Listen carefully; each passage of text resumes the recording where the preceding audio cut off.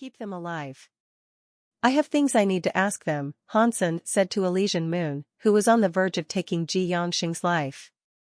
Elysian Moon lowered her paper umbrella and looked expressionlessly at Ji Yongxing and the others. The three left alive were severely injured.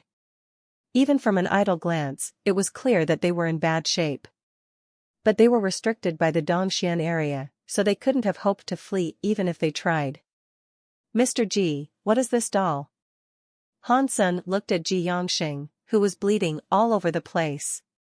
Since I'm already in your hands, you can kill me if you want. But I can assure you, I won't be giving you any information, Ji Yongxing said. Hansen smiled. It looked as if the prince wasn't going to be doing any talking. Otherwise, he would have bargained instead of making heroic claims. Hansen waved his hands, and the two half-deified demons disappeared in a flash of rainbow light. They were reduced to nothing. Not even their bones remained. Mr. Ji, tell me where the demon doll comes from, and I will let you live, Hansen said slowly. A myriad of emotions passed over Ji Yongxing's face, but this time, he didn't speak with the certainty he had shown before. After a while, he said, if I tell you, will you really let me live? Hansen laughed and said, Mr. Ji, although you are full of yourself, you are a pathetic ant in my eyes. Whether you die or not makes no difference in my life. Ergo, I don't really care what happens to you. Ji Yongxing gritted his teeth and looked at Han Senator. It looked as if he had just made a big decision, and he said, okay, I will tell you about the demon doll. But you must promise to let me go. Han Sen's face looked cold. He didn't say anything. He lifted his hand, summoning a rainbow light. Okay, I'll tell you. I'll tell you. Ji Yongxing was so shocked. He thought Hansen had made a mistake by killing the other two demons. Ji Yongxing thought that if he was the only one alive, Hansen wouldn't kill him if he wished to know the secret of the demon doll. Therefore, Hansen would be forced to bargain. But now, he realized Hansen had the power to kill two half-deifieds with ease. That meant the demon prince could be killed easily, too. The secrets he held weren't worth much to Hansen, in all likelihood. Don't make me think you are lying. Otherwise, even if I don't want to kill you, I will have to kill you as punishment, Hansen said to Ji Yongxing, his voice flat. Hansen knew Ji Yongxing was a worm that only acted bravely. The man might have tried to maintain his image if his subordinates were around, so Hansen took a shortcut and killed the other demons before getting down to brass tacks. And now that he was the only one left alive, Ji Yongxing seemed a lot more willing to bargain. But even so, his attempts to negotiate were weak. His resolve had crumbled. It wasn't long before Hansen received the story of the demon doll from Ji Yongxing. Ji Yongxing didn't know much about the demon dolls. All he knew was that they were created by the Alpha. They had a strong vitality and a keen proficiency with sky demon powers. They were scarier than actual demons. But no one knew how the demon Alpha created the demon dolls or what materials were used to make them. People believed the demon dolls were crafted from demon elites, but there weren't many demon elites of that level of talent. In addition, no demon elites were missing from the records. So, that couldn't have been the truth. Even the demon society knew little about the demon dolls. Only the core supervisor would know about them. Not many demons were given a demon doll by the Alpha to use. Despite Hansen's repeated questions and threats, Ji Yongxing hadn't revealed how the demon doll was created. It was probably something only the demon Alpha knew. How many demon dolls are there? Hansen seemed to know his captive wasn't lying, and so he asked this. I'm not sure about that. I know there are at least a dozen. The demon Alpha gave out a few demon dolls. There are still a few left in stock. I know of 3 deified demon dolls. The rest are half-deifieds. Ji Yongxing was gushing secrets like a broken faucet in his desire to survive. There are 3 deified demon dolls? Hansen was shocked. The demons weren't considered a big race these days. They weren't highly ranked among the higher races. Not only did they have deifieds in their midst, but they had 3 deified demon dolls. There could even be more. That was a scary thought. It looks like the demons are stronger than we thought, Gu Qingqing said after a moment of thought. Han Sen was thinking, too. There sure is something a little sketchy about the demon alpha. I bet those demon dolls are the Shura kings that entered the Geno universe via the Shura's graveyard. That means there is a blood relation between the demons and the Shuras. But why did the demon alpha turn them into demon dolls? Han Sen didn't understand, and so he asked Ji Yongxing how one could control a demon doll. The man's explanation was thorough. But even if you do know how to control it, you need sky demon power to actually do it, Ji Yongxing said. But Han Sen had already activated the purple horn. The demon doll began to move. Ji Yongxing's mouth opened wide, and he could no longer speak. This demon doll seems easy to use. Han Sen raised the purple horn, which was oozing purple smoke. As long as Han Sen had that purple horn, he could use his will to control the demon doll. It could act out many commands. The doll was even able to perform simple actions by itself, so it didn't have to be controlled at all times. Mr. Han, I told you everything you asked to know. I didn't lie once. Can I go now? Ji Yongxing asked Han Sen with sincerity. He looked so scared. Who said you could ever leave? Han Sen smiled. You said you would let me live. Are you going to break your promise? Ji Yongxing was shocked, and his face looked very pale. I said I would let you live, but I didn't say I would let you go. Han Sen waved his hand and said, you can be in charge of pulling my carriage in the future. 1. Pulling a carriage? Ji Yongxing was confused. He didn't know what that meant. In the core area, a few kings were hunting a xenogeneic. They were just about to kill it when they saw something coming toward them. They stared for a long minute, confused, before they understood what they were seeing. They saw a demon coming toward them. There were ropes around the demon's shoulders, and he was pulling something like a rickshaw. Hey, isn't that the demon Ji Yongxing? What is he doing? The kings looked at the strange sight in shock. Most of them couldn't speak. Ji Yongxing was pulling a bronze carriage. It didn't have a roof, but there was an umbrella shading the occupants. Inside the carriage were a man and 2 women. The beautiful women sat on either side of the man, like 2 wives flanking a king. Han Sen had no interest in humiliating Ji Yongxing, and he didn't really want to get in the carriage. He just wanted to see if he could draw out some of the demons that might be nearby. If they wanted to save Ji Yongxing or eliminate Han Sen, it would be hard for them to do that in the core area. It would likely prompt would-be saviors to use their demon dolls. Han Sen's true purpose was to lure out more of those demon dolls so he could take them for himself. It would be great for him to have a few deified demon dolls in his back pocket. The existence of the demon dolls was a very strange thing. The demon doll Han Sen had already obtained had a life force and could think for itself a little. It never looked like it was truly alive, though. Its mind only came alive when it received commands via the purple horn. If it wasn't being controlled, it would stand in place like a deactivated robot.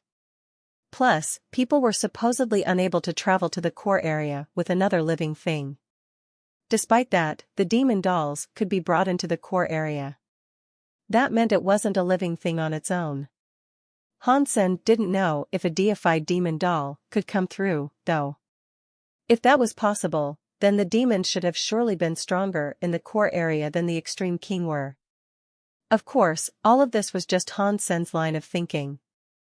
These were his guesses. It might not even be possible to bring deified demon dolls into the core area. Even if they could enter, the demons might only use them in secret to avoid word of them spreading to other races. Come and take a look. New things happen every day, and this is assuredly the latest. The demon's Ji Yongxing is pulling a rickshaw. Ji Yongxing is loved by the demon alpha. He was so cocky, and now, he has been reduced to a rickshaw boy. Who is on the carriage he is pulling? It cannot be a king of the extreme king, can it? What king class of the extreme king could do that? Such a feat is beyond any of them. You must be joking. In this universe, who could be stronger than the extreme king? You're forgetting God's daddy. Oh, you mean Hansen? That guy isn't dead? Dead? He is living just fine. He somehow forced Ji Yongxing to do this, and he has two very beautiful women next to him. Don't you see those two girls? They are so beautiful. I don't think anyone else, out of all the races in existence, could be more beautiful than those two. I'd be willing to die for just one turn in the sheets with them. Really? They're that hot? I'm not kidding. I saw a princess of the extreme king once upon a time, but compared to these two, she was nothing. These girls are so much hotter. The extreme king princesses are hardly fit to be their handmaidens. In that case, I must get a closer look. Ji Yongxing lowered his head and continued to pull the carriage. He didn't say a word. He was so angry, and he thought to himself, Hansen, that asterisk shoal. Don't let me find a chance to kill you, because I will be ready to pounce the moment an opportunity appears. Someone took a video of the scene and distributed it. The entire universe came to know that Ji Yongxing was a rickshaw boy for Han Senator. The leaders of the demon were about to start retching blood out of shame. Furthermore, the elites that had once been around Ji Yongxing had been killed. The backup elites were far away, and it would be a long time before they could get in range. Hansen planned on drawing many demons out, but the demons didn't come. Gu Qingqing and Elysian Moon were very angry about the fact that they were attracting many horny men. Luckily, they only showed themselves in the beginning. After a while, the girls hid their faces. They wore armor so that no naughty people or creatures could see what they looked like. But even so, many kings still came over to watch. Of course, some of the kings came to see the women, but most of the kings were just there to see Han Senator. They wanted to gain his blessing or capture him. But seeing this half-deified demon Ji Yongxing pulling a rickshaw for Han Sen, no one dared to try anything provocative. If they were going to take him by force, they would prefer waiting for stronger elites to come. Hansen traveled for half a day before someone was bold enough to try to bar his way. Look, someone is here. Film it quickly. Let us watch and see who is looking for Han Senator. Isn't that Autumn Wind of the Aichi race? Tee. The Aichi are very famous for being womanizers. Autumn Wind must be going after those two girls. The Aichi are pretty well respected out of all the high races. They have many elites in their ranks, and they are particularly proficient when it comes to wielding bows. There are many archers in their race. Still, aside from all that, the Aichi are pretty lazy. Most of their elites are just hired by other races. There are few races that don't have an Aichi archer to help them. This Autumn Wind is probably the best archer they've had for many centuries. He is half deified, and he might one day become deified. This guy might actually take down Han Sr. I'm afraid his target isn't Han Sen, it is actually those two girls. I don't think that Autumn Wind has what it takes. Han Sen's title of God's daddy isn't a mere joke. Even the extreme king deified elites failed to catch him, so I doubt there is much Autumn Wind can accomplish. Maybe not. The Tianxia system and the systems of chaos are too complicated. Those deifieds would obviously run into trouble if they were after Han Sen, and he hid well. In the core area, it isn't so easy to hide. While everyone was talking, Han Sen's bronze carriage moved right in front of Autumn Wind. Han Sen looked at Autumn Wind. He looked just like a human. He was shorter and skinnier than Han Sen, but his face was very delicate. His ears were long and sharp, in particular. He had long, silver hair with transparent wings on his back. He was like an elf out of legends. "Why are you getting in my way?" Hansen asked, looking coldly at Autumn Wind. Autumn Wind looked at Gu Qingqing and Elysian Moon and said, I had heard that there were two beautiful women here. It said their image can stun the entire universe. So, I have just come here to take a look. I thought the tales must have been exaggerated, but before I could even see them, their presence alone was enough to make me drunk. These intoxicating feelings are surely worth the trip. I wonder if these two women are willing to reveal their faces to me. I am willing to die for the sight. You should go home while you still can, Hansen said flatly. I'm serious about this. Ladies, if you will allow me to see your faces, I'm willing to be a slave for you. Heck, I would kill myself immediately and not even be upset about it. Autumn Wind ignored Hansen, begging Gu Qingqing and Elysian Moon for a look. Despite his monologue, it didn't seem like he was looking for a fight. Hansen was about to tell Ji Yongxing to continue past Autumn Wind, but Elysian Moon suddenly said, You can see our true selves, but only if you beat him. Do that, and you can see us. Elysian Moon's words shocked many of the kings that were present. They thought those two women were Hansen's friends, but she had suggested something very different. They started to believe the women were being held hostage by a demon. It made people's blood boil. They wanted to save the beautiful women. Because of the videos that kings in the core area made and distributed, many elites across the universe were able to watch what was going on there. After hearing what Elysian Moon said, many angry eyes focused on Han Senator. Countless young men wanted to beat up Hansen to save those two pretty girls. Of course, young men who thought that way generally didn't have the necessary rank to visit the core area. The kings that were watching from inside the core area didn't move. Is what you said true? Autumn Wind asked with excitement, his eyes looking bright. If you don't believe me, then why are you asking me? Elysian Moon smiled. I believe you, my lady. Autumn Wind nodded, then he turned to Han Sr., Can you please fight me? Don't worry, I will only beat you on behalf of the lady's request. I won't kill you. This guy is pretty confident, Hansen thought, suppressing a laugh. He looked at Autumn Wind and said, I can fight you. If you win, you see the girls. If I win, what do I earn? Right, Autumn Wind said, nodding his agreement. What do you want? Hansen was surprised. He hadn't expected Autumn Wind to say something like that. He looked at Autumn Wind, thinking he was a funny guy. Hansen went silent and said, If you lose, why don't you pull the rickshaw just like he is? Sure. Autumn Wind didn't even think about it before he agreed. He probably never expected that he might actually lose. Hansen stood up and climbed off the carriage. He stood 10 meters away from Autumn Wind. Autumn Wind looked at Hansen and said, Use whatever attack you want. If you can hurt me, you win. T-Guy is saying crazier things than I usually do, Hansen thought, looking at the man. Autumn Wind had a bow on his back, and seeing it prompted Hansen to say, Loan me your bow. I will shoot at you a few times. If you can't dodge my arrows, then you lose. **T, this guy is obscene. He must know Autumn Wind's bow is the Aichi's deified treasure wind string. He wants to scam the treasure off of him. Who would dare do such a thing? Does he think Autumn Wind is stupid? Not many people would happily hand over a deified treasure to someone else. Even if they did, they wouldn't hand it to an enemy. While everyone complained, Autumn Wind took the bow and quiver off his back.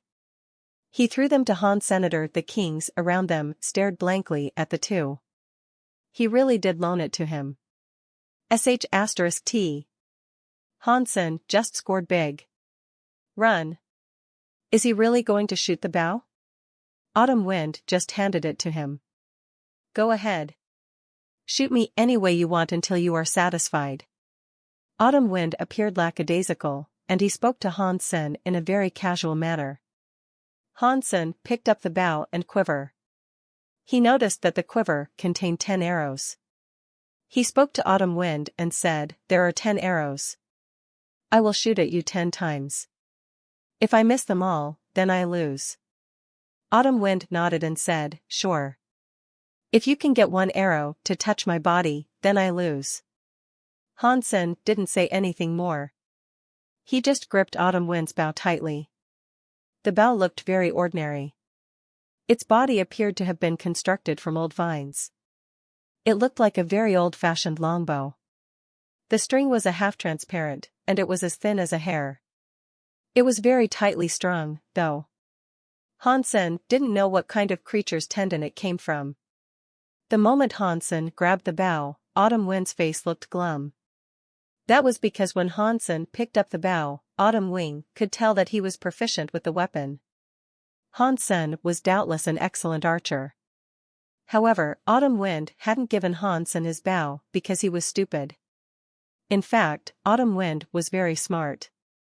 There weren't many that could make use of wind string. It was one of the Aichi's secret treasures, and only the blood of the Aichi could activate it. 1.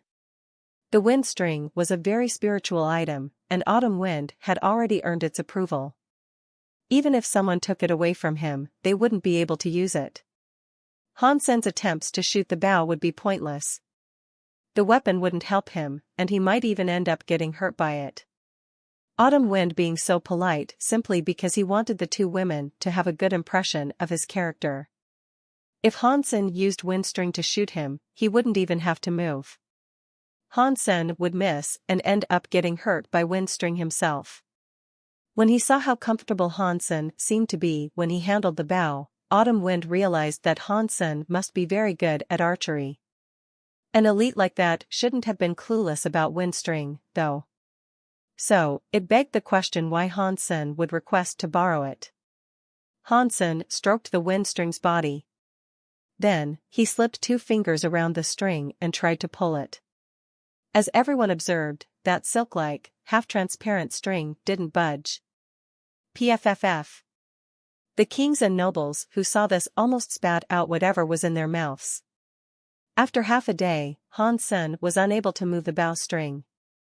There was no need for the competition. Hansen couldn't even fire a single arrow. Hansen is too naive. Did he really think Autumn Wind was letting him the bow out of the goodness of his heart? This is the Aichi's wind string.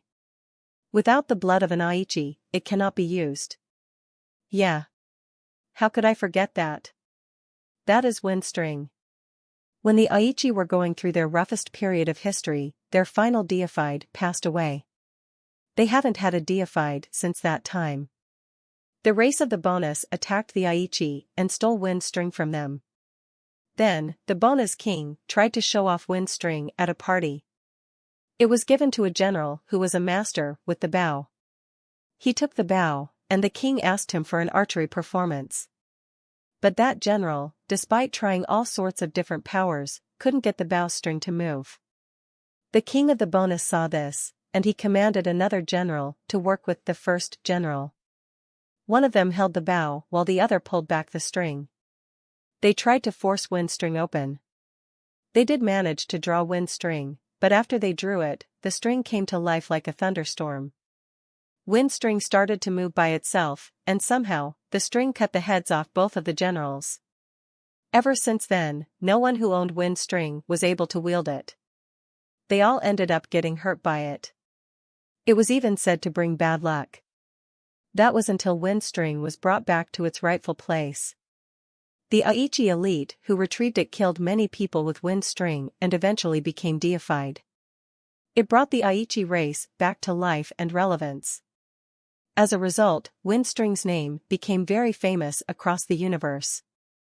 But aside from the Aichi, no others dared to use the bow. No wonder Autumn Wind was so quick to give the bow away. It really is the wind string. Hansen held wind string, and his fingers caressed the bowstring. It shivered at his touch, like he was brushing against a dragon or a tiger. Swords had sword souls, and bows had a spirit of their own, too. The higher level it was, the harder it was for others to make use of it. Hansen used his Dongxian Sutra powers to activate the treasure. He was able to make use of most treasures, but that was because most treasures didn't already have owners. This wind string did have a master, and even with Hansen using his Dongxian area powers, it resisted. He was unable to pull the string back. Hansen's fingers hooked onto that tender-looking string. Slowly, he cast his jade skin power. The fingers upon the string turned to ice, and the power he used became grander. But that string still wouldn't budge. No matter how hard Hansen tugged at the string, it refused to be drawn. It didn't look as if it was ever going to happen. Autumn Wind was delighted to see this. He said, "My wind string has a mind of its own. Not just anyone can make use of it. Why don't you try using a different bow?" "I won't mind. I like my bows to be a little stubborn," Hansen said inscrutably. Autumn Wind quietly said, "I don't mind you trying, but you can't keep these two girls waiting for too long." "There's no need to wait. We can start right now." "This is the first arrow," Hansen said. Then he pulled an arrow out of the quiver. Hansen felt comfortable when he held the arrow. There was a sensation that was difficult to describe. When he was in the sanctuaries, he had frequently used a bow. And he was always the best when it came to using them. When he was in the Black Hawk Military Academy, he came first place in an archery competition. Hansen liked using bows. But he had yet to find a bow that was strong enough in the Geno universe, and when it came to ranged engagements, he could always make use of Spell's arsenal. He rarely used bows anymore. Even if he found a good bow beast soul, he would sooner give it to his daughter Han-Menger. Hansen thought it would be a while before he had to make use of a bow again. He didn't expect he would have a chance to use his bow in this sort of situation. "It feels good to hold a bow again." Hansen sighed. He lifted the arrow, pressing it against the string of wind string. What is this guy hoping to achieve? He couldn't pull wind string, so what is the point of putting an arrow on it? Is the arrow going to launch itself? Everyone thought what Hansen was doing was so weird. Everyone could tell Hansen didn't have enough power. He had pulled wind string twice, and it wouldn't budge. It clearly couldn't be drawn. Autumn Wind put out his hands and said, "Actually, I really don't mind you making use of a different bow." Hansen ignored him. He raised the bow and the knocked arrow, and he cast jade skin. Then, he pulled back on wind string. A scary power surged through Hansen's fingers. He tugged on the string, but it was refusing to move. Hansen was applying too much strength, though. He pulled so hard that the string dug into his fingers until it reached his finger bones. It completely bypassed the protection of jade skin. "Don't force it. Even a deified elite might have trouble pulling the string of wind string," Autumn Wind cautioned. Hansen didn't heed his words. He continued to pull the string, as the power of his fingers became stronger. "Sir, run." While everyone's focus was on Hansen, a demon was frowning at Ji Yangxing, who was still hitched to the rickshaw. Ji Yangxing pretended not to see him, but the demon king who had called out to him was in a hurry. He didn't move forward to save Ji Yangxing, though. He was the only demon there. The true demon elites had yet to show up. What is wrong with the prince? Is he retarded? Why isn't he running? Demon King wondered. Hansen was obviously focused on the bow right now, so the demon had no idea why Ji Yangxing was refusing to run while he had the chance. The demon kept making signals to Ji Yangxing. The man's constant waving made the prince very angry. He turned his head away from the man. Inside, he was thinking, "Are you stupid? Of course, I would run if I had the chance to. I wouldn't need a reminder from you. Hansen is right next to me, and those two women can't be provoked. I can't risk trying to run away." The demon saw that Ji Yangxing was now refusing to look his way. So, he moved around the crowd, getting back into Ji Yangxing's line of sight. Once he was sure the prince could see him, he started signaling again. Ji Yangxing's eyebrows were lowered in a deep frown. He wanted to slap that brain-damaged demon. He wasn't going to run away now. If he started to run, the two women Hansen had with him would believe he was trying to escape. It would look very bad if he was captured once again, and this time in front of a large audience. Ji Yongxing ignored the idiotic demon and closed his eyes. Everyone could see Han Sen was using all of his strength, even though the string was digging into his flesh. He was still unable to draw the bow, and that made them happy. Do you really think you're the daddy of all gods? Even if you were, that is a bow.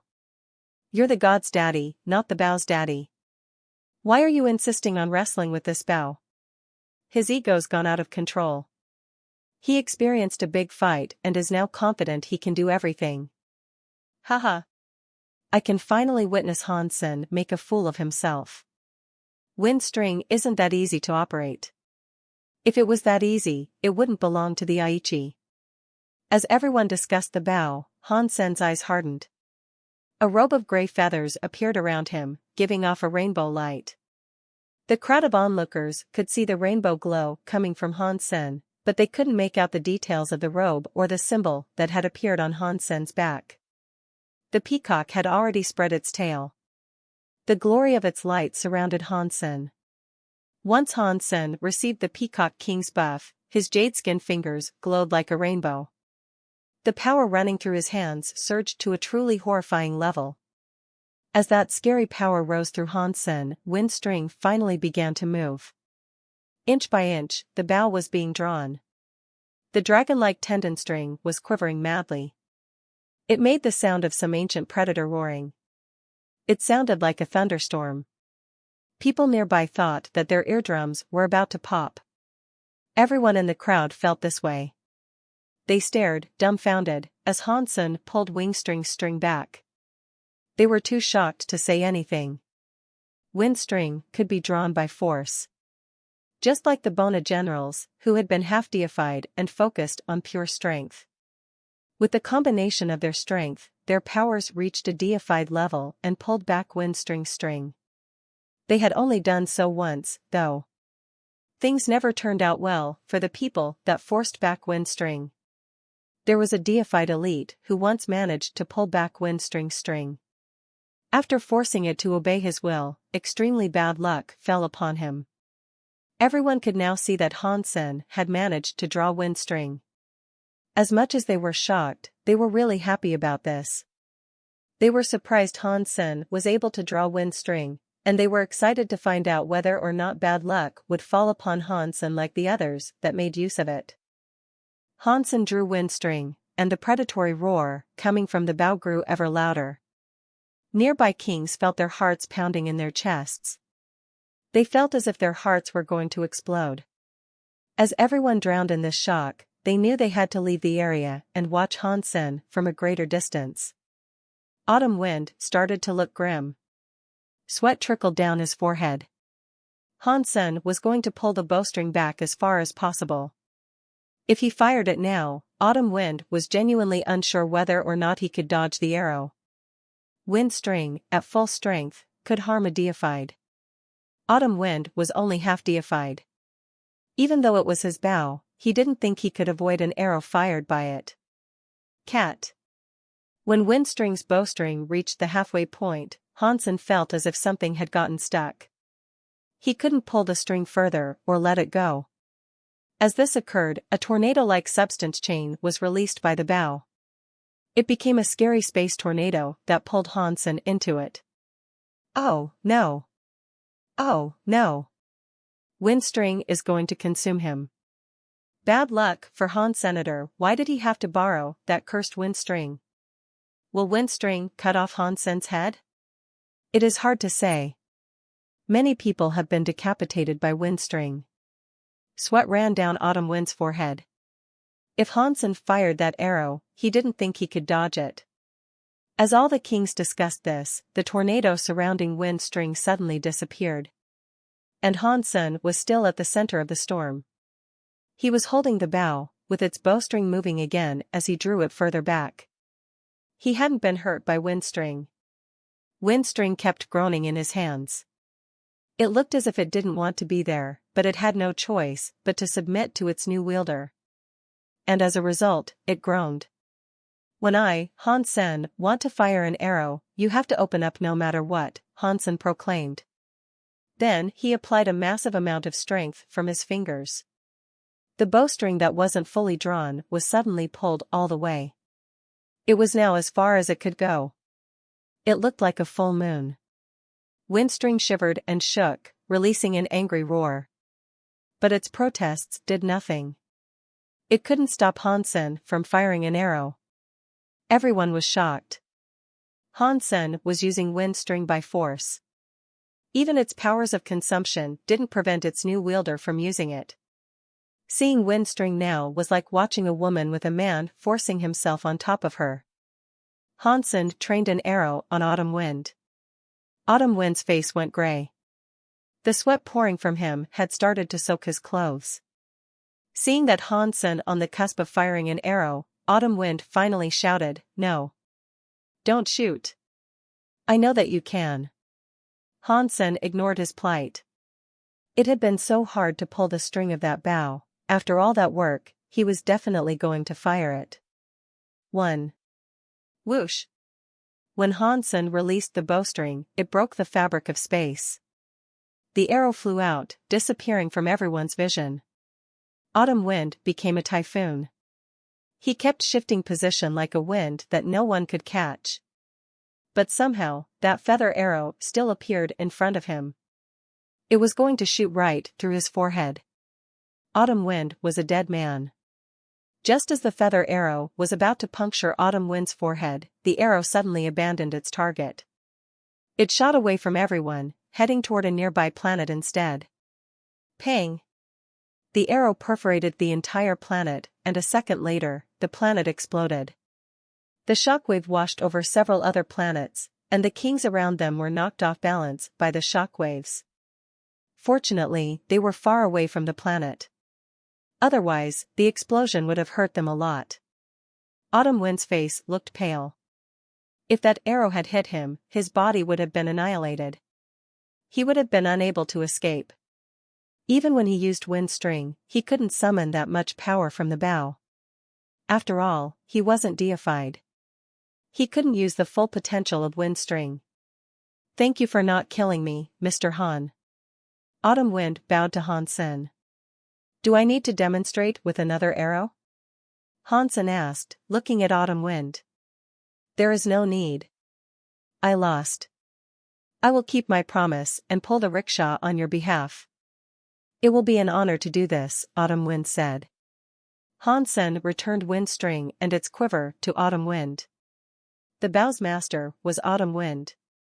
Hansen could use it, but he needed the soul robe, jade skin, and the power of the Dongxian Sutra to do so. Firing that one arrow had tired him out more than an entire fight could. No matter how good the bow was, it wouldn't be easy for Hansen to use. Plus, Hansen had only said that he wanted to borrow it. He always planned to return it.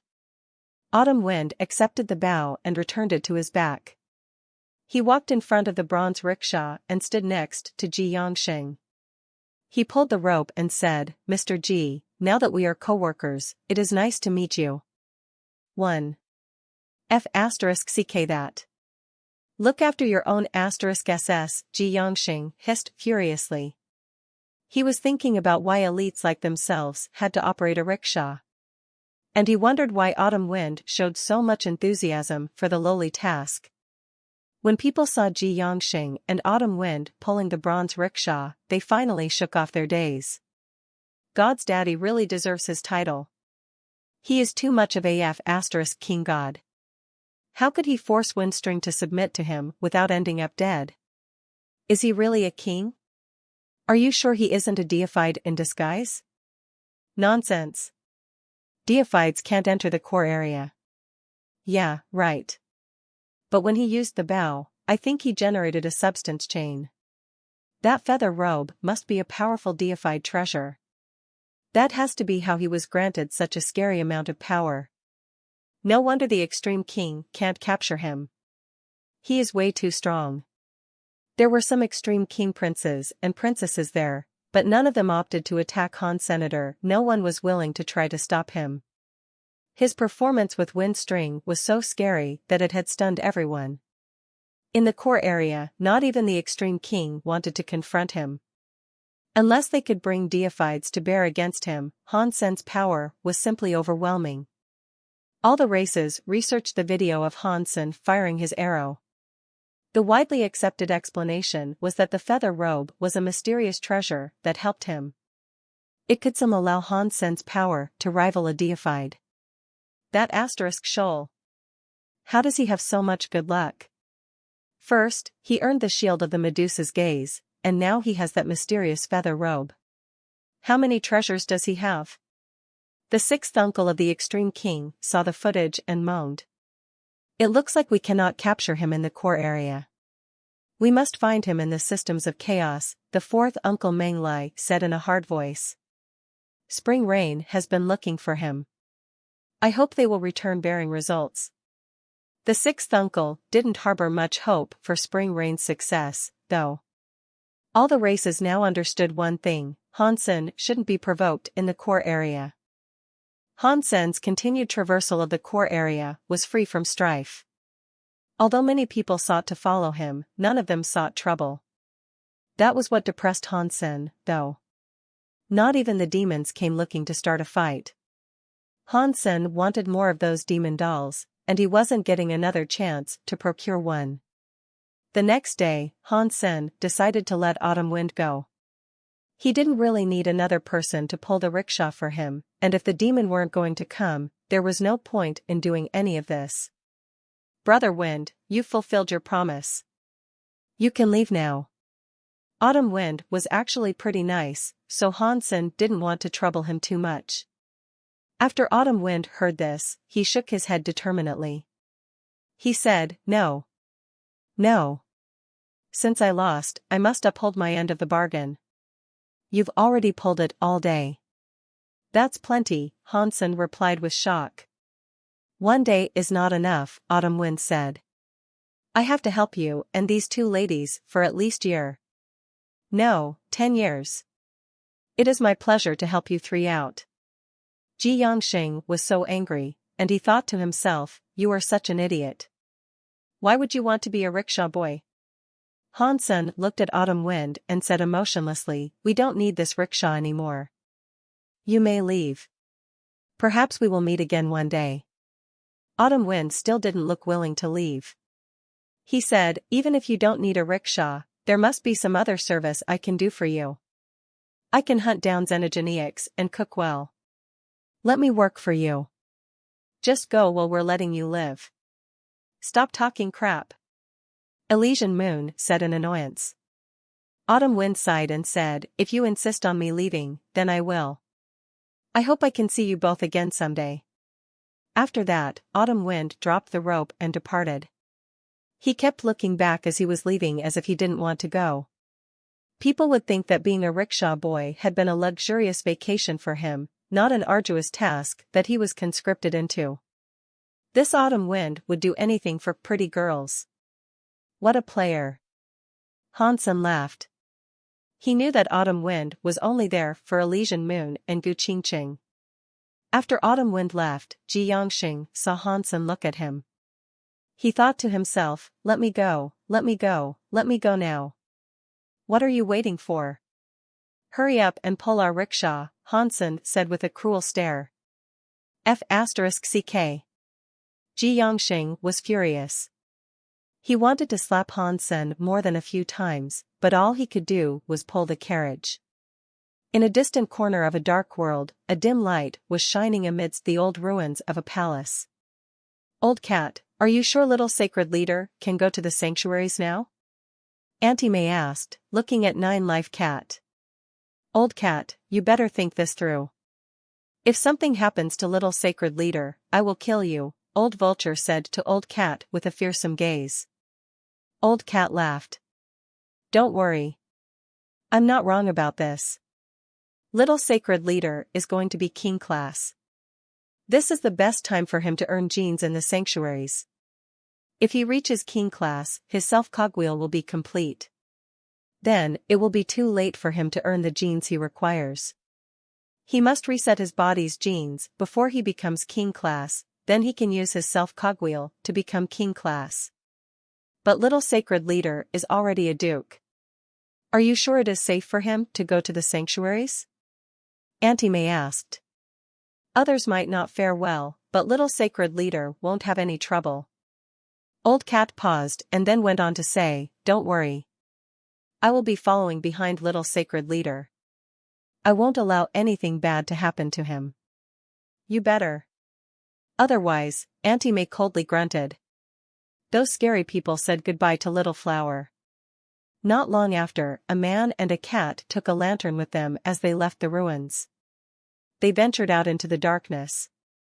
Old Cat, I want to see my mother, Little Flower said to Old Cat. He was holding the lantern as he walked. Of course. You can now go anywhere, but you must know that your mother loves you so much. When you are back, she will want to keep you and not allow you to go anywhere. But this world is going to end, and when that happens, your mother, family, and friends will all die. If you don't level up and save all of existence, then your mother and your father will leave you. Even your cute sister will die. You saw the video of her, right? Do you really want them to be killed? Old Cat said. Only I can save the world? Is there no other way? Little Flower asked, looking at Old Cat. Yes, you are the savior of this world. Only you can save everybody, the Old Cat answered seriously.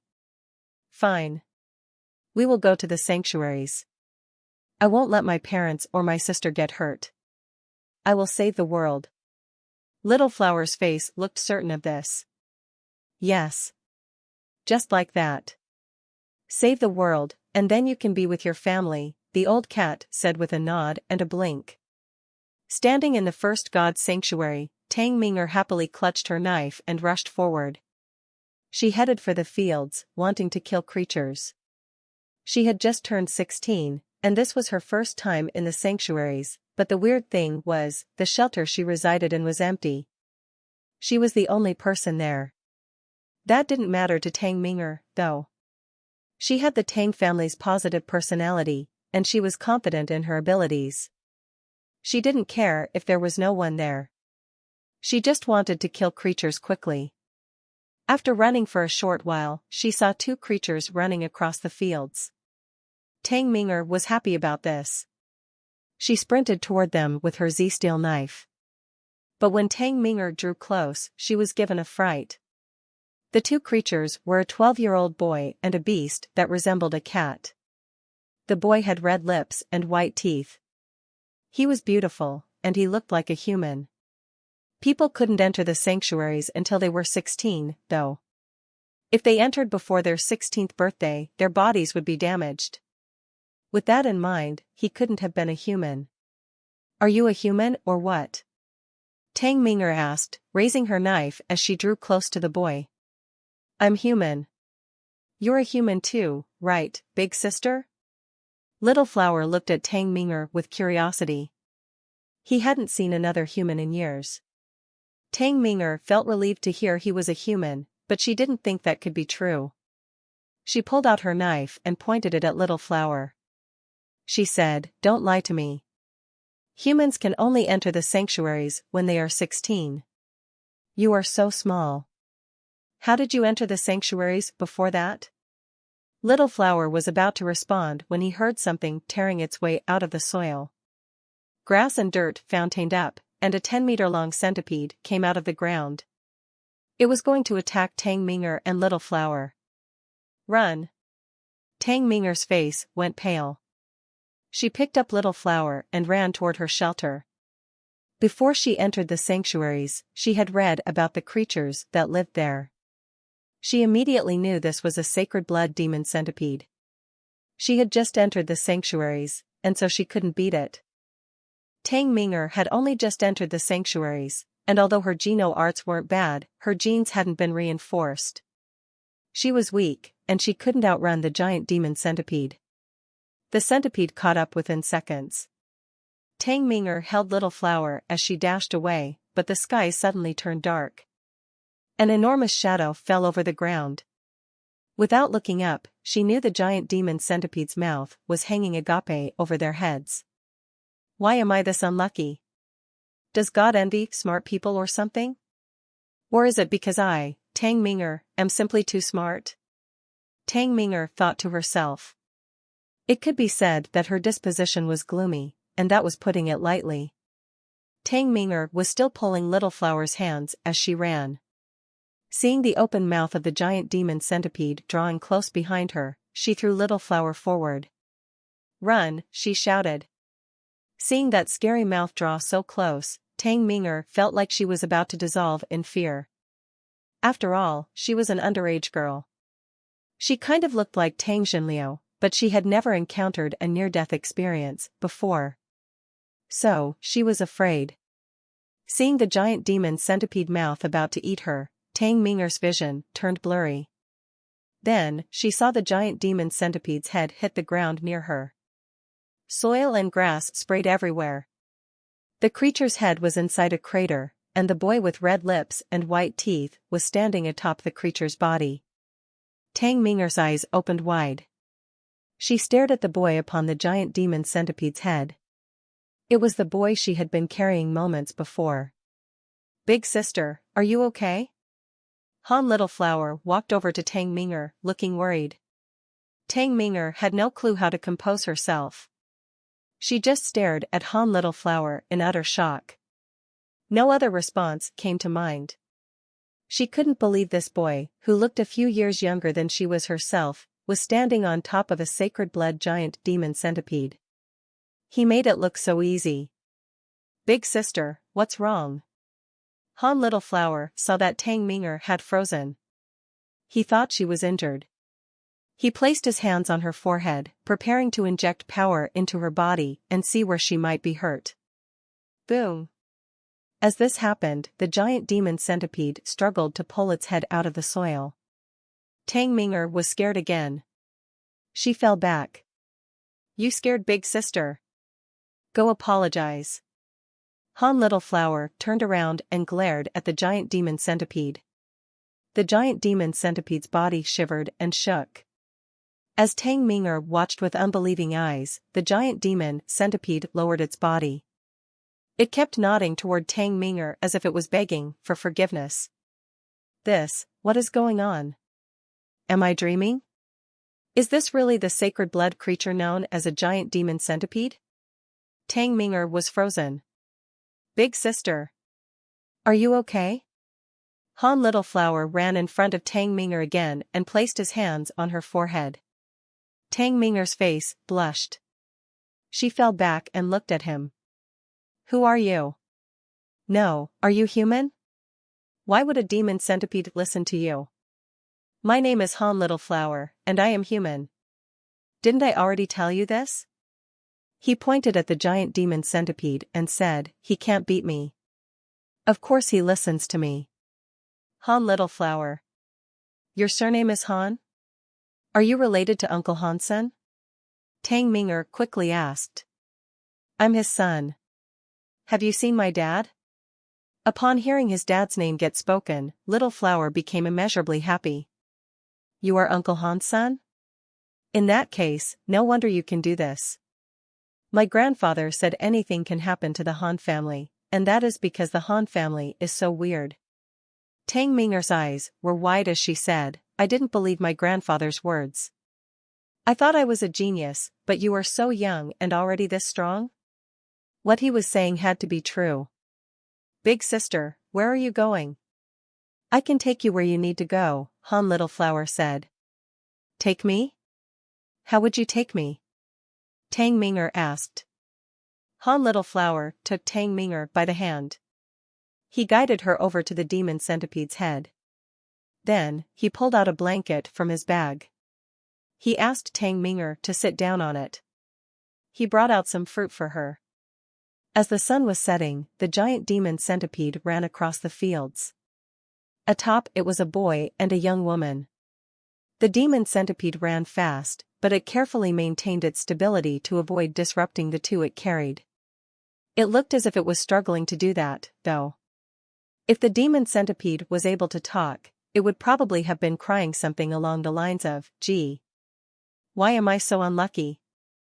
Hansen gulped down another King-class xenogeneic gene. He had 100 King-class xenogeneic genes. I wonder how soon I'll be able to become half-deified, Hansen mumbled to himself. He wanted to upgrade his Dongxian area. At the same time, in the core area, no one dared to provoke him. He was depending on Consume and Big Destroyed to eat his King xenogeneic genes. His Dongxian area had reached the 9th tier. He only needed one more rank to transcend King class and become a half-deified being. Unfortunately, Hansen was disappointed. Despite having 100 King genes, his Dongxian area was refusing to level up. It looks like I need my power to break through the 9th tier and have it all return to 1 to become half-deified.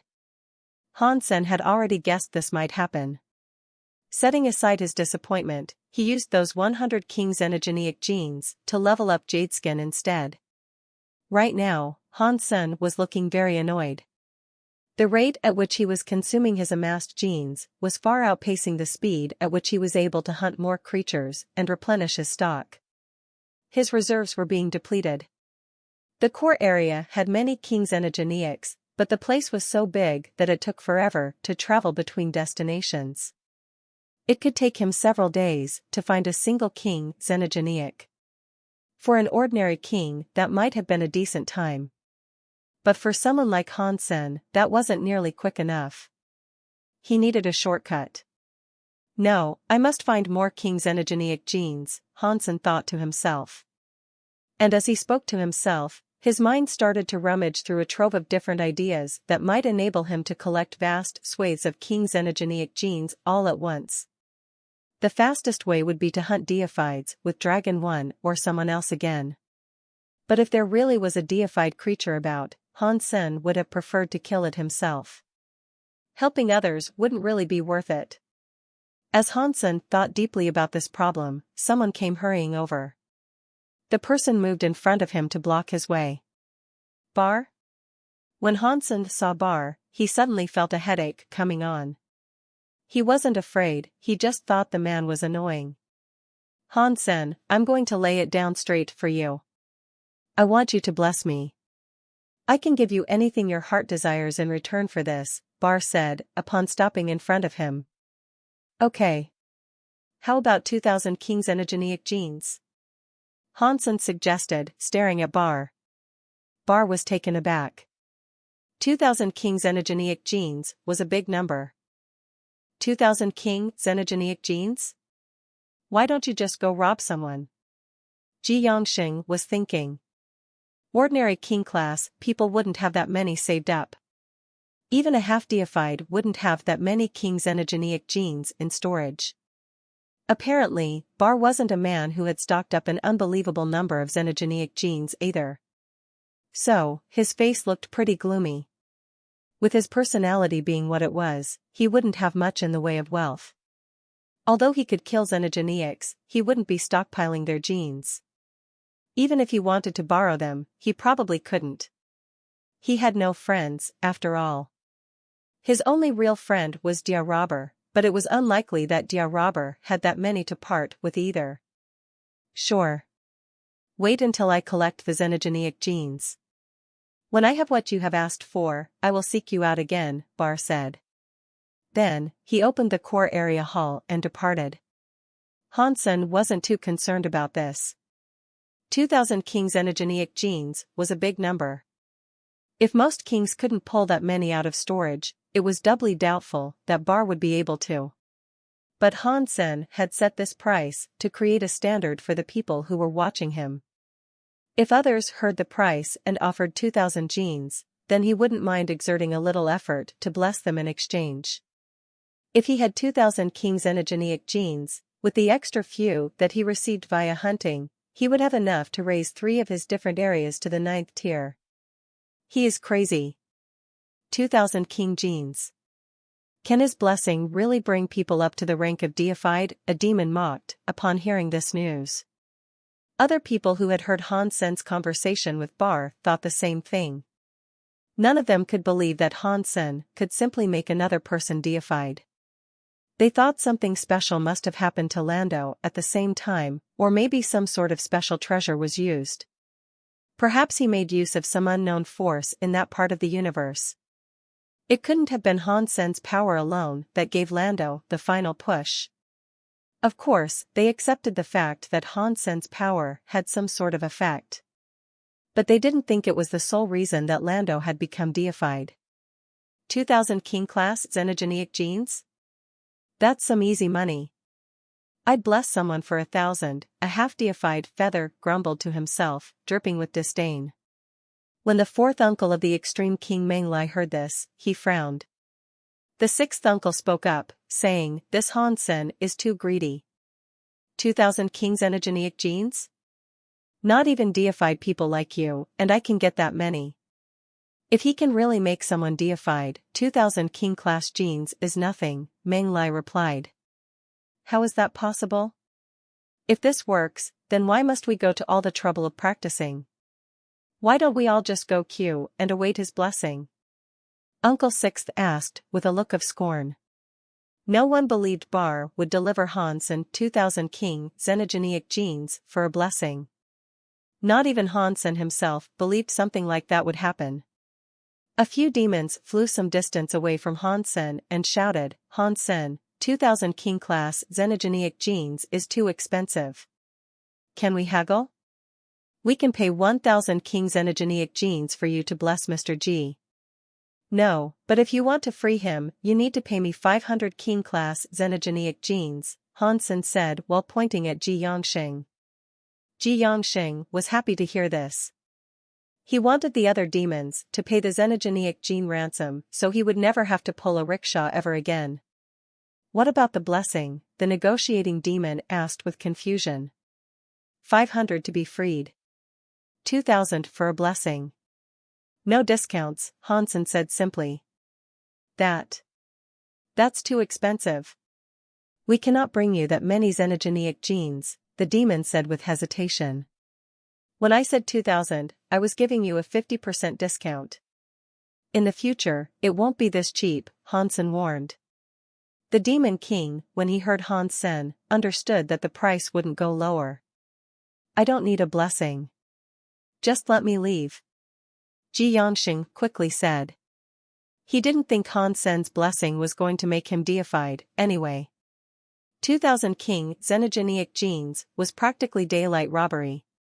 The negotiating demons spoke for a while more, and they eventually forked over 500 King Class Xenogeneic genes for Ji Yongxing's freedom.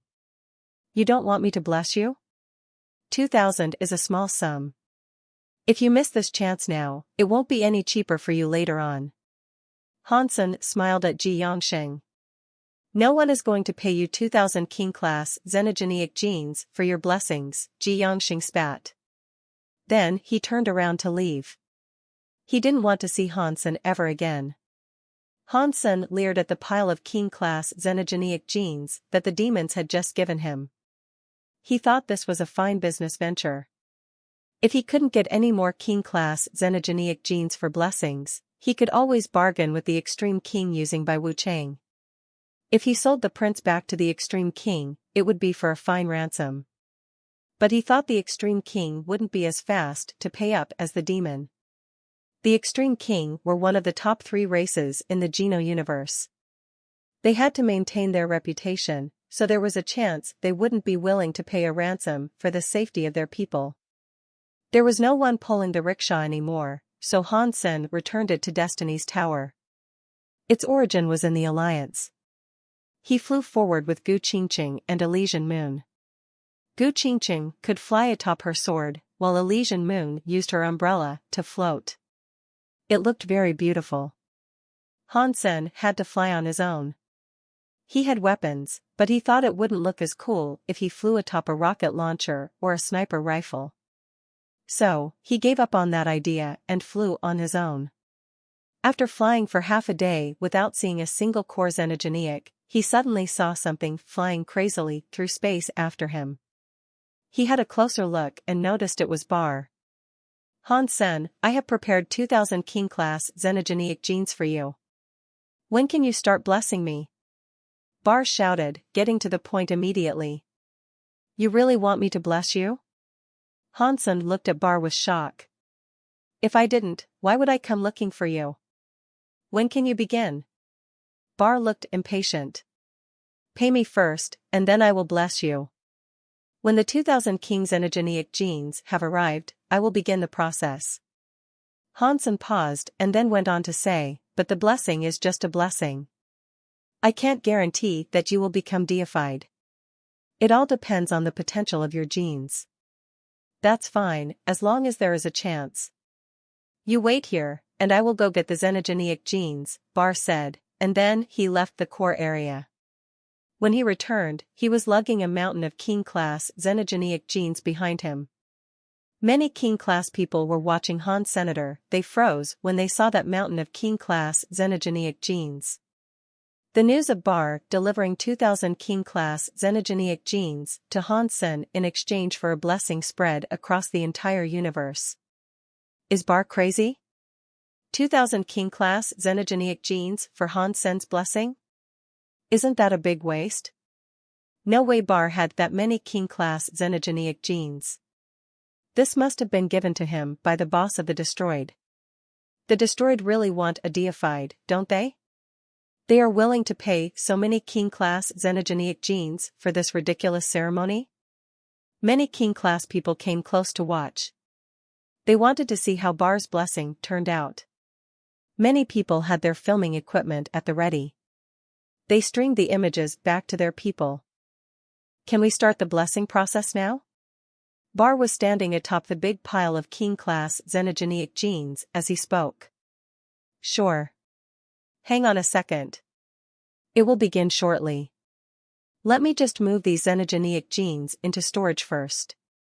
Hansen carted the xenogeneic genes into his core area hall, then placed them all inside Destiny's tower. Then, he returned to the core area. Let's start now, Hansen said as he walked in front of Bar. Then, he asked, curiously, why do you want me to bless you? Hansen didn't quite understand this. He knew that Bar had no lack of willpower, and it was strange that the man was so desperate for a blessing all of a sudden. With Bar's personality being what it was, it just seemed a bit out of character. There is someone I wish to defeat. But if I'm ever to accomplish that task, I'm going to require a greater amount of power. I need that strength, and I need it now, Bar said with frightening certainty. Who is that, lucky person? Hansen was going to say unlucky, but then switched it to lucky. After all, Bar was a customer. Hansen knew that being Bar's enemy was never a good thing, anyway. In this case, Hansen thought it was funny. And as long as Bar wasn't bothering him, he didn't care who the unlucky sod was. $, Bar answered. Hansen felt his eyes bulge upon hearing that. After half a day of waiting, it was revealed that he himself was the unlucky guy Bar harbored so much antipathy for. Interesting. Shaking off his momentary pause, Hansen gave Bar an uneasy thumbs up. 2. After everything that had happened, Hansen couldn't back out now.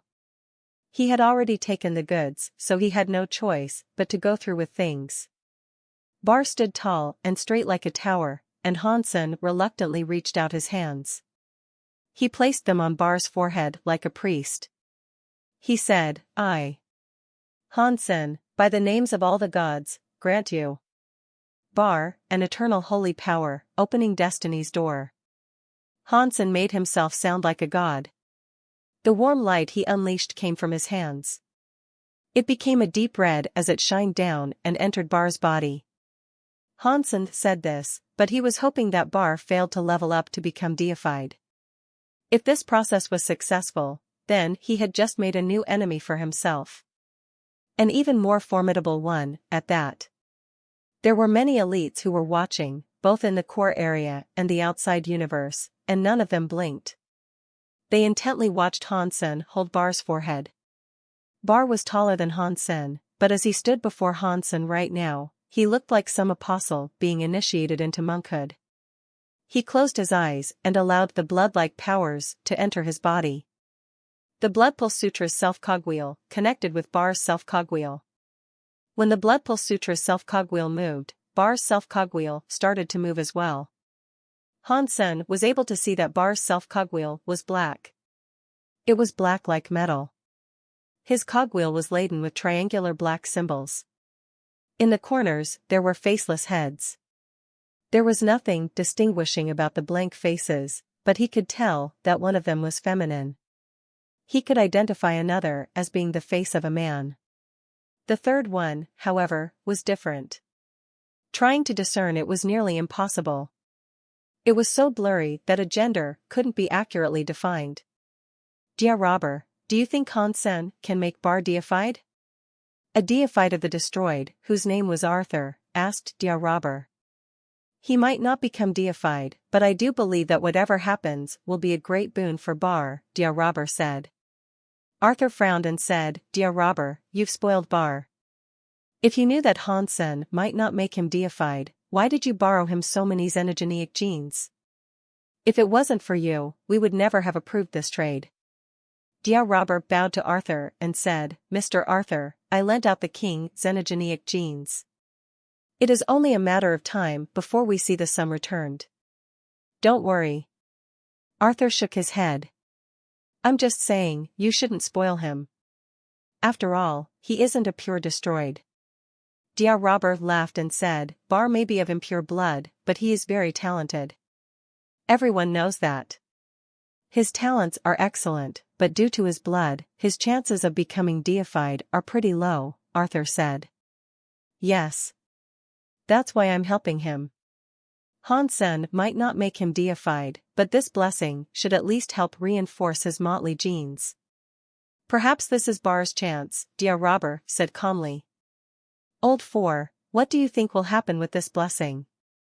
The sixth uncle was drinking tea as he watched the stream of Hansen imparting his blessing upon Bar.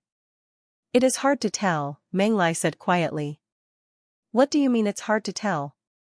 Those 2,000 king xenogeneic genes have likely just been squandered. And for what purpose? To level up a measly king. The destroyed are way too hopeful, placing their faith in some silly myth surrounding that arrogant boy. The sixth uncle laughed. Menglai didn't say anything. He merely continued watching Bar be blessed. Many people were watching Bar. After Bar's self-cogwheel was pushed, it started to spin. The symbols on his self-cogwheel started to shine. Bar's body began to change in a bizarre way. Bar wasn't a pure destroyed. He had 3 faces, but not 3 heads. Furthermore, they were all male. He didn't have 6 arms. At first glance, no one would believe he was considered one of the destroyed. But when his self-cogwheel started to spin, his 3 faces underwent strange changes. The face in the front started to disappear, and the left face started to become more masculine, whereas the right face appeared more feminine. The left face looked very murderous. It was like the face of a demon from hell. The right face was very kind. It looked so nice, and its appearance was somewhat reminiscent of a Buddha. Only the face in the middle had no defining features. Boom! As this happened, drastic changes rippled through Bar's body. His muscles were like gas-filled balloons. They swelled to become ludicrously large, like he was some living caricature of strength. And in all honesty, that wasn't far from the truth. A scary destroyed power oozed out of him like black lava. Inside that burning destroyed power, Bar's body melted away. His flesh came off of him, revealing just his bones. Those bones were different from ordinary bones. They were black like steel, and their shape, composition, and arrangement seemed to resemble something of a human skeleton. The only real, significant difference was the head. The skull possessed 3 faces. The left one looked demonic, whereas the right one looked like a Buddha. The middle one still didn't have any discerning features. It was a blank slate, expressionless and unreadable. Frightening black, destroyed powers began to sear the man's skeleton. Then, as countless elites watched, Bar's 3 faces began to scream. His left face shrieked like a devil. His right face was chanting. The middle one with no mouth was making a silent scream. With these 3 cries, Bar's destroyed power exploded. His scary black bones were covered in energy. His destroyed power burned like a black sun. This creature no longer bore any resemblance to the old Bar. The dark destroyed power began to get stronger. All of a sudden, a white dot appeared within the darkness. That white spot was like a sun, gleaming through the shadows. The black destroyed power became white. No way. The sixth uncle's eyes opened wide. In his sheer awe, he had forgotten all about his cup of tea. His attention was now fixated on the white dot of destroyed power. That white was small, but a deified like the sixth uncle could tell it was a substance chain. Only deifieds could possess substance chains. As the white light shone brighter and brighter in the dark, it became impossible to miss. Many deified elites noticed its presence, and their faces were all drawn in shock. As he watched through a video screen, Ji Yangxing noticed the white dot.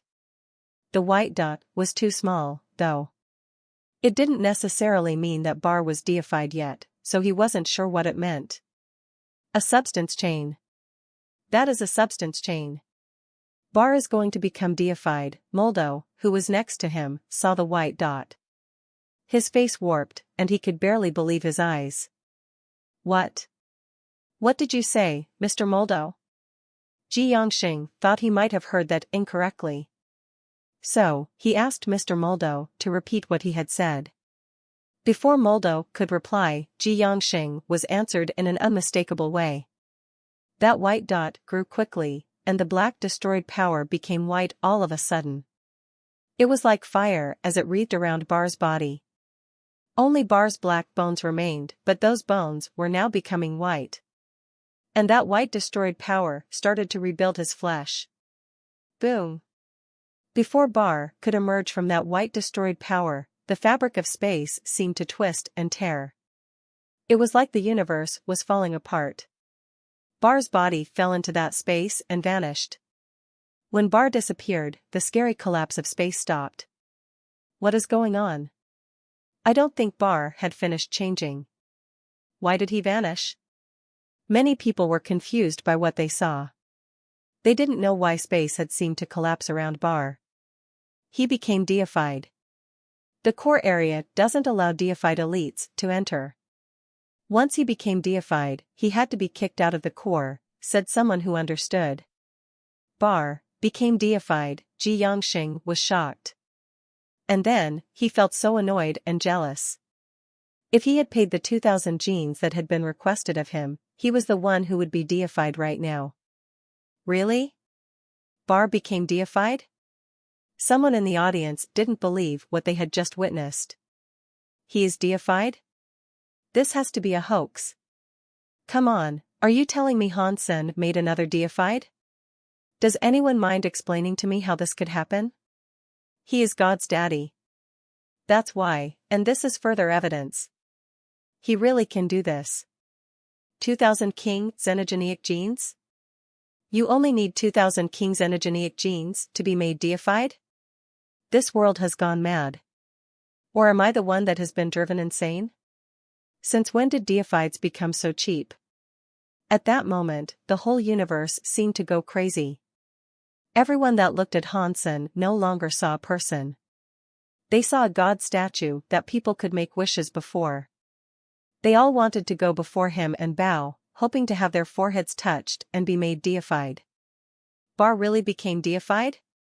The sixth uncle stared at his screen with a gaping mouth. He struggled to close it. Up until Hansen departed the core area, he looked strange. It will be easy enough for us to find out if Bar really did become deified. All we have to do is send someone over to the destroyed and learn the truth right from the horse's mouth, Meng Lai said. Every race leader was doing the same thing as the Extreme King. They wanted to learn about Bar's condition. Bar didn't remain hidden for long, though. He stood before everyone, not hiding the power he received by becoming deified. He really did become deified. There was no doubt about it now. Every person of the higher races looked at Hansen as if he was mad. Everyone was waving their xenogeneic genes, hoping they could draw Hansen out to bless them.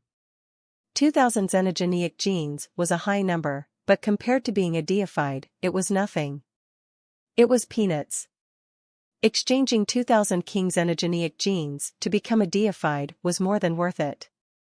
If Hansen was willing to give more blessings, every high race would pay for blessings until they bankrupted themselves. Arthur had watched Bar become deified. He was so happy about the result.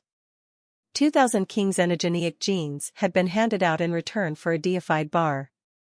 This was so *king worth it. Even Dia Robber was surprised. He thought Hansen's blessing would only reinforce Bar's genes. He hadn't expected Bar to become a deified straight away. This man is too scary. Dia Robber wasn't that surprised about Bar becoming deified, though. He was worried more than anything. It wasn't just Dia Robber feeling this way, either. Many elites of the higher race were scared of Han Senator. This was a fear that they had never experienced before. A king-class being was manufacturing deified beings.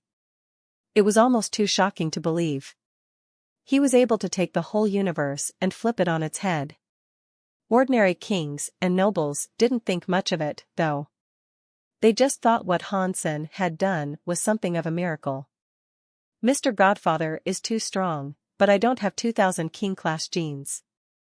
Maybe if I did, I would ask him to bless me so I could become deified. 2,000 xenogeneic genes are far beyond what I have. Would he take women, instead? I would pay with my body if I could. Stop dreaming. Look in the mirror. Are you as pretty as those 2 women the Godfather has? *CK.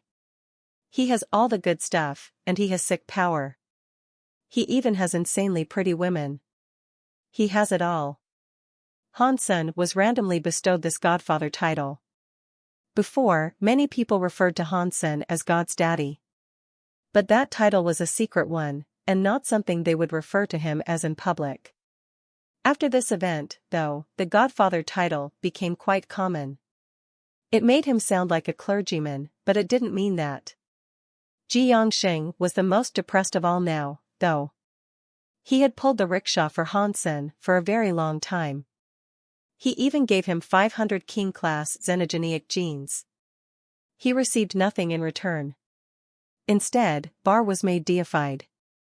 If God gave Ji Yongxing the chance to do things over, he would tell Hansen, "Yes, I will give them to you." If he had known that Hansen could really make people deified, he would have been willing to pay more than 2,000 king xenogeneic genes. He would have been willing to pay double that sum. The only issue was that no one had believed Hansen could make others deified before this. After all, it did sound a little ridiculous. When Hansen entered the core area, the kings of every race came out and shocked Hansen. "Teacher Han, I brought you 2,000 king xenogeneic genes. If you are willing to bless me, I will give them to you." Get lost. What is this about 2,000 king xenogeneic genes? You are being that cheap before the Godfather? I have 2,500 king-class xenogeneic genes. I should be blessed first. I have 3,000.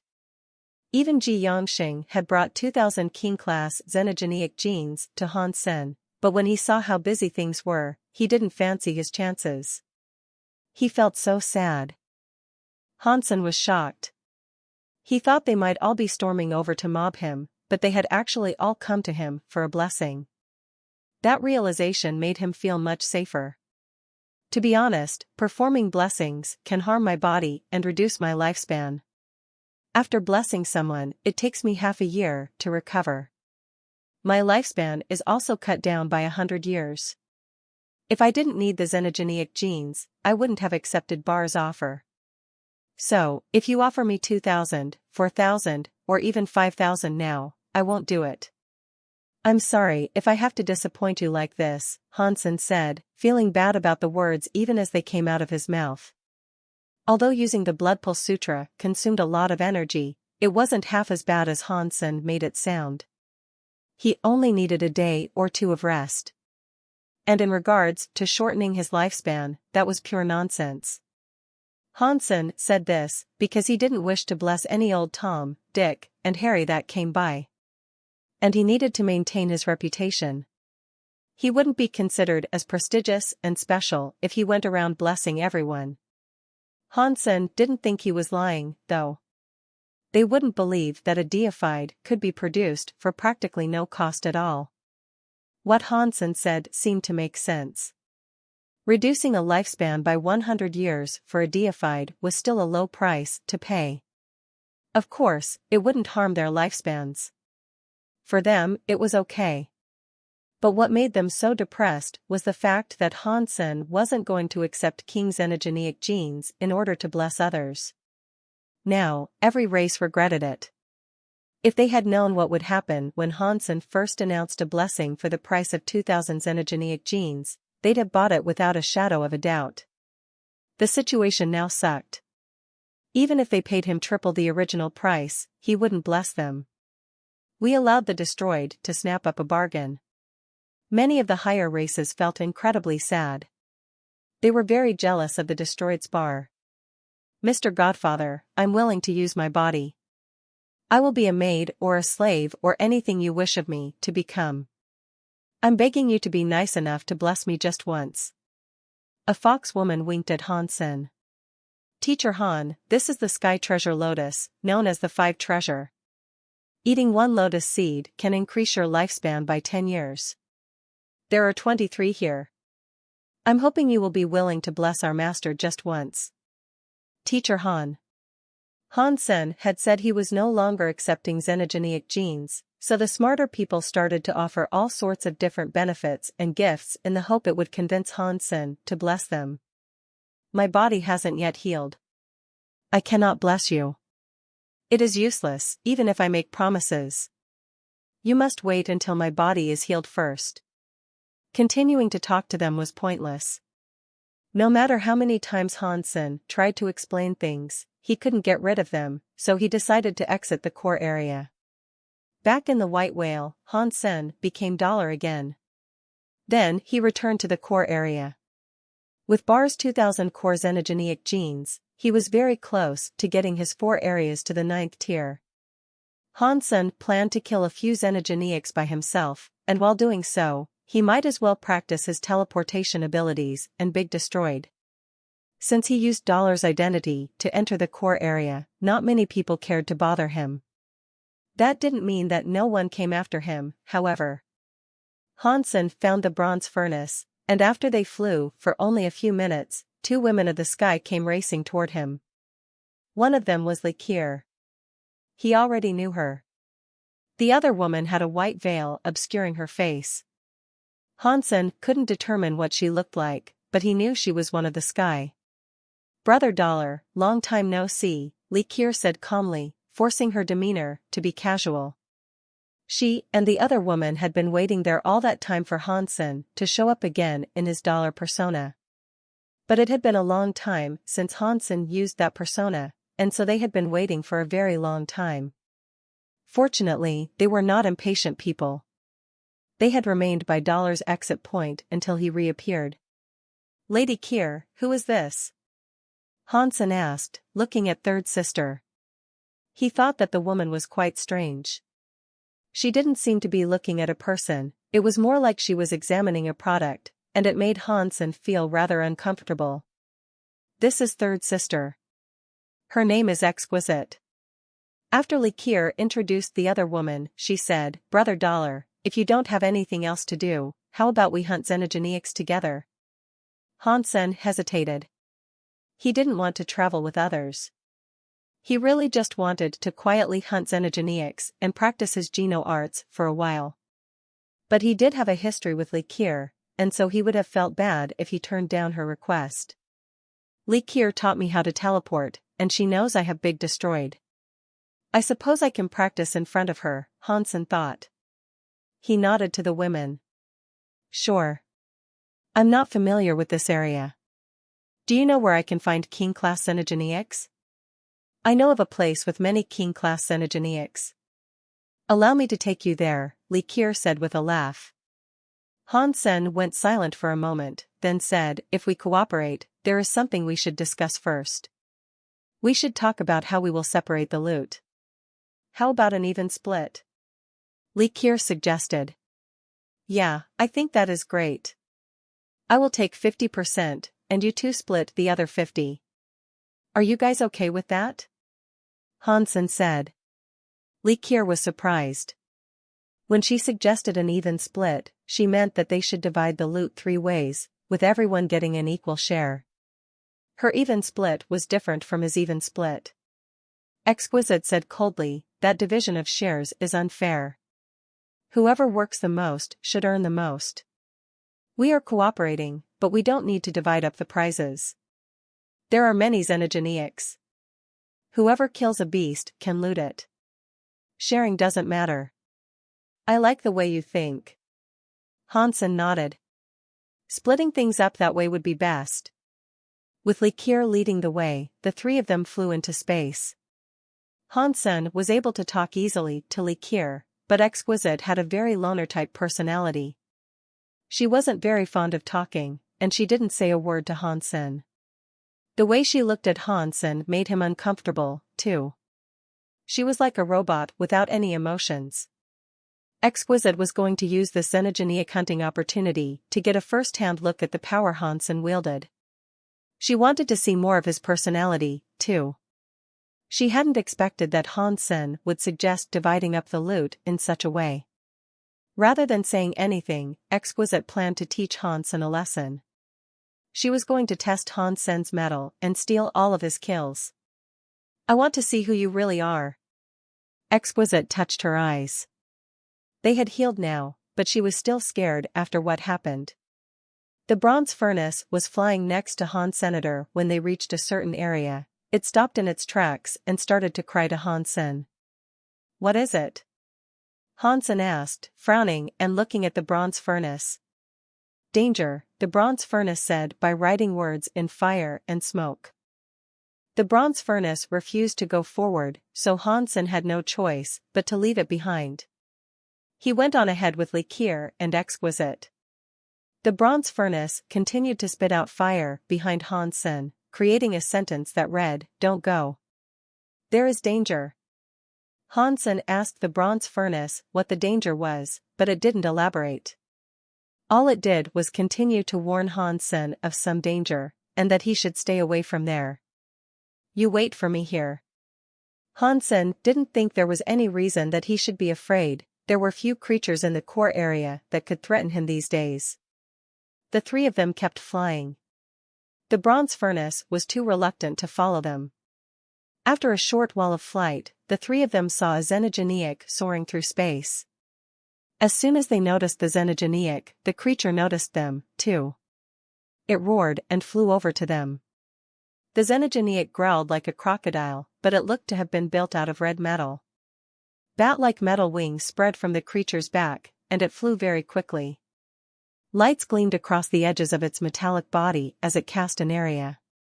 Metal chains appeared within that area, shooting out and binding anything that moved. Hansen and the others were tied down by those metal chains. Hansen struggled and noticed that the metal chains were so strong, they were too hard for even him to break them. Hansen summoned his strength, but suddenly, there was a flash. The creature was cut in half, and the chains that bound them vanished. Pardon me, Exquisite said coldly. Then, she flew over to the king xenogeneic and dug out its xenogeneic gene. Lady Exquisite is quite strong, Hansen complimented. The hit earlier was nothing short of perfection. It happened so fast that Hansen hadn't even seen what skill she unleashed to destroy that xenogeneic. Her skills were strong, there was no doubt of that. But it made Hansen curious. It had been a long time since he'd stayed in Sky Palace, but he had never heard of Likier or Exquisite in the time he spent there. With their powers, there was no way he could have avoided hearing stories about them. Exquisite, with an absence of emotion, said that was an ordinary space-cutting skill. Hansen laughed and said nothing. Space geno-arts were difficult to practice. Exquisite made it sound as if the skill was nothing extraordinary, but Hansen knew she was just acting. We've just arrived, and already we've encountered a king xenogeneic. We are lucky. We should be able to earn a lot from this trip, Likier said. Are the xenogeneics around here the same as that one? Hansen asked. Yes. These xenogeneics are called chain demon crocodiles. They rule this area. There are many marquises and dukes here. Kings and half-deifieds, also. There is a legendary crocodile god here, as well, but we have never seen it, Likir answered. Hansen nodded. Then, the three of them proceeded. There were many chain demon crocodiles in the nearby asteroids. Crocodiles began to emerge from the asteroid belts, and while Hansen examined the creatures, Exquisite was already moving. Exquisite immediately flew over to the chain demon crocodiles, her white clothes trailing behind her. There were tens of thousands of them, but most of them were low level. Hansen didn't see a single king-class crocodile in their midst. Just as Exquisite was about to reach the hordes of demon crocodiles, her body suddenly vanished from sight. The Geno art used by Exquisite was familiar to Han Senator. She had teleported. But Exquisite's proficiency with teleportation abilities had already reached space teleportation. She was able to cross great distances with the skill.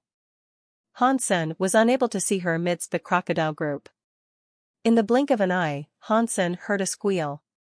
Then, Exquisite's body appeared before them again. In her hand, she held a xenogeneic gene that was shaped like a metal cogwheel. It was the same xenogeneic gene that could be found in the king-class crocodiles. Let's go. There was only one king there. Killing these lower-level ones is pointless, Exquisite said. Then, she flew away. Hansen watched Exquisite leave. He thought of something, and a smile crossed his face. Then he followed. Hansen didn't know if Exquisite was deliberately stealing the king's xenogeneics, but if this was to continue, Exquisite was going to kill all the kings. If that happened, this trip would have been a waste of time. The sky can be so scary. I've never heard of Exquisite before, but she is so strong. Hansen then got to thinking about how he might steal the demon crocodiles from beneath her nose. With Hansen's speed, any crocodiles below king class had no hope of chasing after them. They would be left in the dust. The giant planet up ahead has loads of demon crocodiles. Should we go there? Likir pointed at the planet as she spoke. Sure. Hansen nodded. If there were lots of crocodile kings, then he wouldn't have to fight against Exquisite for the kills. This planet is like a white dwarf. Its temperature and gravity are scary, so be careful, Likir warned them. Hansen looked at the dark red planet and was shocked. Compared to ordinary stars, white dwarfs were very small. But this white dwarf up ahead was very large. It looked like it would take forever for them to fly to it unless they used space teleportation. Luckily, though, the core area's space wasn't like ordinary space. There wasn't a lot of space between the planets like there was in the Alliance. They entered the orbit of their destination, and Hansen felt the heat immediately start to burn his body. A powerful force of gravity was pulling him down. This gravity is very strong. Hansen was shocked. Even with his level of power, he could still feel the effects of that gravity. The mass of that planet was unimaginable. While it was an annoyance, Hansen could still fly with that amount of gravity. As he dropped toward the planet, he felt like the powerful forces acting on him were slowing down everything around him. Even break space teleportation was really slow now. Quickly, Hansen discovered two chain demon crocodiles lying on the planet's surface. This made Hansen very happy, because the two chain demon crocodiles were kings. They had dark red metal armor that looked very intimidating. Are the demon crocodiles on this planet king class? Hansen thought it was possible. The planet's temperature and gravity were scary, after all. Ordinary demon crocodiles probably couldn't survive such conditions. If Duke demon crocodiles went to the surface, they probably wouldn't even be able to move there. The scary gravity would probably crush them, not to mention the insane temperatures that would likely melt their bodies. Two demon crocodiles appeared at the same time. Hansen teleported over to the one that was farther from him. He gave the closer one to Exquisite, as he didn't want to steal the kill from her.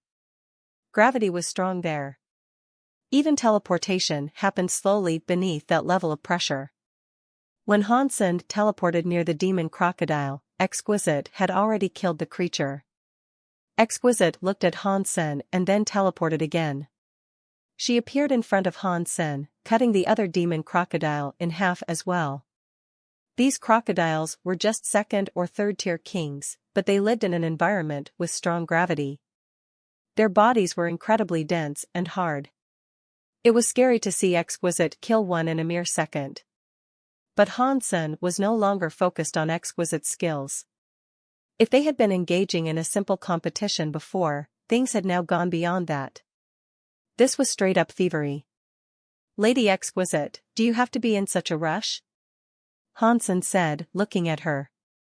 "If I can earn more by putting in more work, why wouldn't I do my best?" Exquisite asked coolly. There was no emotion in her voice. She spoke as if this was something that she did every day. "You are right. People should do all they can." Hansen looked at Exquisite and nodded. Li Kier hastily tried to repair the atmosphere of the group, and so she said, "Please do not mind her behavior, Dollar. Third sister is always like this. She doesn't hate you." Hansen laughed and said, "Lady Exquisite is right. Trying your best is the right thing to do. I need to learn from her." The atmosphere was awkward, to say the least. Li Kier didn't know what to say now. The three of them continued to travel forward. The planet was very large. They had to slog forward under the weight of its gravity. After flying for an hour, they spotted another demon crocodile. As soon as the creature came into view, Hansen and Exquisite were gone. Exquisite wanted to make sure that she didn't let Hansen kill a single demon crocodile. She was going to get every one. Li Kier felt glum. She didn't want to test Hansen this way, but if this was how Exquisite wanted to do things, she had no choice but to accept it. After all, she was low-ranking in the very high. She had no authority over third sister Exquisite. If this keeps going, Dollar will get angry, Li Kier thought to herself. She didn't know what she could do to make their relationship better. While she was thinking, Li Kier saw the demon crocodile skull crumble. In a split second, its metallic head was reduced to sand. Li Kier was surprised. The creature hadn't died by Exquisite space-cutting skill, that was the Geno art called Big Destroyed. Exquisite knew many Geno arts, but not even she knew Big Destroyed. The Geno art couldn't be learned unless someone had the body of a destroyed. Although there were some members of the very high that had been fortunate enough to study Big Destroyed, the numbers of such people were few. And they had a great deal of difficulty becoming proficient with the skill. Exquisite had never bothered with it. Li Kier took a closer look. It wasn't Exquisite that had broken the crocodile's head. It was Han Senator. She was surprised, and she murmured to herself, "He really did learn Big Destroyed." When Li Kier had seen Hansen receive Big Destroyed in trade, she had thought Hansen was being an idiot. She believed it would be impossible for him to learn it. However, in such a short amount of time, Hansen had become proficient with the skill. And on top of that, he could use it in battle now. It was scarcely believable. Is this guy that talented? Li Kier looked at Hansen with shock. Before, Hansen had easily learned God's Wander. When he did, Li Kier was very surprised. Now, he was showing off Big Destroyed. The most unbelievable thing about it all was that Hansen had managed to kill the demon crocodile before Exquisite could. Li Kier couldn't believe it. Li Kier didn't think there was any way that Dollar's teleportation ability could be superior to Exquisite's. Dollar had only just learned God's Wander, after all. How can he be faster than third sister? Li Kier looked at Exquisite. Exquisite was staring at Hansen. Exquisite's face was expressionless, but she was shocked on the inside. She was thinking as hard as she could, trying to figure out how Hansen was faster than her. It should have been impossible. "Lady Exquisite, I'm sorry." Hansen laughed and dug out the demon crocodile's xenogeneic gene. "You got it with your power." "There is no need to apologize," Exquisite responded in a level tone. Then, she resumed her flight. Exquisite thought she must have underestimated Dollar. Because of that, she must not have tried her best. This is good. It is great that I can force him to reveal his true power. But Exquisite formulated a plan to keep Hansen from securing any other kills after this. Dollar, you really managed to learn Big Destroyed? Li Kier flew over to Hansen and tried to chat with him. I got lucky. I've only just learned it, Hansen said. Are all humans so talented? Why have I never heard of this race before? Li Kier and Hansen started to chat. Hansen and Li Kier were talking, but Hansen kept his eyes peeled for crocodiles. Li Kier was a little distracting, and Exquisite wasn't talking. All of her focus was placed on her surroundings. She was going to make sure she killed any creatures that appeared before Dollar could get to them. Suddenly, a demon crocodile appeared in front of Exquisite. Exquisite used God's Wander to teleport over to it. But when she appeared in front of that demon crocodile, the crocodile's head had already been crushed. Hansen was standing right next to her, chuckling. Li Kier and Exquisite were both frozen. When this happened the first time, they could convince themselves that it had been a fluke or a mistake. This time, however, they couldn't deny that Exquisite had simply lost. This time, Exquisite had tried her best to reach the demon crocodile first, but she had lost to Dollar again. And on top of that, he'd been in the middle of a conversation with Li Kier. Exquisite let her eyes linger on Hansen for some time. Then, she looked back at Li Kier and asked, is he using God's Wander? Exquisite could tell that Hansen was using God's Wander, but there was no way Hansen's God's Wander was better than hers. Her experience with God's Wander should have been far greater than Hansen's. She shouldn't have lost to him. That must be God's Wander, right? Li Kier wasn't sure anymore either. She knew that if Dollar was using God's Wander, he couldn't be any faster than Exquisite. But somehow, he was. Next time, take a closer look and observe. See if he is truly using God's Wander, Exquisite instructed. The three of them kept on traveling. When they saw another demon crocodile, Exquisite focused her mind beyond what she thought was possible. But even so, she was still slower than Hansen. This time, Li Kier and Exquisite were able to confirm that Hansen was indeed using God's Wander. But he should have been no better than a beginner with God's Wander. He should have been far slower than Exquisite. But this beginner level of God's Wander was faster than Exquisite's advanced techniques. Exquisite couldn't believe this truth, but as they continued to move forward, she was no longer able to collect any more spoils from the demon crocodiles. The next 7 demon crocodiles were stolen by Hansen. Li Kier and Exquisite were feeling something beyond shock. As they watched Dollar make kill after kill, they were growing numb. They couldn't wrap their heads around how Dollar was doing this. He had used the Very High's teleportation ability to beat a member of the Very High. Even Exquisite, whose face was forever cold and expressionless, looked shocked. In fact, when they encountered the last 2 crocodiles, Exquisite had given up trying to steal the kills from Hansen. She resorted to paying attention to how Hansen moved. She wanted to learn how he moved faster than her. To her surprise, Exquisite confirmed that Hansen's God's Wander really was a beginner variant. It should have been slower than hers, yet for some reason, it didn't look slow. The fact that he seemed to be using the skill in an ordinary manner made Exquisite feel rather strange. A while later, Exquisite finally unearthed the truth. This planet's gravity doesn't seem to affect him. Hansen's teleportation ability wasn't actually faster than hers, but it was unhindered by the gravity that hampered her. Hansen used the ability at the same speed that he would anywhere else in the universe. Exquisite's theory was correct. Hansen used the Dongxian area to stop the universal cogwheels of gravity. The planet's gravity will no longer affected him, but Exquisite was still under its thumb. That resulted in her becoming slower than him.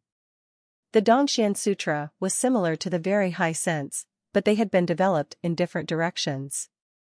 As a result, the very high sense lacked this ability. 1. Power that can ignore the effects of gravity? That is very interesting. Exquisite nodded. There were Geno arts like that in the very high, but she hadn't chosen to practice them. So, she wasn't surprised. It looks like this place isn't giving him a reason to display his true power. I need to wait until the crocodile god shows up. Exquisite hadn't expected this to be an ideal place for Hansen to demonstrate his true power, anyway. She hadn't come here to watch Hansen slay some demon crocodiles. She wanted him to square off against the crocodile god. King-class xenogeneics weren't easy to find, and the three of them only located a dozen demon crocodiles. Because of the planet's gravity and scary temperature, King-class fighters that couldn't teleport would be in a lot of danger if they came there to fight chain demon crocodiles. And if it had been an easier place to hunt, there wouldn't have been many chain demon crocodiles for Hansen to slay. After Hansen killed 7 demon crocodiles, another half-day of travel failed to bring them any more xenogeneics. It looks like the demon crocodiles are getting wiped out by our efforts. Are there any other places with kings? Hansen asked, still wanting more. Since we're already here, let's walk around the planet just in case we've overlooked something, Exquisite said. Hansen readily agreed to that. It was rare to find king xenogeneics, so he needed to ensure he killed all the creatures they were able to find. The three of them continued to scour the planet, and after a short while of walking, they discovered another demon crocodile. This time, however, Hansen didn't immediately strike. After all, Likir and Exquisite had brought him there. He would feel bad if he took every single kill. So, he decided to leave one for them to take out. Exquisite seemed to look on Hansen's generosity with contempt. When Likir noticed Hansen not moving, however, she knew exactly what he was thinking. She teleported forward and slew the chain demon crocodile. Likir was weaker than Exquisite, but killing 4th-tier chain demon crocodiles was a trivial task. After killing the crocodile, they saw some movement out in front of them. It looked like a bubble of lava rising to the surface of the planet, as if something was about to emerge from down below. More demon crocodiles? Hansen asked, glancing in that direction. Then, he saw a demon crocodile appear. But this demon crocodile looked different from the other demon crocodiles. It looked similar to the others, but this demon crocodile seemed smaller than usual. It was the size of an ordinary crocodile, and it didn't have any wings. Ordinary demon crocodiles had red, metallic bodies. This one, however, was pitch black. If its body hadn't been releasing a strange glow of some sort, it would have looked just like a normal crocodile at a passing glance.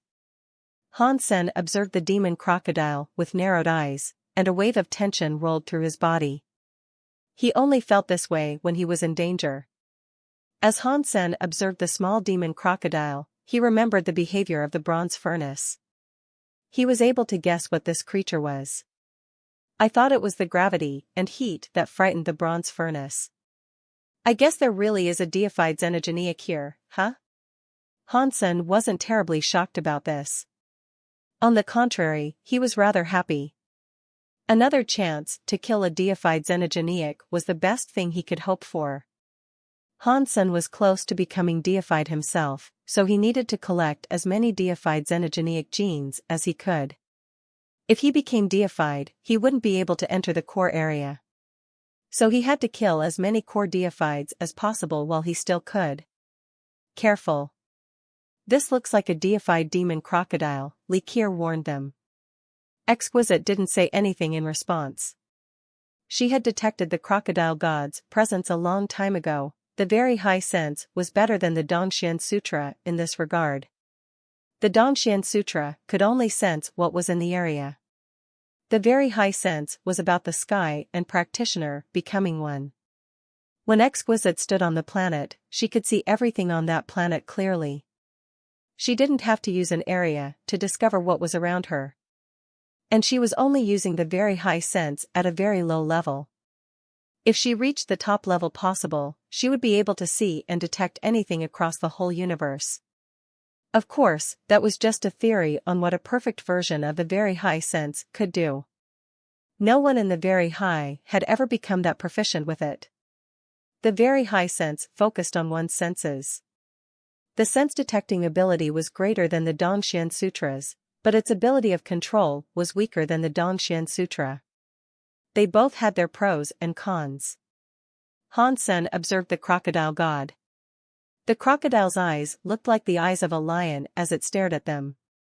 It might have just been the shape of the crocodile's face, but the creature seemed to be staring at Han Sen and his companions with scorn. It also looked as if it didn't care for their presence.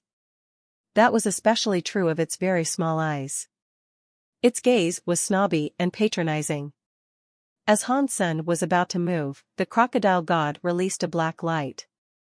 That light was like a black hole that encompassed the entire planet. Han Sen's body felt as if it was sinking. There was a loud noise, and he fell. He hit the planet's surface with his limbs outstretched.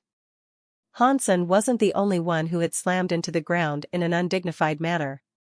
Li Qier and Exquisite fell, too. They crumpled to the ground in very awkward postures. They no longer looked like elegant women. Han Sen cast all his powers to try and stand up, but it felt as if the strength of his abilities was being sucked away by a strong magnet. He was unable to get back to his feet. He couldn't even lift his head off the ground. Li Qier and Exquisite were in a similar situation. They were unable to move. The three of them were stretched spread-eagle on the ground, and they all watched the small crocodile come over to them. Han Sen gnashed his teeth as he tried to get up. He used all of his power to do so, and that included opening his 9th-tier Dongxian area. Yet despite that, his body was still pinned to the ground. It didn't look as if he would be leaving anytime soon. It wasn't only Han Sen suffering this. Li Qier and Exquisite were desperately trying to get free, as well. Their faces looked more than grim. They weren't acting this time. This situation was beyond their control. There were many accidents in life, and now, Li Qier and Exquisite had run into one. It was a very bad one, at that. They had seen the crocodile god before, and it wasn't too long ago.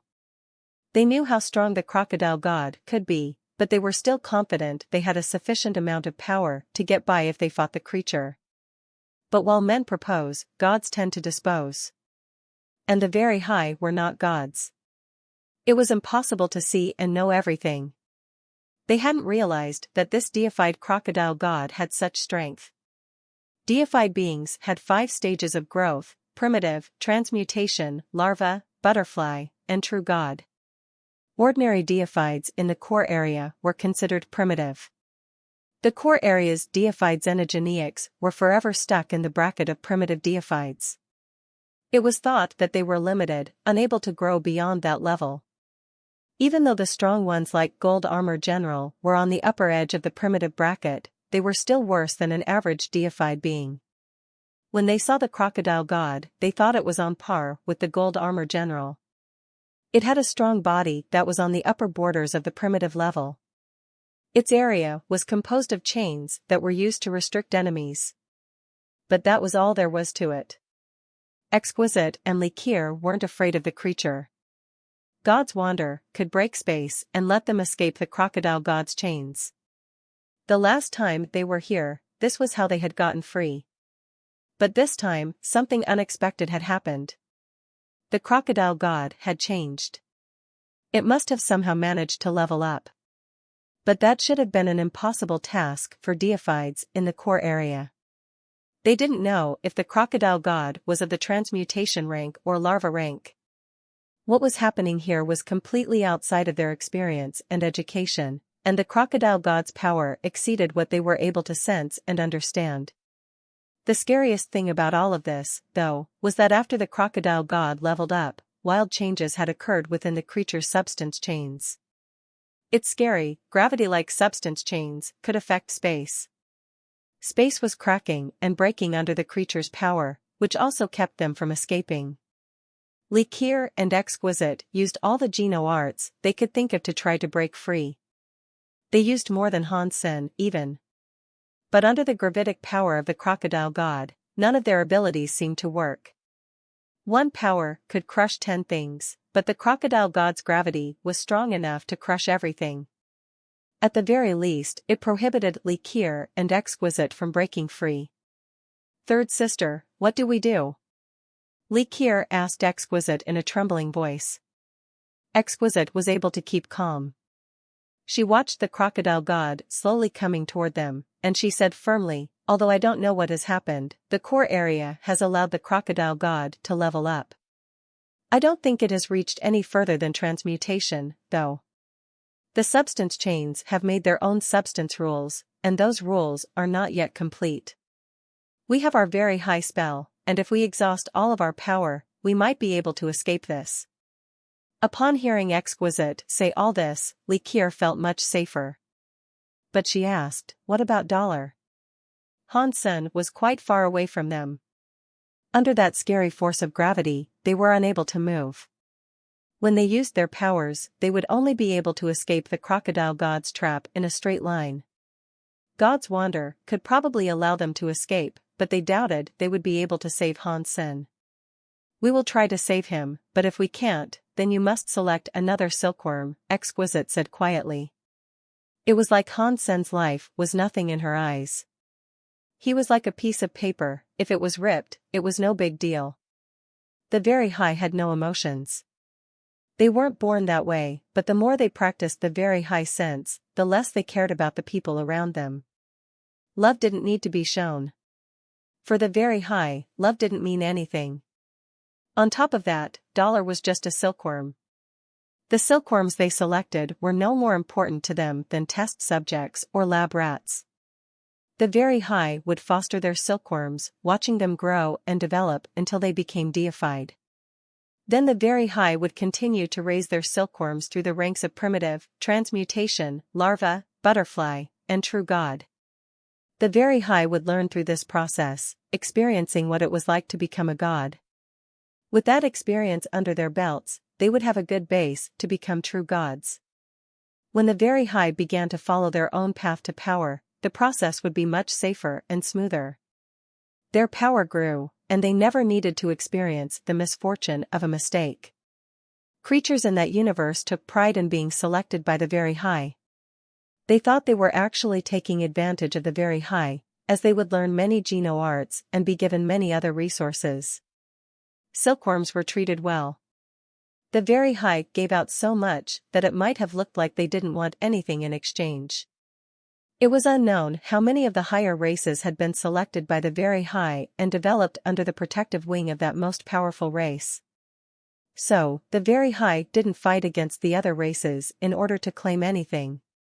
But the reputation of the Very High was above even that of the Extreme King. They were a race admired by the entire universe. Even the Extreme King's princes and princesses would be proud to be selected by the Very High for nurturing. Warriors from ordinary and lesser higher races would be even more pleased to be chosen. If someone from a lower race was selected by a Very High, that meant they would be made a primitive deified, at the very least.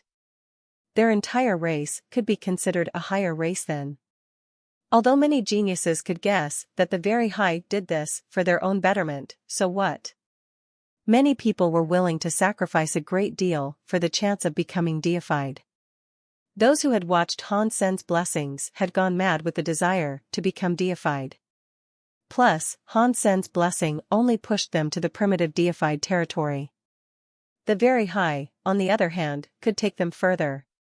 Many became butterflies under the nurturing hands of their Very High masters. They didn't mind making sacrifices for this opportunity, but the Very High never asked for anything. In fact, being a lab rat for the Very High wasn't all that bad. You received many benefits. If Likir had explained all of this to Hansen, he might have agreed. But Likir had wanted to claim Hansen's heart before she received his body. All her attempts thus far had gone terribly, though. As the crocodile god came nearer, Exquisite raised her voice to say, "Get ready to leave before it is too late." As she spoke, a light emerged from Exquisite's body. Strange symbols appeared across her skin. It was like many musical notes were now glowing across her body. This was the very high spell. Very high elites placed the spell across their bodies. When they used the ability, they'd be gifted the power of a deified for a short time. They only needed one chance to make use of God's wonder and depart to a place that was many systems away. Boom! That mysterious, very high spell broke those new rules of gravity, and Exquisite's body flashed far away into space until she was gone from sight. Hansen was shocked. Exquisite's power exploded with the strength of a deified. He had no idea how she had accomplished something like that. How do I escape this? Hansen didn't have time to contemplate how Exquisite might have unleashed the amount of power that she had. His escape took precedence. But the strength of this crocodile god was beyond his imagination. He didn't think he had the power to fight against something that scary. Pang! Hansen hadn't decided on how he should escape when he heard another loud noise. Exquisite had just used space teleportation to break free, but she fell out of it and landed back on the planet. She lay where she was, coughing up blood. Her expression didn't look remote and untouchable now. She looked like she was in trouble. Hansen was stunned. Exquisite already used space teleportation. Why is she back? This is so scary. Third sister, Likir said hesitantly. It shook her to see Exquisite like that. She asked, Third sister, what happened? Exquisite was unable to speak. Blood was still gushing out of her mouth. She had used the very high spell to break the rules of gravity and escape. She traveled away from the planet for a time, but when the very high spell was exhausted, the terrifying power of the creature yanked her back down. It was like a rubber band. The further away she got, the harder her descent was. Now, most of her organs had ruptured. This wouldn't kill her, but with the pressure of the planet's gravity, the pain was excruciating. If she had met an ordinary primitive deified, she could have dealt with all of this. Exquisite was a 9th-tier king with the very highest Geno arts, after all. But against that crocodile god, without the very high spell, it was doubtful many of the very high could survive. The level gap was way too big.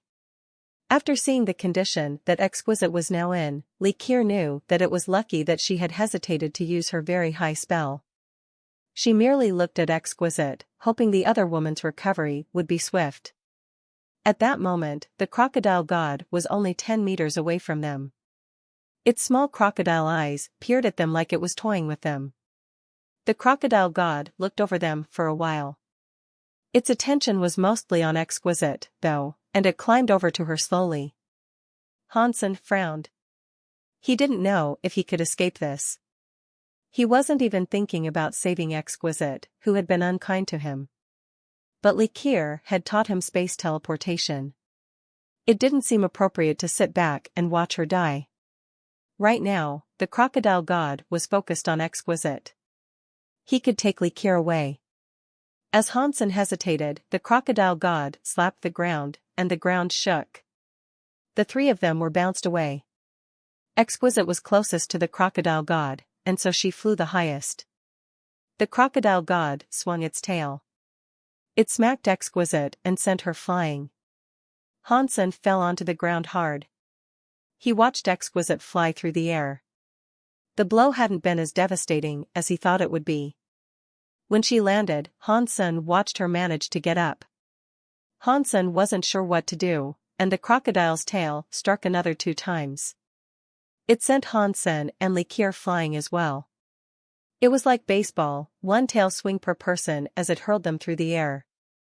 The crocodile god's tail was very powerful, but the creature was controlling its power very carefully. Hansen didn't feel as if much strength had been used to strike his body. It was more like he was just being tossed away. He landed next to Exquisite. Likir hit the ground beside them as well. The strangest thing was, this place looked similar to the rest of the planet. But the force of gravity on them had now been relieved. It wasn't just the crocodile god's rules of gravity that had been lifted, either. The planet's weighty, natural gravity was gone, too. Hansen and Likir stood up. They ambled around until they noticed the ground had turned from dark red to black. There was a hole nearby. Could this be the crocodile god's cave? Why did it send us here?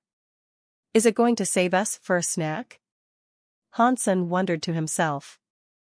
Third sister, are you okay? Likir was holding the injured Exquisite. Exquisite shook her head. It's only my organs that have been damaged. I am fine. Don't use space teleportation just yet. The crocodile god's area of gravity is too strong.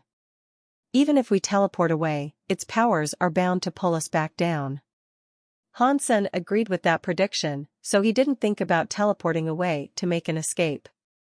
His teleportation abilities were still new, too. He couldn't do space teleportation yet. If Exquisite couldn't escape, then he couldn't escape. The crocodile god swung its tail threateningly from side to side, but Hansen wasn't too afraid of it. If the crocodile god wanted to kill them, it would have done so earlier. There was no need for it to send them over here. Perhaps the crocodile god wanted to play a game of cat and mouse, but whatever the case ended up being, it didn't seem as if their deaths were on the tablet just yet. As Hansen tried to guess what the crocodile god wanted to do, he suddenly heard the sound of something crawling coming from the cave. He spun around in surprise, and he thought to himself, is there more than one crocodile god? Exquisite and Likir heard the sound, as well. They turned to face the entrance of the cave. They quickly saw another crocodile emerge from the pit. This crocodile was even smaller, no more than 1 foot long.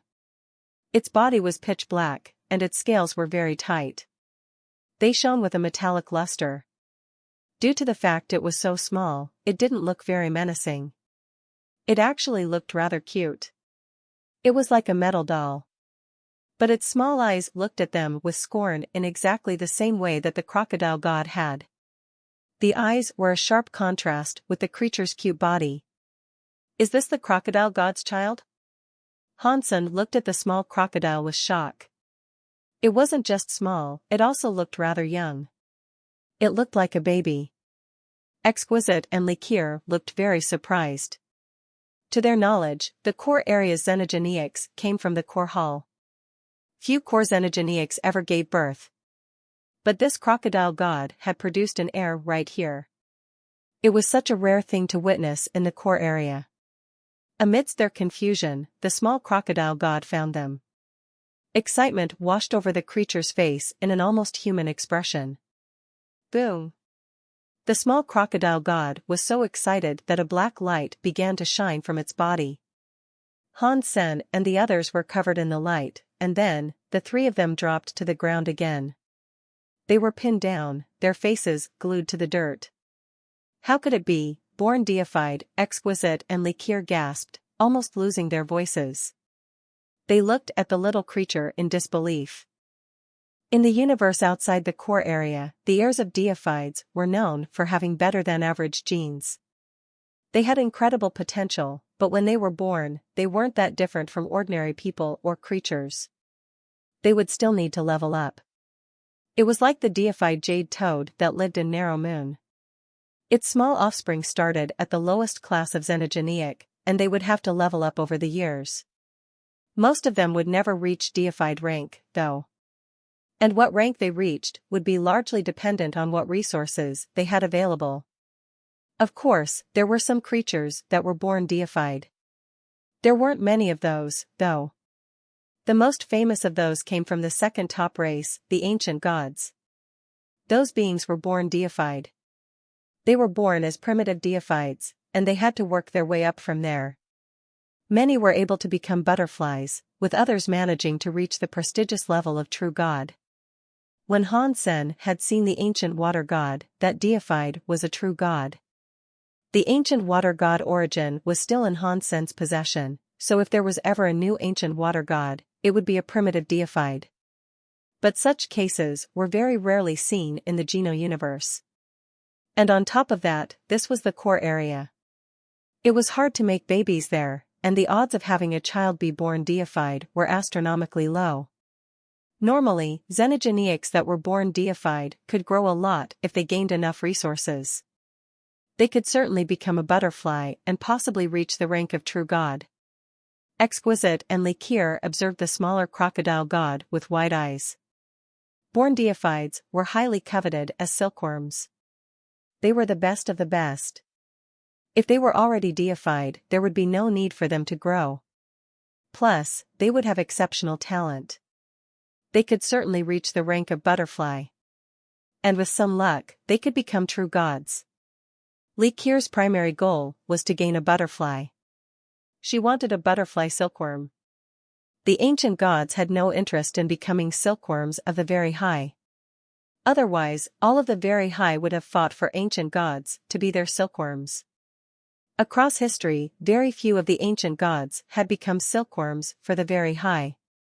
The total number could be counted on one hand. That small crocodile god was definitely as strong as an ancient god. Exquisite and Likir really wanted it. But they knew that this wasn't the time to try to claim a silkworm. Their lives were in its scaled hands. The small crocodile god happily trotted over before Hansen and the others. It looked at the three of them with curiosity. But its eyes were so small.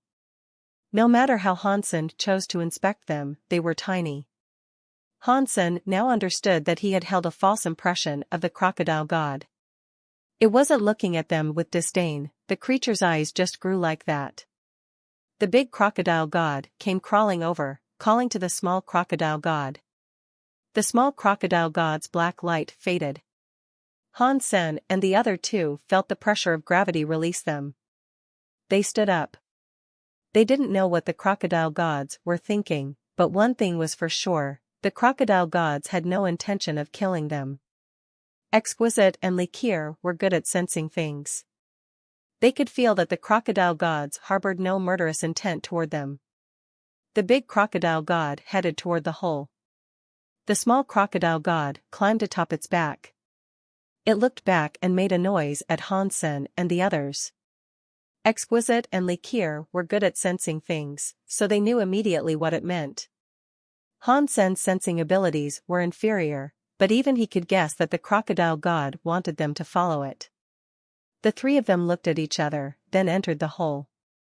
Likir and Exquisite couldn't escape, and Hansen was keen on knowing what the crocodiles were up to. Hansen could see that the hole wasn't very big, and thus, he didn't think that it was very deep. When he entered, he swiftly realized that he was wrong. The bottomless hole seemed to go straight to the core of the planet. The three of them followed the two crocodiles, plunging into the gaping hole. They didn't know how far they had descended, but they found themselves near the planet's core, looking out on a sea of lava. In truth, the red liquid was thicker and darker than lava. It was like the hydrogen that burned in the sun. This must be the core of this planet. The crocodile god must live here. Exquisite frowned. She had noticed this place when her very high sense first scanned the planet, but all she knew was that the sea at the core seemed to be undergoing nuclear fusion. She hadn't realized that the small crocodile god resided here. Padong.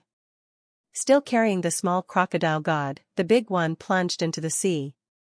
The creature moved as if the horrifying heat at the center of this planet was no more than an ordinary hot spring. The small crocodile god sent a low rumble toward Hansen and the others. It told them to continue following. Crocodile gods, your bodies might be able to endure the heat, but ours cannot, Hansen said with dismay. Just standing next to the sea made him feel as if his Dongxian armor was melting. It wouldn't hold if he had to enter the dark red lava. The big crocodile god's body flashed with a black light, which flew over to surround Hansen and the others. The burning sensation of the intense heat disappeared. The small crocodile god rumbled at them again, like it was hurrying them to follow. The big crocodile god didn't have that much patience. As Hansen and the others still hesitated to follow them in, their bodies suddenly felt so heavy. They sank into the sea, dropping into it like dumplings. Luckily, they had the black aura for protection, which kept the heat from harming them. The powerful force of gravity continued to pull them deeper into the lava, though. When their vision returned, they were already out of the burning sea. They had reached the center of the planet, and yet, it was like a city. No lava was visible anywhere, but what they saw shocked the three of them. Even Exquisite's eyes grew round. She couldn't believe what she was seeing. The planet's core had buildings like a space fortress. It was obviously man-made. It couldn't have been naturally generated. The whole of the space castle gave off a technological feel. Everything was made from crystal, but that magical space fortress was in disarray. It had been badly ruined, so most of the very complicated crystal machinery that Hansen could see everywhere had stopped working. Only a few were running, with lights blinking across them like pleas for help. Upon seeing the space fortress and machines, Hansen was shocked. He almost screamed out, "No way! Why does this place look like a crystallizer control room?" As Hansen glanced around, he thought the buildings in this place looked exactly like a crystallizer control room. Li Kier commented on it, saying, "The style of architecture must mean this place belonged to the crystallizers." Exquisite nodded and said, "This should indeed be a crystallizer structure." The genes of the crystallizers didn't evolve much, but their technological prowess was exceptional. They ended up challenging the real demons, which were rank 13, but if they had gone for a lower rank high race somewhere in the top 100, they would have become a high race through their technological power. Li Kier was interested, and so she said, "I have heard the crystallizers almost beat the real demons, and they only lost because of the Extreme King's interference. Is that true?" Exquisite shook her head. "I don't know about that, but according to the records of our race, after the lamp was turned off, another race joined the fight. That race wasn't the Extreme King, though." "What race was it, then?" Hansen couldn't help ask. Exquisite didn't mind answering, and so she casually said, "I don't know. It was an army, composed of people from all sorts of different races. They never explained where they were from." Poor crystallizers. Despite their shortcomings, they strove so hard to overcome the challenges of the universe. They did so by crafting technology because it was what they had at their disposal. Reaching the heights that they did through technology alone couldn't have been an easy accomplishment. Li Kier sighed with dismay. While they were talking, they followed the two crocodile gods into the crystallizer fortress. The stuff there had been badly damaged. There were broken buildings and machines strewn about, but they didn't see any remains of the fortress's former inhabitants. The whole fortress was composed of buildings and machines. The big crocodile god continued to lead them through the ruined fortress, though it gave them no indication of where they were going. It's pretty obvious by now that this place once belonged to the crystallizers, but only kings can enter the core area. How would they have been able to get here from the outside universe? Even if they somehow managed that feat, how would they get through the sea of lava to the core of this planet? Li Kier asked, looking around. Crystallizers could do things that other races can't. It's hard to say anything about the crystallizers, because their technology opened a wide range of possibilities. Their technology could have brought them here safely, even though such a trip would have been impossible for others. But what were they thinking, by building a fortress here? Exquisite looked around and thought aloud. Hansen was also examining the fortress as they walked. This place was similar to the crystallizer control room he had once been inside. Crystallizer technology was everywhere, but he didn't know how to make use of their gear. It's a shame that Stay Up Late isn't here. If he was, he might be able to say a thing or two about this place, Hansen thought. Suddenly, Hansen was given a shock. Deep within the fortress, they came upon a large area that looked like a warehouse. Inside that place, there were many crystal canisters. They were lined up like a row of pillars that were 100 meters tall. Most of the cylinders in the front seemed to be shattered. There were only 2 or 3 that were still whole, and inside them, there were chain demon crocodiles. They were not crocodile gods. They looked like the big ones on the planet's surface that were dark red. Those chain demon crocodiles with bat wings were soaking inside the crystal test tubes that were full of fluids. They looked like dead bodies submerged in tanks of formaldehyde in a laboratory. Exquisite and Liqueur noticed those tubes and stared at them. They approached them and saw that there were many more crystal canisters. There were a few dozen rows of them. Each row had 15 canisters. Most of the canisters were broken. There were less than 10 that were in an okay condition, and each of those had a chain demon crocodile occupant. Weird. The crystallizers came all the way here to capture the chain demon crocodiles? Liqueur was confused. This isn't right, Exquisite suddenly said. What isn't right? Liqueur looked at Exquisite as she asked. Based on how these canisters are lined up and the location of each chain demon crocodile, the other canisters should have held chain demon crocodiles, too. But they aren't here, and their dead bodies aren't here, either, Exquisite said. Maybe they ran away? Liqueur said. Exquisite shook her head. That isn't important. Each canister has a king-class chain demon crocodile inside it. If each canister contained one of these, think about how many chain demon crocodiles there were in total. I'm afraid the whole population of chain demon crocodiles doesn't equal the number that could be stored here. Liqueur hadn't considered that. Maybe the other canisters weren't intended to hold demon crocodiles. But regardless of what they held, there should still be bodies lying around outside the broken containers, Liqueur said. Exquisite didn't object to her line of thinking this time. The good canisters were randomly positioned amongst the broken canisters. There didn't appear to be any order. Perhaps it wasn't an accident that there were king-class demon crocodiles inside the canisters. Maybe there had been demon crocodiles inside the broken ones before. But if they were all king demon crocodiles, that didn't seem to make sense with what they knew of the current crocodile population. It really was hard to believe. The three of them followed the crocodile gods around the area. They eventually saw a semicircular crystallizer building ahead of them. It was made of transparent crystal, but their view inside was still obscured. They couldn't see what was on the interior of the building. The crocodile god walked into the building, which was around the size of a stadium. Han Sen and the others had no choice but to follow them inside. After they entered, the three of them were shocked. They could see that this place had a swimming pool.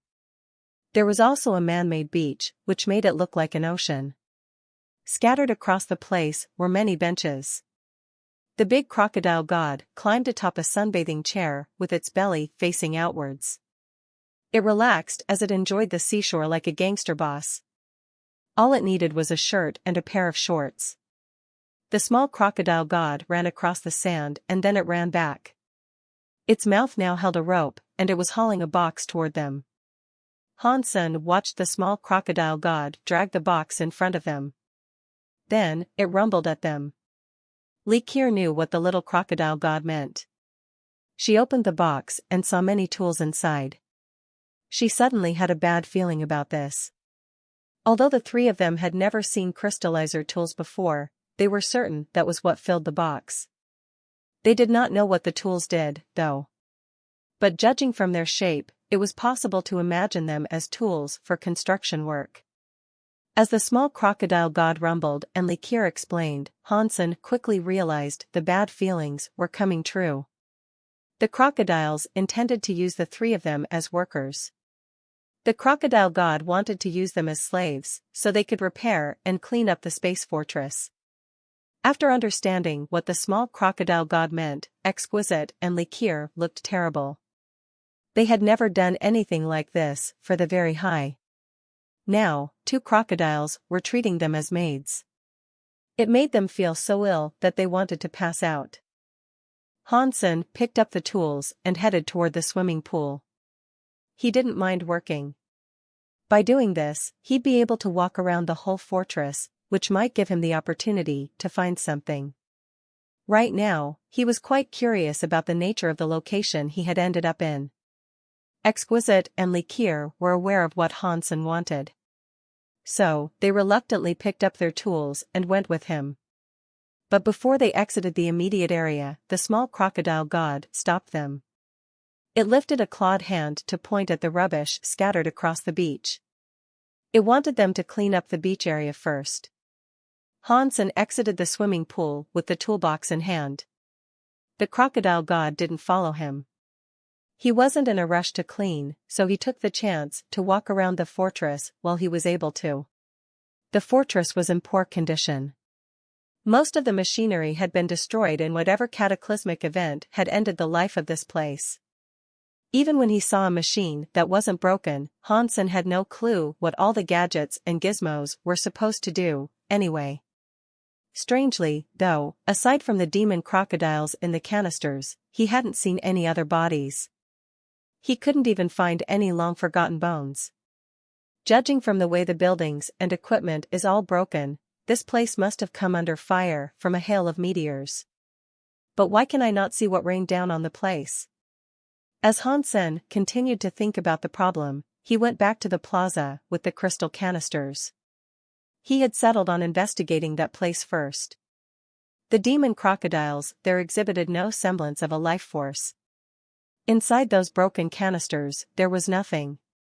There were no bodies, and whatever liquid they might once have contained had all dried up, not leaving a single drop of the stuff behind. 1. Weird. Does that mean the crystal canisters themselves were empty? Hansen frowned and kept walking forward. Hansen looked at all the crystal canisters. They all looked the same, and he didn't think there was anything amiss. Suddenly, Hansen stopped before one shattered crystal canister in particular. Beneath that shattered crystal canister, he found something. Under the shattered crystal, he found a man's hand. It looked very big, and its skin was rather dark. The most important thing about it, though, was that it was in perfect shape. It showed no signs of decomposition. Hansen would have taken it for a living man's hand if he hadn't felt that there was no life force coming from it. Hansen was so excited about making this discovery. He moved the shattered crystal to reveal more of the hand. Hansen found that it was actually a whole arm. There was no body attached to it, though. The arm had been severed around the shoulder. The arm was very muscular. Judging from its length, the person who had that arm had to have been 2 meters tall. He would have been a very powerful man. On the side of the arm, near the bicep, there was a tattoo. The art depicted a clown, and it was dark red. The tattoo clown appeared to be jumping. Its legs were spread as if it had just taken a mighty leap. The clown's face was facing forward, and there were 2 horns on its hat.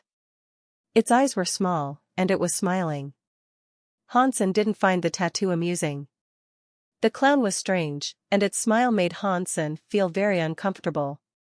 Hansen set the arm back down and went back to cleaning the shattered bits of crystal. He was hoping to find the body that the arm had come from.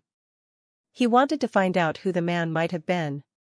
The broken chunks of crystal were heavier than steel, but to Hansen, they were nothing. He quickly managed to brush all the broken crystals aside. However, oddly enough, he didn't find any evidence of a body underneath the destroyed crystal canister. In fact, there wasn't even a blood splatter. Hansen used his purple-eye butterfly to check the area out. He didn't know if the rest of the body had never been there or if it had simply degraded over time, but aside from the arm, there were no leftover substances of anything else. Was this arm chopped off elsewhere, then brought here at a later date? Hansen glanced around. The fortress was like a big city, so searching through all of it would be a difficult task. Hansen planned to widen his search, but when he turned around to pick up the broken arm, he was given a shock. The broken arm had been perfectly preserved when Hansen first found it, but after he spent 10 minutes cleaning up the broken crystals, it was totally rotten. Only its bones remained. The dark skin and strong muscles had become a pile of reeking gloop. Hansen was used to seeing dead bodies. He wasn't disgusted by the sight like many people would have been, but he did feel strange. This arm was fine all these years. Why did it suddenly rot just now? Hansen inspected the rotted arm, staring at it. Only the bones remained now, but he discovered something very special about them. The clown symbol on the skin hadn't disappeared. It was still branded onto the bones of the arm. It still had the same creepy little smile, and the clown was still positioned in mid-step. The dissolving flesh had revealed other markings, as well. The skin had only shown the tattoo of a clown, but the bones were covered in other symbols. Crystallizer text? Hansen was as shocked as he was happy. He looked at the words, which were written in a tiny, crowded script. Without his purple-eyed butterfly, he would probably have needed a high-tech microscope to examine what the text said. Hansen had learned the language of the crystallizers from Stay Up Late, so he knew what the words meant. Even as he examined the text, he still thought it was weird that someone had carved words into their bones. Plus, the arm had been perfect. How had someone carved directly on the bone without harming the surrounding skin and muscles? Hansen picked up the bones from the pile of gloop. He cleaned away the mess that had accumulated so that he could get a better look at them. The bones were pale, and he couldn't detect any semblance of a life force. But he could tell that the clown symbol and the text had been etched in by a machine. It was engraved, not branded. What is going on here? How could someone use a machine to write words onto their bones? Did someone write this after the person died? Hansen thought to himself, as he tried reading the text. M67 test subject had abnormal changes. Test results are unknown. Number 7586 core creation of a god failed, Hansen read it out. It seemed like some sort of report log. Hansen didn't know what M67 meant. Judging from the contents, though, it appeared that the crystallizers had been trying to create a god and something happened to the test subject. Then, the tests concluded. And there were some numbers Hansen did not understand the relevance of. They were associated with the data on how M67 had mutated. He didn't know why all of this was written on the bones of the arm. Were these people crazy? This data and information could have been stored on a crystallizer flash drive. Why carve it into bone? There had to be a reason for them doing this. Hansen stared at the text on the bone in consternation. As Hansen was thinking about this, he heard a low roar from the small crocodile god. It swung its tail in annoyance as it approached him. It growled again as if it was hurrying him. It didn't like the fact that Hansen was sitting there doing nothing. Hansen thought for a while. He brought a few pieces of fruit out of Destiny's tower to give to the crocodile god. This little crocodile god is just a baby. It should be an easy thing to please. All I need to do is keep it happy, then I can do anything I want. I wonder if it is a vegetarian? I don't have much meat stockpiled at the moment. Ever since Hansen started collecting King xenogeneic genes, he hadn't been eating anything else. The fruit was something he had saved for Bauer. But ever since Bauer had found that purple ginseng, she hadn't shown interest in anything else. No other type of fruit enticed her, so Hansen had been keeping them inside Destiny's tower the whole time. If someone wanted their body to evolve, the process would take a lot more than just practicing various geno-arts. The higher class a person was, the more energy their body would require. And the food they consumed had to be of greater quality. That was the only way to deliver the extra needed energy. Every creature in the universe had to eat, the only differences were in how and what they ate. High-class elites could go without food for a long time, but the price they paid for that was the consumption of their energy. If that went on for a long time, their bodies would be damaged quite severely. When people said they didn't need to eat while practicing, it was a load of rubbish. In real life, you would die if you didn't eat. The starvation process just took a little longer for strong people than for the weak. This didn't just apply to warriors with ordinary levels of power. In Hansen's experience, even guys that called themselves God had to eat, too. But instead of eating flesh, they ate the lifespan of the people that came to them to make wishes. The little crocodile god had to eat, too, but it didn't show any interest in the fruit Hansen had given it. It used its tail to sweep all the pieces of fruit away. It looks like it doesn't eat fruit or veggies. In that case, what kind of food does it eat? Hansen tried to guess, but he had no meat to share. Then again, Hansen doubted that the creature wanted to eat meat either. If it had, Hansen, liqueur, and exquisite would have already become crocodile chow. The little god crocodile growled at Hans Senator. This was the second time, and it was clearly rushing Hansen to get to work. And so he did, clearing the shattered crystals all around him. The little crocodile god had assumed the role of the inspector.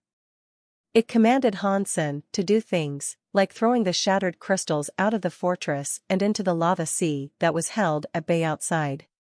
Hansen wasn't in a rush, and neither was he annoyed. He just stuck to his tasks of sweeping and cleaning up, hoping to find something useful as he went. The small god crocodile was pleased with Hansen's work ethic.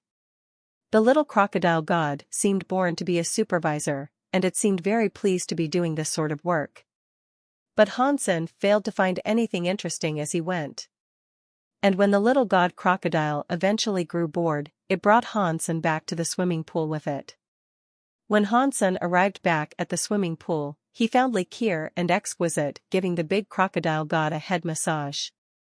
They were using a brush to scrub its body, too. Liqueur and exquisite looked like a perfect picture of misery. They had never dreamed of being forced to do something this demeaning. They had been taught that as members of the very high, their futures held incredible potential. They had dreamed of doing many things, but never of working as a crocodile's maids. Especially with someone like Dollar around to see their humiliation.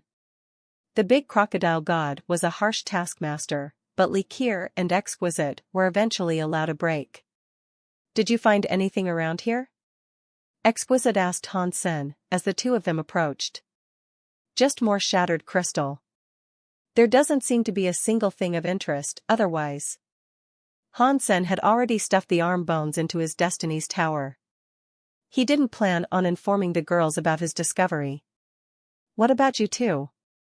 Hansen asked. "What could we find? All we've been doing is sweeping up crap all day. I have no idea how these two eat so much." "They piss wherever they like, too," Liqueur said, her expression morose. Hansen's heart leaped. He quickly asked, "Can you tell me what they've been eating?" "How the hell should I know what they eat? Their dung is like firm orbs. It looks just like the materials that make up the planet itself," Liqueur said. "In that case, maybe they are eating material that comes from the planet," Hansen said after a moment of thought. "What is the point of knowing what they eat?" Liqueur asked. "It would let us rest easy in the knowledge that they don't want to eat us, at least." "If that's the case, we are quite lucky," Hansen said with a shrug of his shoulders. "If I'm going to be trapped in here for the rest of my life, I think I would rather die." Liqueur didn't agree with Hansen's line of thinking. "We aren't carrying much food ourselves. We need to find a way to get out of here," Exquisite said. "Do you know a way out of here?" Hansen asked. "Not right now." Exquisite shook her head. "Then there's no point in talking about it," Hansen said gloomily. The three of them rested for a while. The little crocodile god soon came over, hurrying them back to work. Out of the three, Hansen had the best chance of working outside the pool area. The two girls were worse off, as they were stuck serving the crocodile god on the beach. They swept up crap or massaged the crocodile's scales. They were just like maids. It was likely that the crocodiles were the only beings in the universe using two of the very high as maids, but God only knew how long they would enjoy this service. Hansen was outside, setting toppled pieces of equipment upright or cleaning up devices that had been completely destroyed. In the beginning, the little crocodile god was really interested in ordering him around. But after a while it became too lazy and stopped.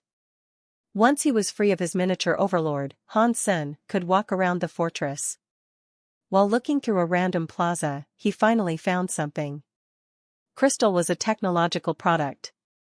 It wasn't normally used to create things like tablets, but in that plaza, Hansen found a crystal wall with text on it.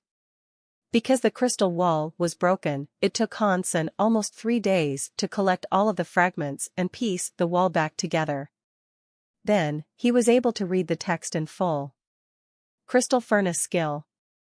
This seems to be a Geno art, but the name is very weird. I wonder what it does. Hansen began reading through the content a little more closely. After all, the Geno arts of the crystallizers were usually quite suitable for humans to practice. But Hansen wasn't very hopeful for the potential of a crystallizer Geno art, because the crystallizers weren't very famous for their Geno arts.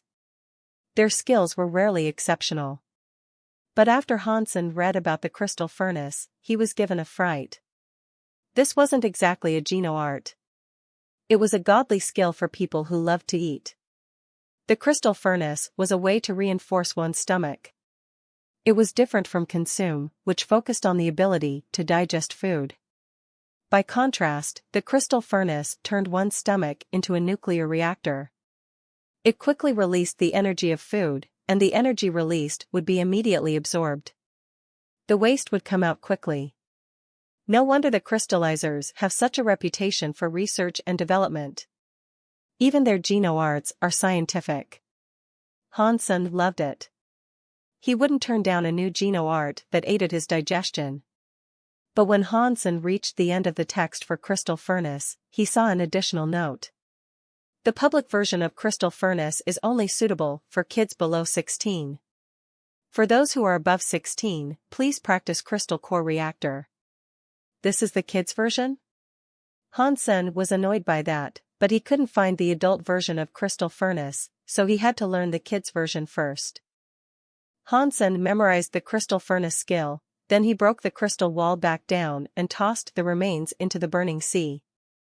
Although the crocodile god hadn't clamped down on his freedom to explore, Hansen knew that a being of such power would be to control the whole fortress.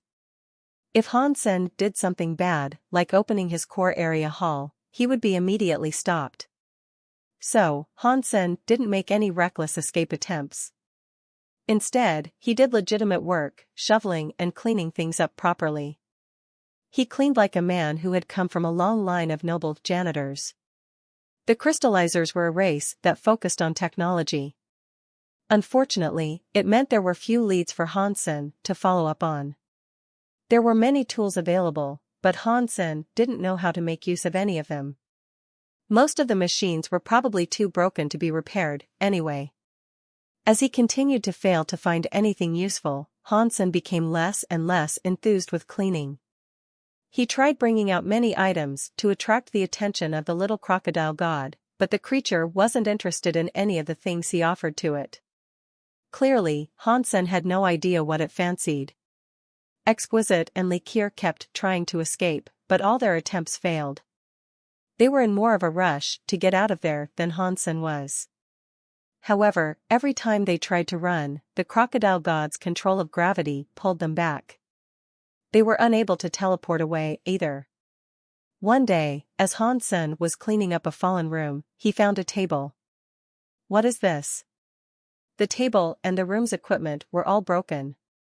The table was cut in half, and all four of the table's legs were broken. But there was a drawer under the table that hadn't been damaged. Due to the fact that the table had been broken, the drawer had popped open. After quickly rummaging through it, Hansen found a box. The box was made of wood, which was rare to see in a crystallizer's territory. Hansen opened the lid and found a pair of glasses inside. The glasses sort of looked like sunglasses. They looked really cool, and the glass itself was dark like charcoal. They didn't look see-through at all.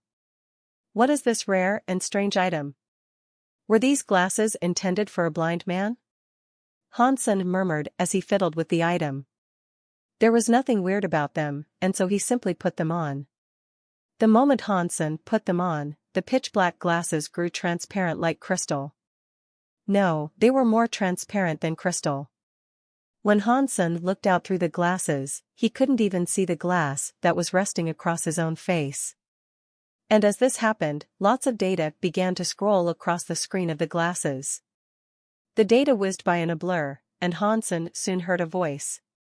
It seemed to be coming from the glasses, but it played directly in Hansen's ears. System scanning. Genes confirmed. Crystallizer identity confirmed. Crystal furnace data opened. 1. Hansen suspected that this was a high-tech piece of equipment since it could scan one's genes. When the voice grew quiet, though, Hansen couldn't feel anything different. The lights and numbers on the glasses had disappeared. Aside from that initial procedure, nothing seemed to be happening. "Hey, are you still there?" Hansen asked the glasses. "Please don't ask dumb questions. The crystal furnace carries intelligence and sense. Please align yourself with intelligence to avoid sending the crystal furnace unnecessary messages. It is a waste of energy." 1. Hansen heard the voice directly in his head, and he suppressed a sigh. A pair of glasses didn't like him. So, Hansen said one word, but then he decided to be quiet. He spent a moment thinking about what he should say first. He ended up telling the glasses, "Your name is Crystal Furnace, right? What functions can you perform?" "My full name is ZXT27 Crystal Furnace Database. I am in charge of feeding juveniles." The voice of the glasses played in Hansen's ears again. "ZX, what? I am just going to call you Glasses." "And what did you say about feeding juveniles?" Hansen asked. "I am designed to aid babies in growing up healthily," Glasses answered. "Be specific. What can you do for babies?" Hansen asked after a second. "The main services I provide are collecting a person's data and analyzing it with the Crystal Furnace database." That explanation didn't really help Hansen. Clearly, Glasses wasn't that smart. Glasses seemed to be able to sense what Hansen was thinking. It said, "ZXT27 Crystal Furnace Database is the greatest piece of crystallizer technology. It has an intelligence growth system. The starting intelligence level is that of a 5-year-old crystallizer child." "That's pretty good," Hansen complimented Glasses, but he was still unable to figure out what it did. As Hansen tried to think of a way to ask Glasses more about its purpose, he saw Exquisite approaching from the swimming pool. Hansen's heart jumped. He used his mind and spoke to Glasses. "Let's be more pragmatic. Do you have a see-through function that allows you to see through walls, or maybe clothes?" Hansen remembered that pairs of glasses in fiction often had that function. He had his Dongxian aura, but he couldn't use it to see through clothes. If Glasses had that function, then maybe the device wasn't too shabby. Voyeurism goes against crystallizer law, Article 16221. Violations can result in prison sentences of 5 to 10 years. ZXT27 is an AI for children, and so it does not allow that function. A professional worker allowance card is required to enable that function on your Crystal Furnace database. Are the crystallizers such good people? After mulling that over, Hansen sighed.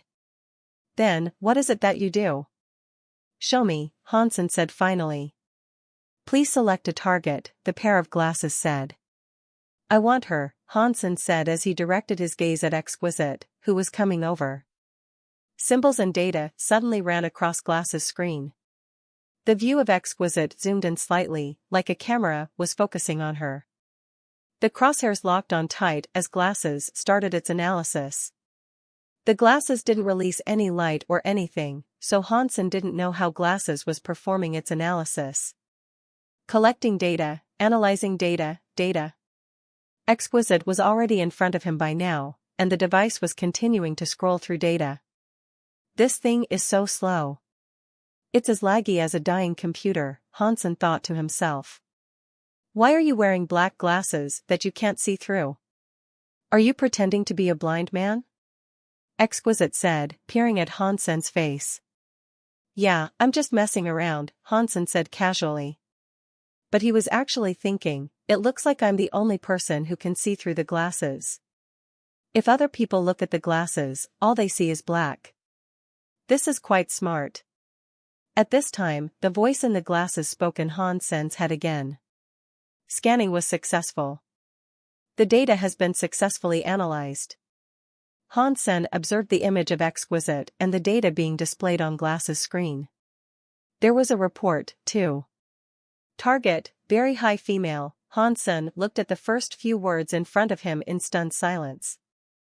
Are you mistaken? Isn't she one of the sky? Why does it say she is one of the very high? Hansen asked Glasses in his mind.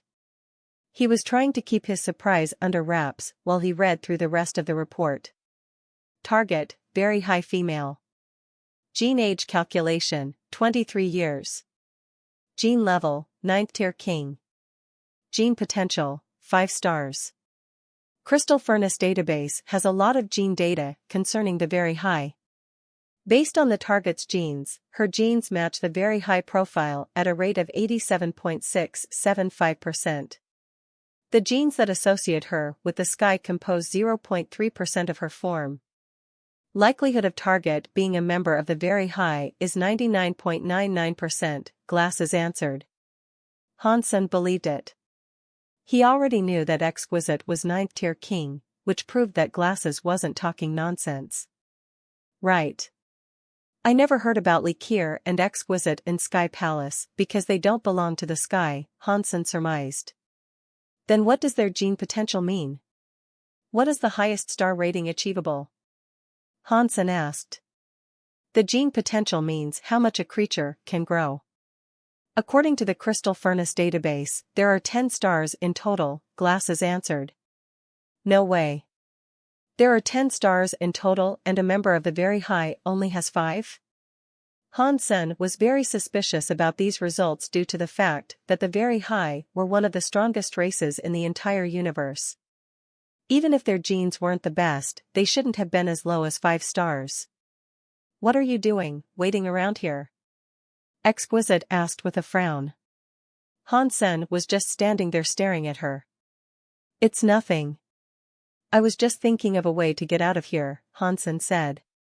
So, did you think of a way? Exquisite asked. No, Hansen shook his head. Then let's just wait for rescue. We have been missing for a while. Our people will probably think of a way to save us, Exquisite said. Then, she left. Hansen opened his mouth. He wanted to ask if she was one of the very high, but if she was choosing not to divulge that information herself, there had to be a reason. He knew that very well, considering that he didn't go around telling everyone that he was a human. With that in mind, he decided not to ask. For a king, 5 stars is top class. Only deified start at 6 stars for analysis, Glasses answered. I see. How many stars do I have? Hansen asked out of curiosity. Collecting data, analyzing, Glasses' data collection started going through the motions, except this time it was taking far longer. Genes are unstable. Cannot confirm. The data collection kept going on, and it didn't seem as if it was going to stop.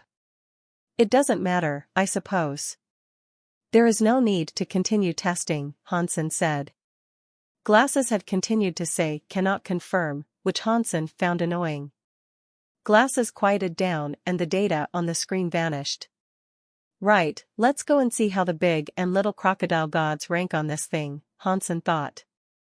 His heart already beating a little faster, Hansen headed for the swimming pool. Hansen saw the big crocodile god still asleep on the sunbathing chair with Likir massaging its head. Curiosity rose in Hansen, and he found himself wanting to test out Likir first. The results were similar to Exquisite's, and it turned out that Likir was one of the very high, too. She also had 5 stars, but she was younger. According to the crystallizer's gene calculations, Likir was only 16. This time, I believe you. Hansen turned and looked at the big crocodile god. He saw the icon spinning as the device collected data, but after a while passed, it hadn't come up with any results. There's no way you cannot analyze that. Hansen started to doubt whether or not the glasses were working properly. But then, he saw the image and data of the crocodile god appear.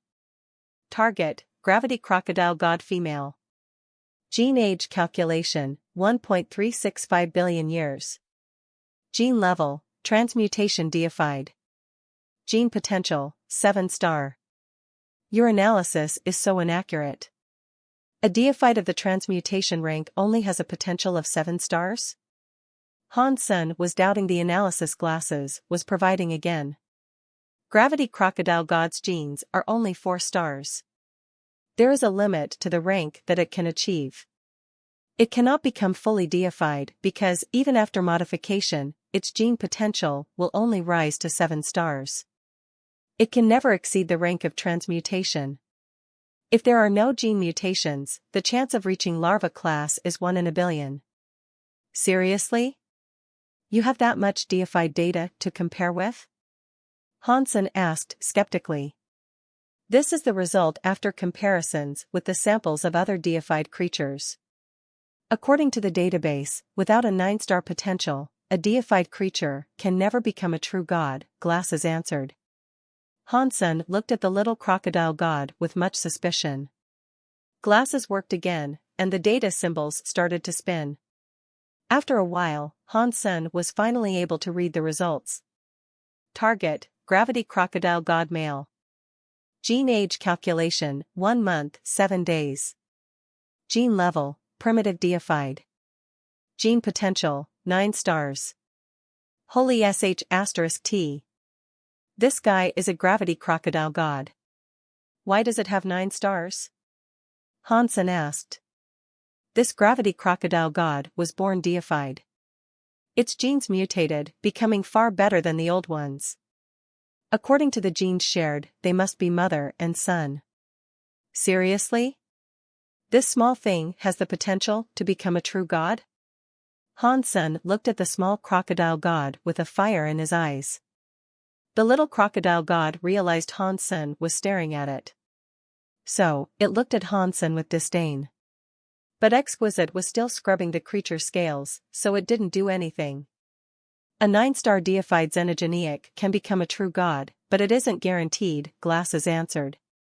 Hansen ignored Glasses as he tried to think of a way to kidnap the small crocodile god. That thing could one day become a true god. But Hansen remembered that he couldn't take a core xenogeneic away from there. So, kidnapping would be pointless. After considering the results delivered by Glasses, Hansen decided to place his faith in them. If the crystallizers had designed this device by themselves, they wouldn't have been able to gather so much data on deified creatures. But the elders of the crystallizers helped Sacred Leader analyze the story of genes. And they eventually took over the sanctuaries. Hansen believed they must have received some data from Sacred. For someone like Sacred Leader, it wouldn't have been too difficult to collect data on deified beings. Back then, the very high and ancient god were far below Sacred. The extreme king were servants of Sacred. If Sacred Leader wanted their gene data, it would have been very easy for him to collect it. After all, gathering gene data didn't require the deaths of the deifieds. It would only require a hair or a small sample of DNA. If Sacred Leader wanted a strand of hair, who would dare to turn down his request? Now, Hansen just wanted to go home and try it out on his baby daughter Linger. He wanted to see how much gene potential she had. But as long as he was under the control of the big and little crocodile gods, he couldn't go anywhere. Leaving wasn't an option just yet. Hansen was going to remain patient and keep cleaning up the fortress in case there was anything else there for him to find. Glasses only scanned, analyzed, and compared. It didn't do anything else. Hansen searched for a few more days, but he didn't find any goodies. However, in that time, Hansen's crystal furnace reached beginner level. After all, it was a geno-art for crystallizer children. It wasn't very difficult to come to grips with.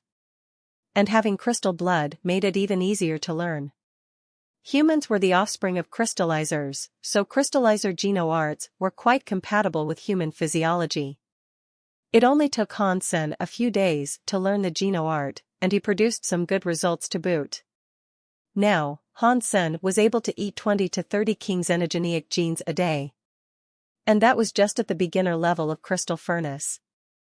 If Consume, Big Destroyed, and Crystal Furnace all reached peak performance, he calculated that he could eat at least 110 xenogeneic genes a day. Crystal Furnace isn't bad. I need to teach it to Bauer and Linger, too. When Hansen thought about his baby daughters, it felt as if he took an arrow to the heart. But escaping the fortress wouldn't be easy. In the past, he would have tried to escape using his super god body.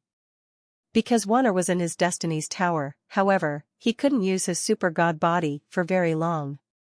Making his escape would take longer than he could maintain his invincible form. 3. Hansen sat down and rested.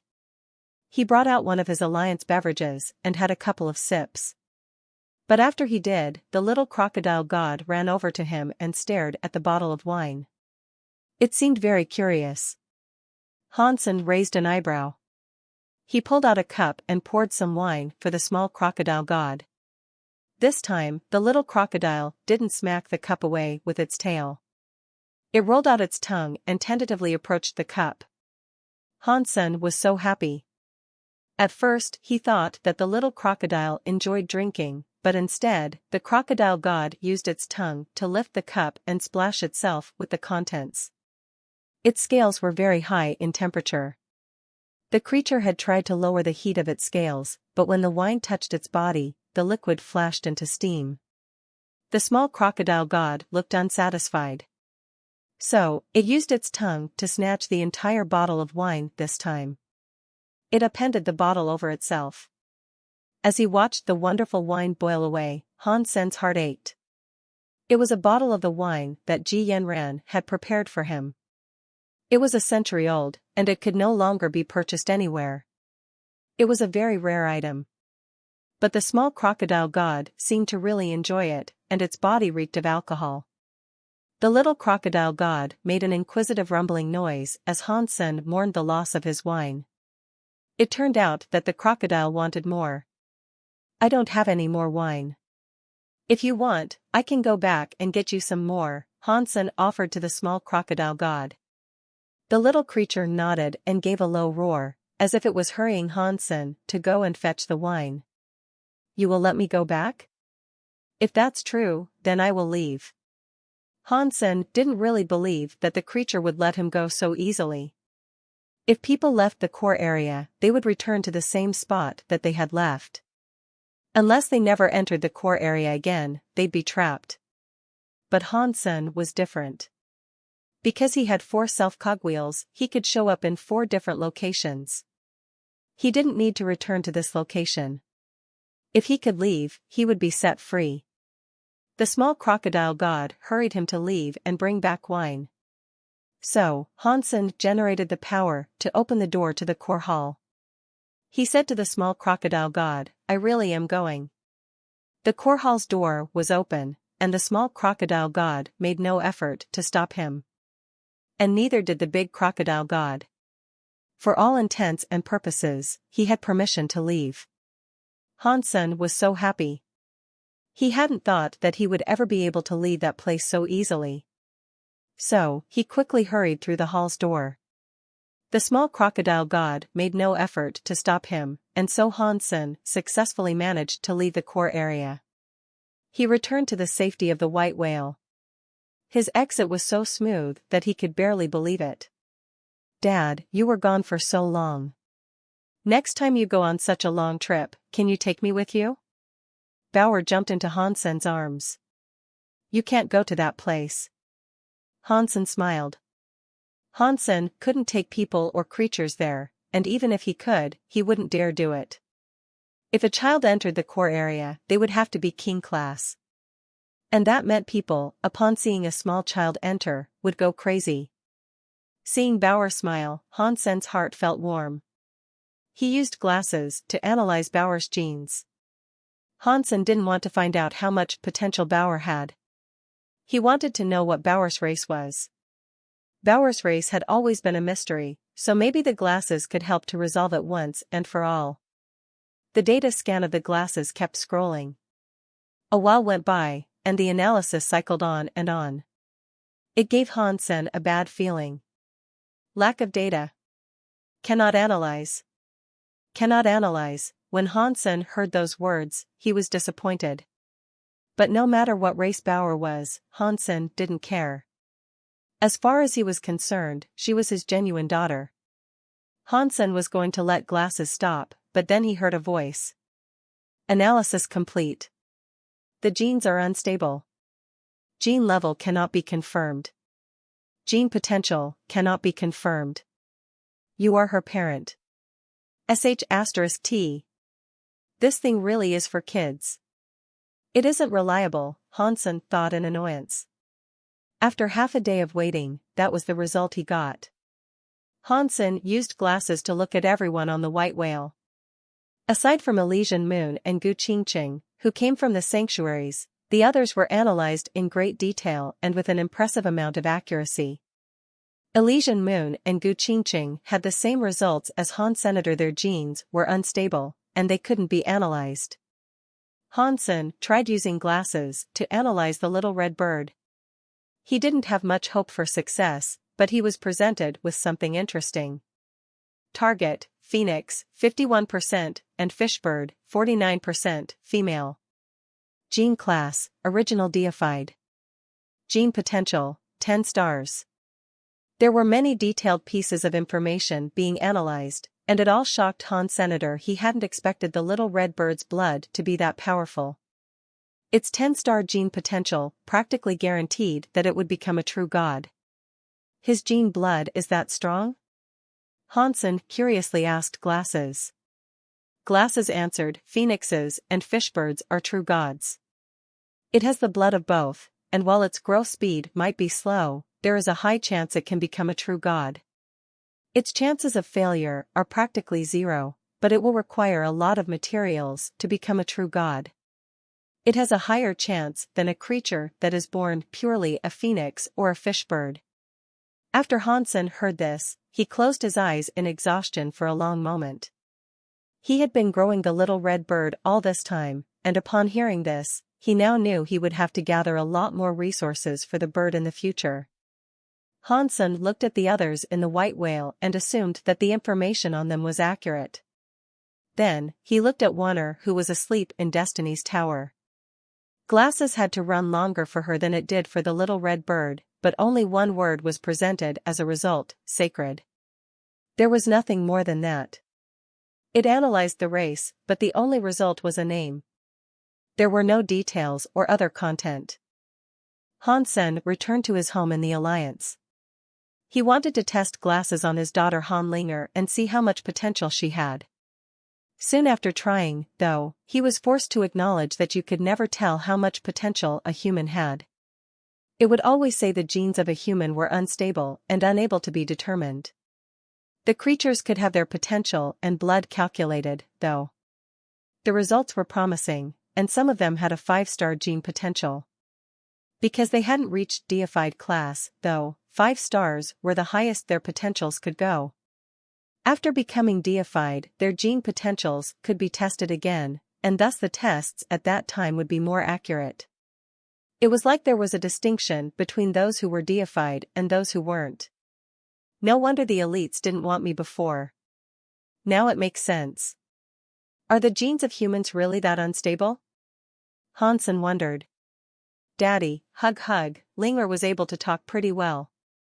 She reached out her pale little hands as she ran to Hansen. My little baby, let Daddy kiss you.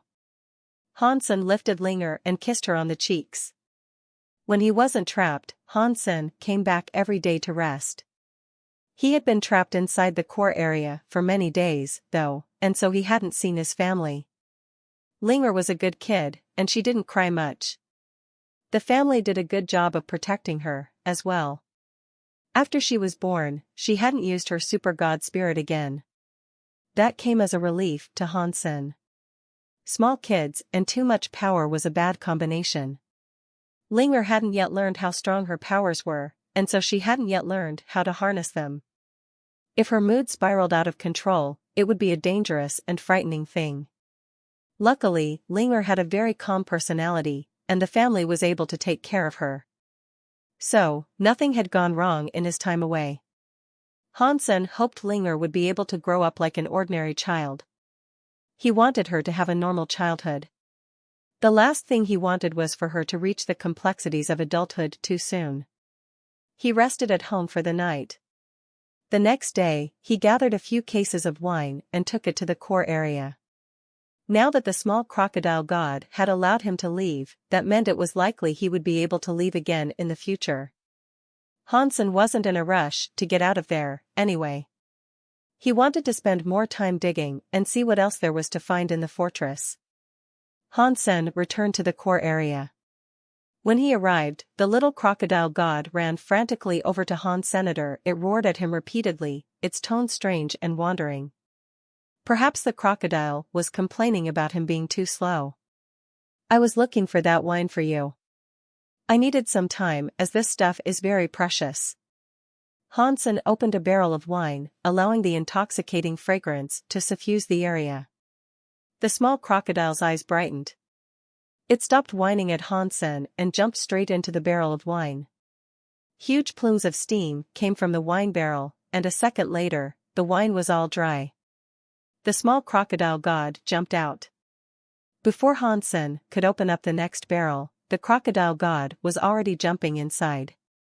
Hansen soon realized that the crocodile god didn't want to use the wine for drinking. The crocodile wanted to bathe in it. I have heard of women enjoying baths of milk, but I've never heard of a crocodile wanting to bathe in wine. Hansen couldn't help but smile as he watched the enthusiastic little creature. The crocodile's scales were very hot, and although it had already tried to cool itself down, the wine was vaporized almost as soon as it entered the barrels. It was unable to take its time and swim around in the barrel's contents. In no time at all, it went through a few barrels of wine. The small crocodile god came out of the last barrel and roared softly at Hans Senator. It seemed as if it wanted more. He wanted Hansen to return and collect more wine for it. This is a very rare treasure. It took me a while to gather these few barrels, so if you want more, you will have to wait a long time, Hansen said. Hansen had many barrels of wine in storage, and he could easily buy a few vineyards. He couldn't spoil the small crocodile god, though. He had to plan for the long term. Hansen brought 2 or 3 barrels for the crocodile each day. It was enough to keep the small creature happy, but it wasn't enough to keep it satisfied. Now, Hansen no longer had to work. The small crocodile wanted him to just bring it wine, but Hansen still stuck to his cleaning duties. That was because he could dig wherever he wanted without the explicit command or direction of the little crocodile god. Ever since he found glasses, Hansen hadn't discovered anything useful. His lack of progress was frustrating. He worked in the fortress for a month, but he didn't find anything else of interest. His jade skin reached the 9th tier, so he couldn't level up anymore even if he continued to consume King's energenic genes. Hansen then focused on his Bloodpulse Sutra, leaving the story of genes as the last to be leveled up. Exquisite and Likir were so depressed. They could see Hansen coming and going as if the place was his own backyard. They wanted to leave, too, but no matter how much they tried talking to the 2 crocodile gods, they weren't permitted to go anywhere. They tried to use the wine retrieval excuse, but the crocodile god wasn't interested in what they had to offer. This made them incredibly sad. Hansen didn't know why the crocodile gods treated them differently, but everything was panning out perfectly for him. Hansen actually thought it was convenient that the 2 of them were still trapped. If they got free, they might cause him problems of some sort. The very high are nothing that special. They can't even deal with the transmutation deified. They are worse than the ancient god, Hansen thought to himself. Actually, Hansen only thought this because he hadn't learned the nature of their strength. The power of the very high didn't lie purely in their combat abilities, and they had nearly limitless resources. If the very high survived long enough, they could become butterflies with ease. That was better than most races. Since he still wasn't managing to dig up any worthwhile items, all Hansen achieved was making the small crocodile god an alcoholic. Hansen kept giving it wine, but the creature never drank it. It used every barrel for bathing. It sickened Hansen to see so much fine wine be wasted. No matter how rich he was, it hurt to see something so precious be poured down the drain. Hansen examined and excavated the whole fortress, but he didn't find anything useful. He hadn't even been able to find the body that the arm had been attached to. It seemed as if only the arm had been left behind. It looks like I need to find a way out of here.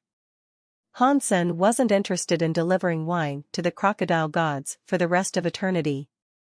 Lady Exquisite, didn't you say that your elders would come and save you? When are they going to come? Hansen found a chance to stop by and talk to Exquisite and Likier. I'm not sure. It could take 2 or 3 months, or it could take a couple of years, Exquisite said. Why would it take them so long? Hansen was shocked. Exquisite didn't answer Hansen's question. Actually, the very high had self-spells coded into their bodies. If they were in danger or injured, the self-spell would awaken. If they died, the self-spell would self-destruct, and people were sure to know something had happened to them. But Exquisite and Likier were neither injured nor in danger. The self-spell wasn't going to ring its alarm. If the very high people didn't hear anything from the self-spell, they'd have no clue that something had happened to the 2 women. After a while, if Exquisite remained missing, the people of her race would notice her absence.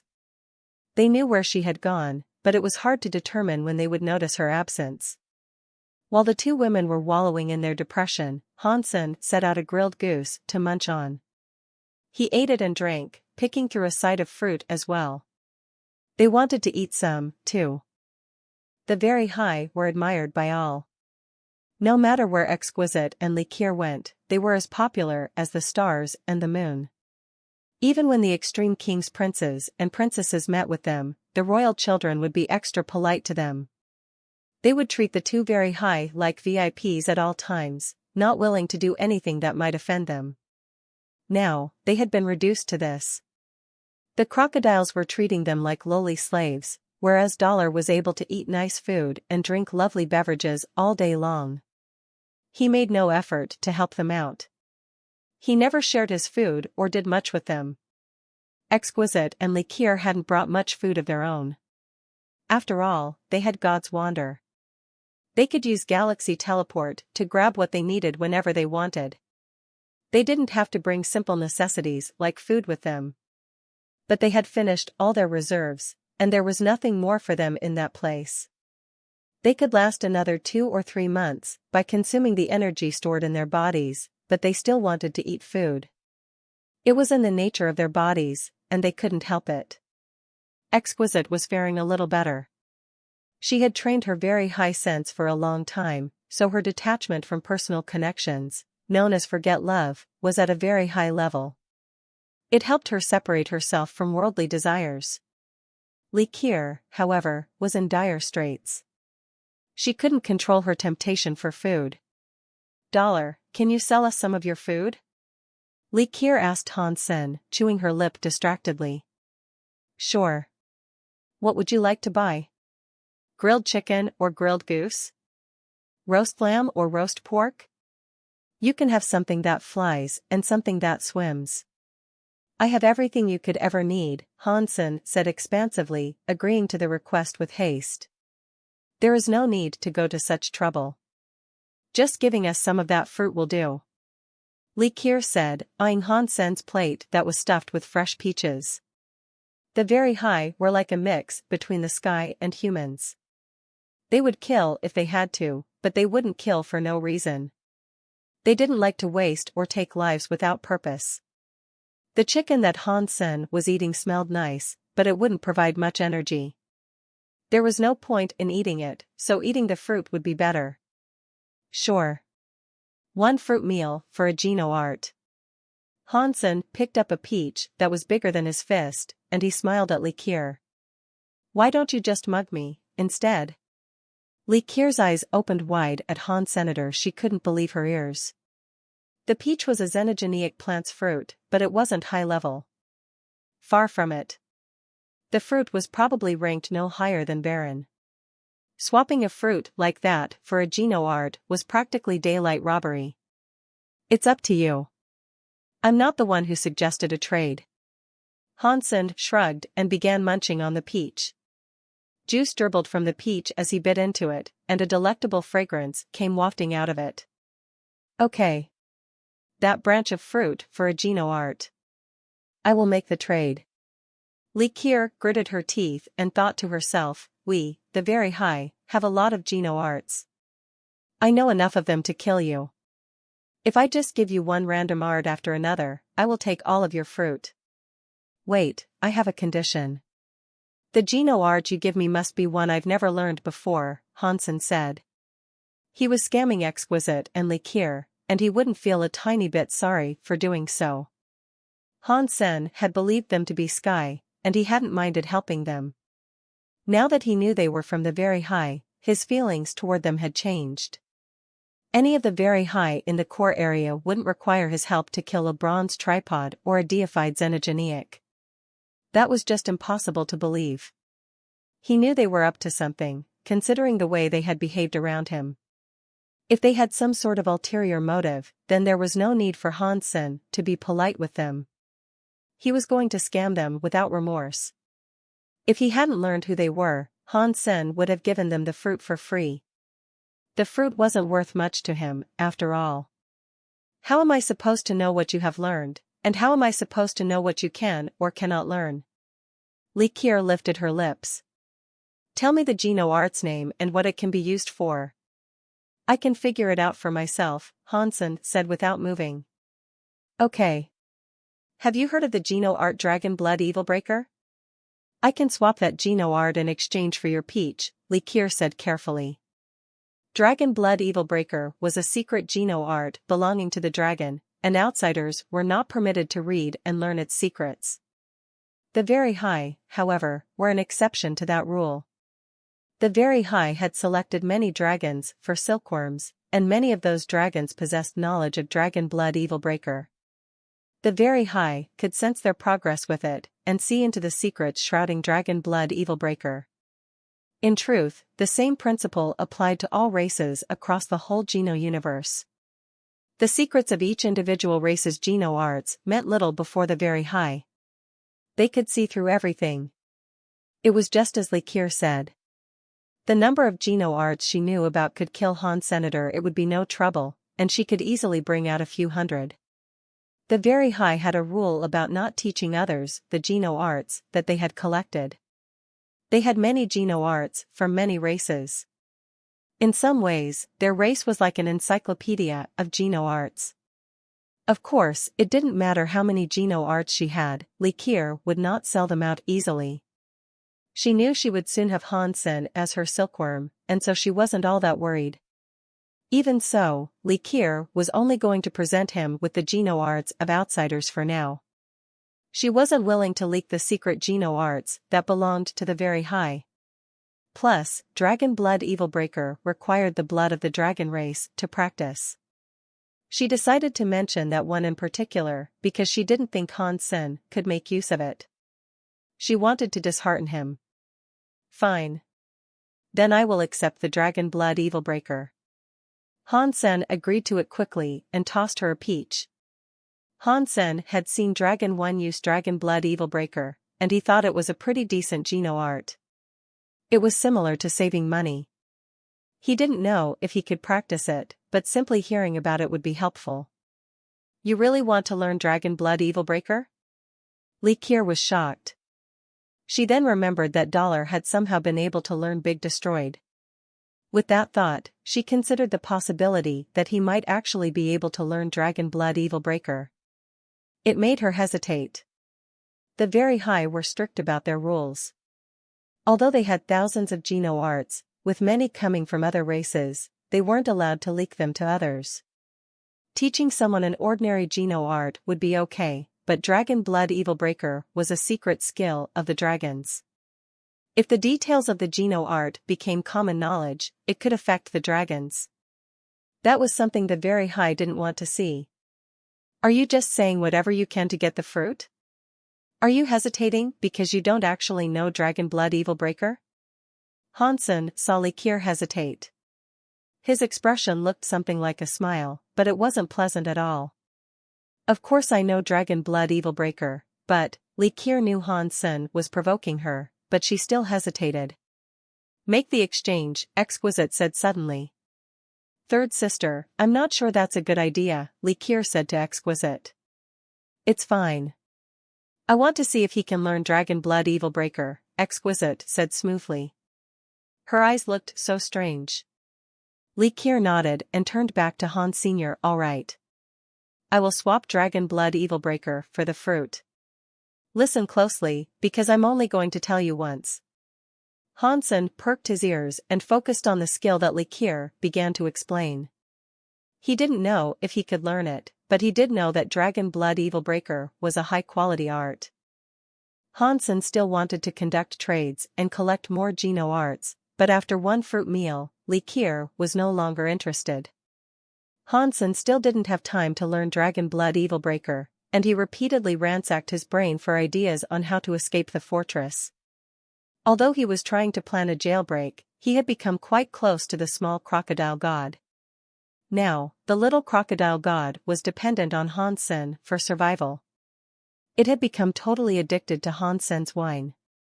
Likier stared at Han Senator. She looked at Hansen and the little crocodile god, who were currently lying on sunbathing chairs.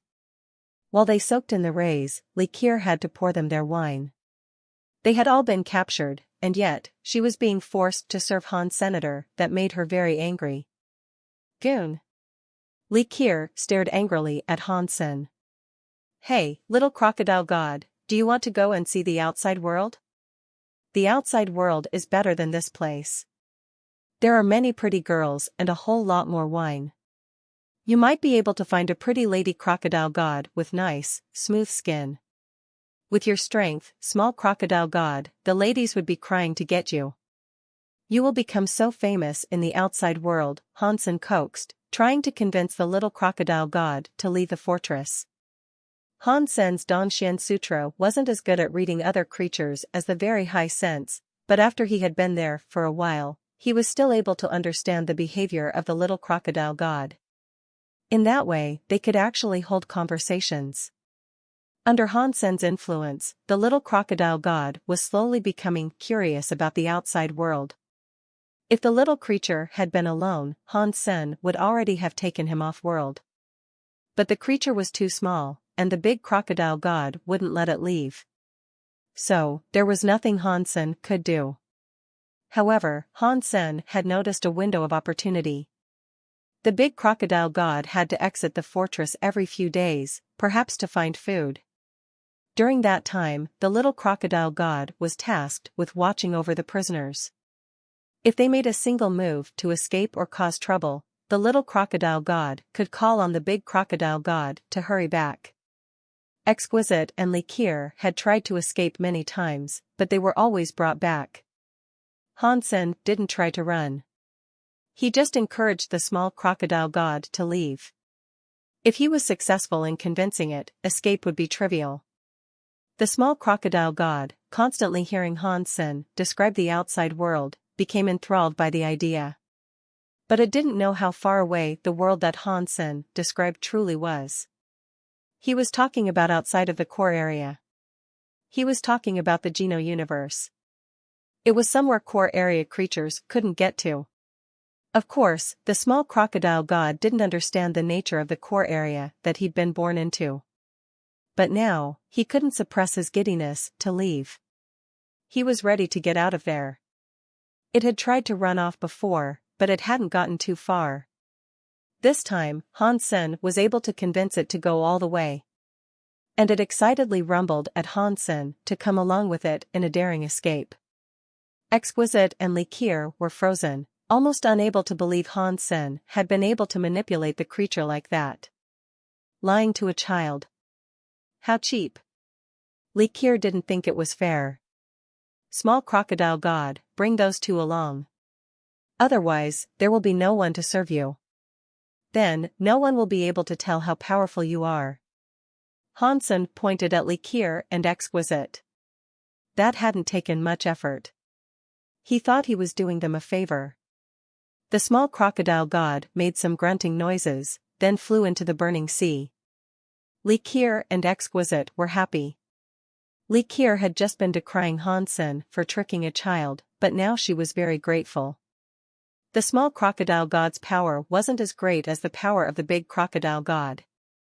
Hansen and the other two had to stick close to the small crocodile god. They needed the protection of its gravity substance chains to avoid being melted by the scary burning sea. It wasn't too long before the small crocodile, Hansen, and the others were out of the cave. Hansen and the small crocodile god scoped out the vicinity with care. They didn't see the big crocodile god nearby, and that made them feel relieved. Go. The pearly gates of this beautiful new world are opening for you. You will get wine, lady crocodiles, and the love and adoration of many different races.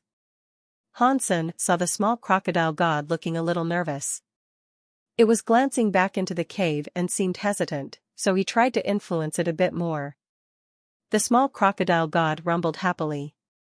It jumped onto Hansen's hand and swung its claws around. It looked very excited. He is just a child, and yet, he is so easy to trick. Pleased with himself, Hansen flew up and escaped the planet.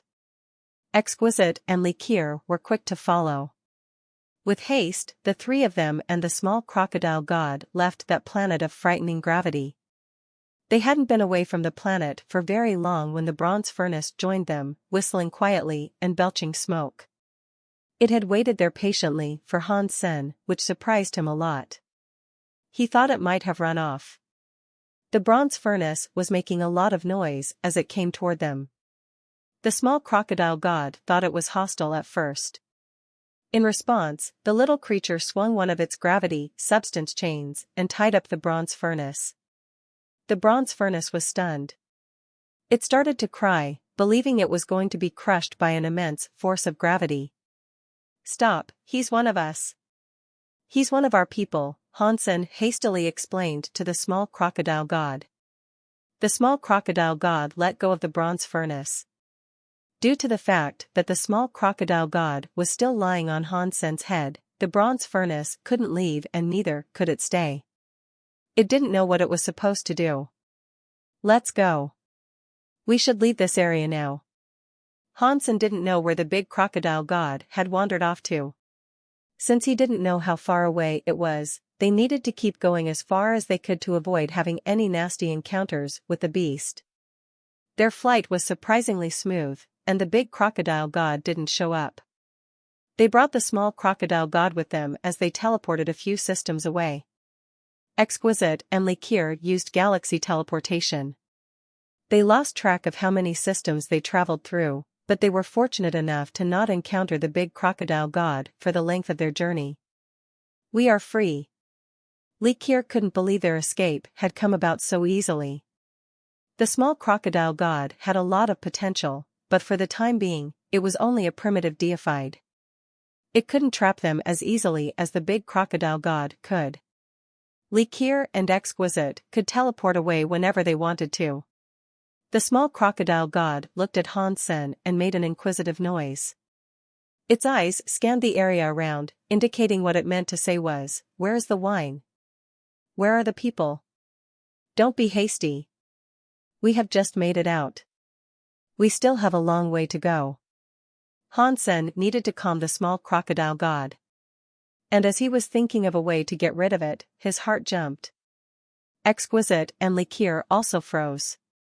They could feel something awful coming toward them. The blood drained from their faces. Is the big crocodile god coming? As Hansen suppressed the tension in his stomach, he figured out which direction the frightening power was coming from. A scary xenogeniac was headed their way. What kind of xenogeniac is that? Hansen stared at the creature. It wasn't the crocodile god. It was a big snake that looked something like a dragon. The snake was 100 meters long, and its head was like that of a cobra. But on its wing-like neck, there were 2 rows of eyes. Each row had 3 bright green eyes. The deified 6-core snake god? Exquisite and Likir screamed. Judging from the way they were freaking out, that deified xenogeniac had to be something special. When Hansen looked closer, he realized that the circles around the Snake King's neck weren't actually eyes, they were 6 spinning cogwheels. He didn't know what the 6 cogwheels did, though. Quickly, we must go. Li Kier shouted at Han Senator she was on the verge of using God's wander to escape that place. But before she could teleport away, she saw that the space around her had already been turned on its head. The entire universe appeared to be spinning like a hungry vortex. Hansen also tried to teleport away, but he found that he couldn't tear space and escape through it like he would need to. It was like he had lost his connection to the outside world. Oh no! We're trapped in sick space. In this sick space, all of space follows the rules set by the six-core god snake. Your space powers won't be of any use here. Li Kier was in shock. Hansen wasn't frightened by this enemy, though. He noticed that the six-core god snake was looking steadily at his head. Clearly, it was after the small crocodile god. The small crocodile god was very young, and it didn't yet know what fear meant. Seeing the six-core god snake look at it, the little creature simply stared back. It then roared proudly at the six-core god snake. Hansen knew the small crocodile god, commanding the snake to follow and be its little brother.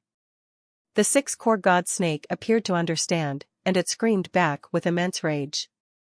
It opened its mouth and unleashed some space substance chains. They flew toward the small crocodile god like an aurora trailing through space. Hansen quickly evaded them, and the small crocodile god flew forward. In all its boisterous glory, it fancied taking on the six-core god snake all by itself. It wanted to teach the huge creature a lesson. It made this decision because of Hansen's constant compliments, no doubt. Hansen had been going on and on about how powerful and almighty the small crocodile god was. He had filled the creature's head with nonsense, as if it was the strongest creature in existence. He had even claimed that every race would treat it like a god. He said people would admire and show great love to the little crocodile.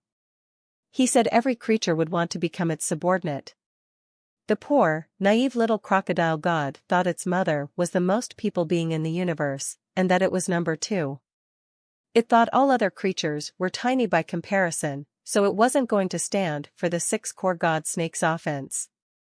Hansen hadn't run far before coming to a stop. He wanted to watch the fight between the snake and crocodile. Run! The small crocodile god isn't a worthy opponent for the six-core god snake.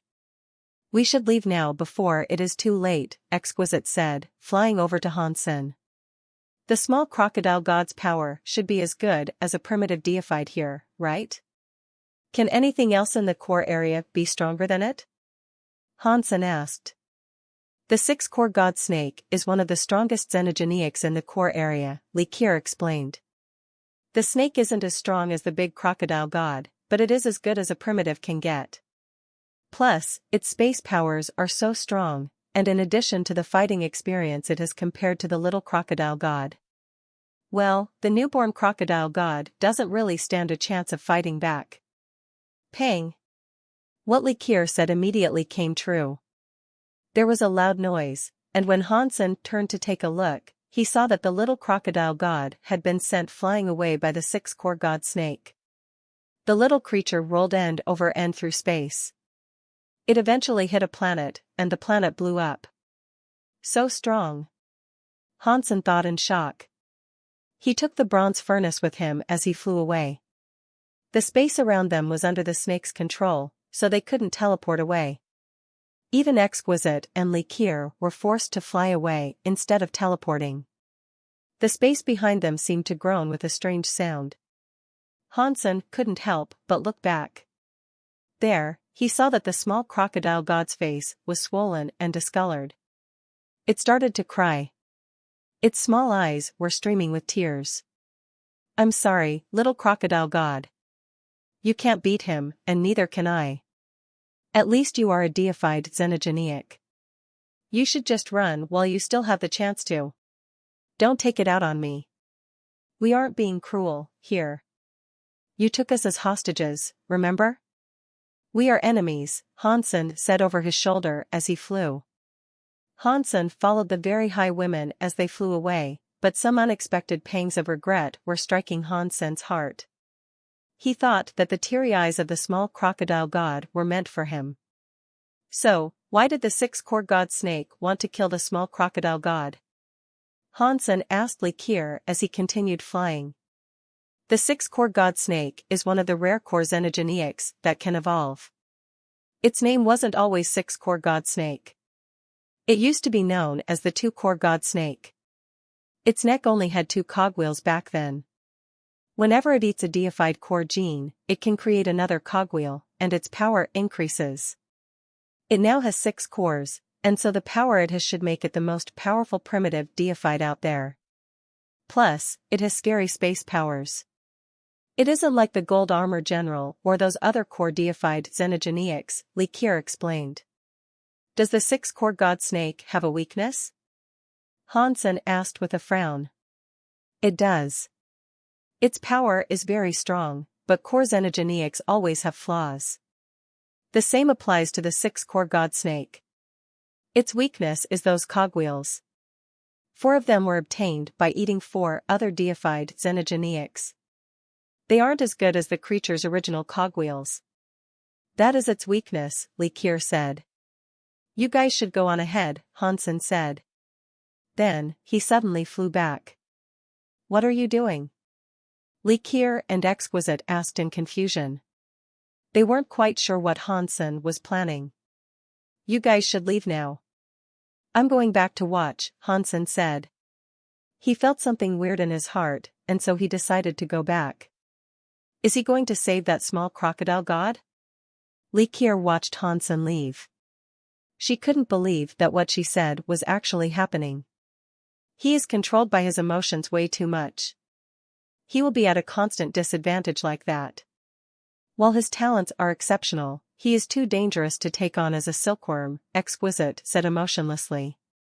But if I was trapped and couldn't fight back, I wish there was someone out there driven by an emotion that made them want to save me, Likir said with a conflicted expression.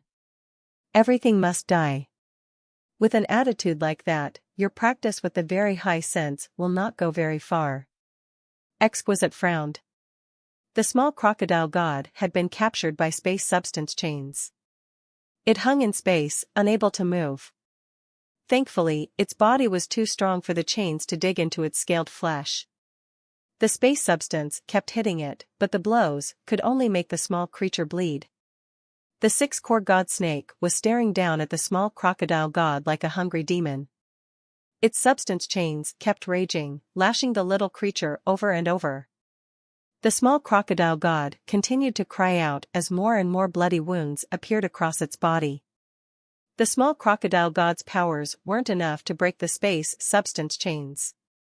It was unable to avoid the hits.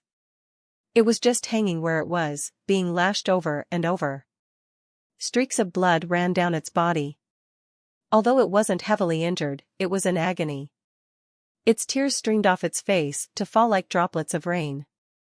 If it wasn't for the small crocodile god's body having a high mass that made it tougher than the average deified xenogeneic, it would have been ripped to shreds by the 6-core god snake. It was a shame the small crocodile god was so young.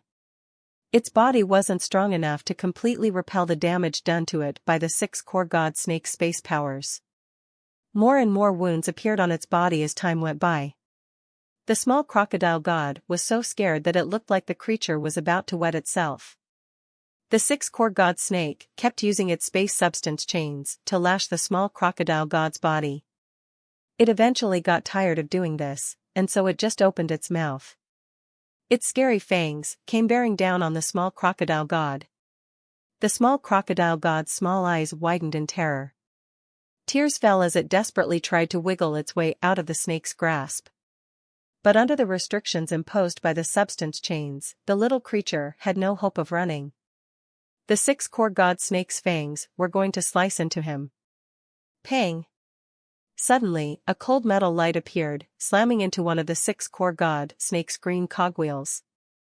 The 6-core snake god screamed in agony. The small crocodile god saw a giant metal pillar thrust its way through the eye-like cogwheel. Hansen was behind that metal pillar, and he punched the back of the metal pillar continuously to drive it in deeper. The small crocodile god was as happy as it was shocked.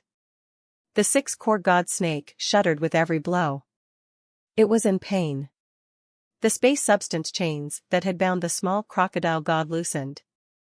The small crocodile god's black light shone, and it managed to escape from the grip of the substance chains. Hansen continued to pummel the back end of the sky god pillar. He had stolen that deified treasure from the extreme king. He couldn't use all his power, but his attacks so far seemed to be effective. He shoved the pillar into the cogwheel until the cogwheel cracked. With the sky god pillar lodged inside, the cogwheel could no longer spin. It was a shame that Hansen wasn't deified. Otherwise, with his deified power combined with the sky god pillar, his blows could simply shatter the six-core god snake's cogwheels. The six-core god snake lowered its head and caught sight of Han Senator. It roared with rage. Its body unleashed several substance chains that looked like snakes. They flew straight for Hansen. Each space substance chain seemed to tear the fabric of space as it came. It was like a space-cutting skill. If Hansen's body was unable to withstand one of those space cuts, he would be ripped apart by the power of the chains. Hansen didn't plan on trying to avoid the lashing, though.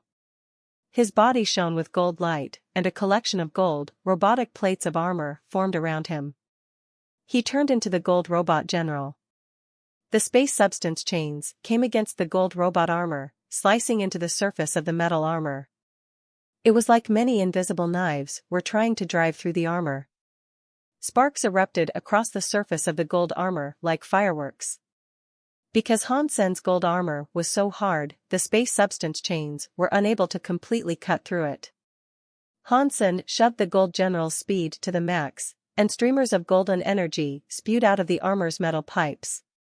It was like a pair of golden wings were spreading from the armor on Hansen's back. The gold general drew back an arm as far as it would go, then threw a punch forward like a volcano erupting. The punch landed on the back of the sky god pillar. The sky god pillar was driven forward by the impact of the golden general's fist. A loud cracking sound came from the six-core god snake's cogwheel. The cogwheel was completely shattered by the sky god pillar, and the pillar pierced through the six-core god snake's neck. The six-core god snake shrieked in pain and swung its tail against Hansen. Hansen saw the tail coming, but he couldn't avoid it. The tail seemed to cast shadows all through space. He couldn't see it clearly, and it crashed against his gold general armor. The gold general was hit, and Hansen was sent flying away like a star. He slammed into a giant planet, and the power of his fall poisoned the planet with radiation. A shockwave covered half the planet. Mountains fell and the ground was lifted. The rocks rolled like waves. Half of the planet suddenly looked like the end of the world. The six-core god snake didn't stop there. It hurtled forward, straight for the planet where its enemy had landed. Countless space substance chains coiled around the snake as it headed for the gold general who was down on the planet. Small crocodile god, what are you waiting for? Gravity area. Hansen shouted. The small crocodile god was still frozen, but hearing Hansen's voice shook him out of his shock. He cast his gravity substance chains, generating a black shield that covered the six-core god snake. Under the influence of that power, the snake accelerated like an asteroid as it fell to the planet's surface. Still in the gold armor, Hansen stood up. He stomped on the ground and used his gold energy. The gold energy started to run out of the pipes in a stream, then a river. It was like a thruster pack that lifted the gold general into the sky. It was headed for the falling six-core god snake. Hansen guided the gold general, using it to gather up power inside his fist. A powerful gold godlight manifested across it. Hansen's fist flashed forward, battering the sky god pillar that was still attached to the six-core god snake's neck. The sky god pillar punched straight through the body of the six-core god snake. Even the gold general itself ended up ripping through the snake's body. The gold general slowed to a stop. Still holding on to the giant sky god pillar, Hansen turned and looked back at the six-core god snake. The force of gravity was still making it fall toward the planet. Pang! The six-core god snake hit the planet with a force that was scarier than Hansen's descent. This was definitely not that planet's lucky day. It had taken 2 scary hits in a row, and now, it looked completely destroyed. Nice job, small crocodile god. Keep applying gravity to that fiend.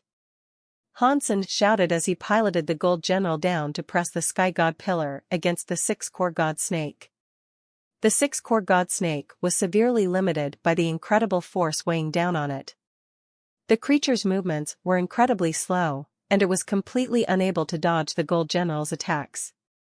The 6-core god snake shrieked strangely. Countless space substance chains opened like a chrysanthemum, then came for Han Senator. They stretched forward to hold him off, trying to keep him from directly approaching the 6-core god snake.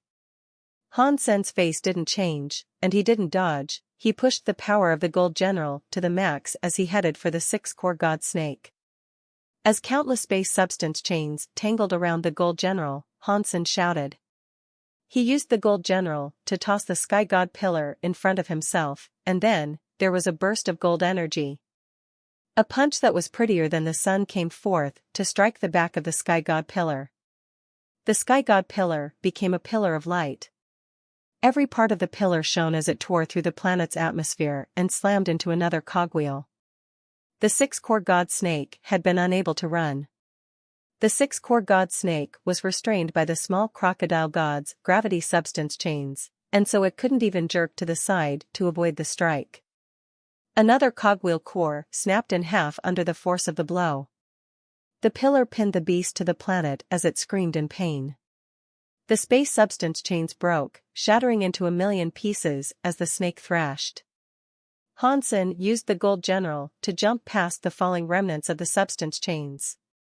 He was headed for the 6-core god snake that was pinned to the planet.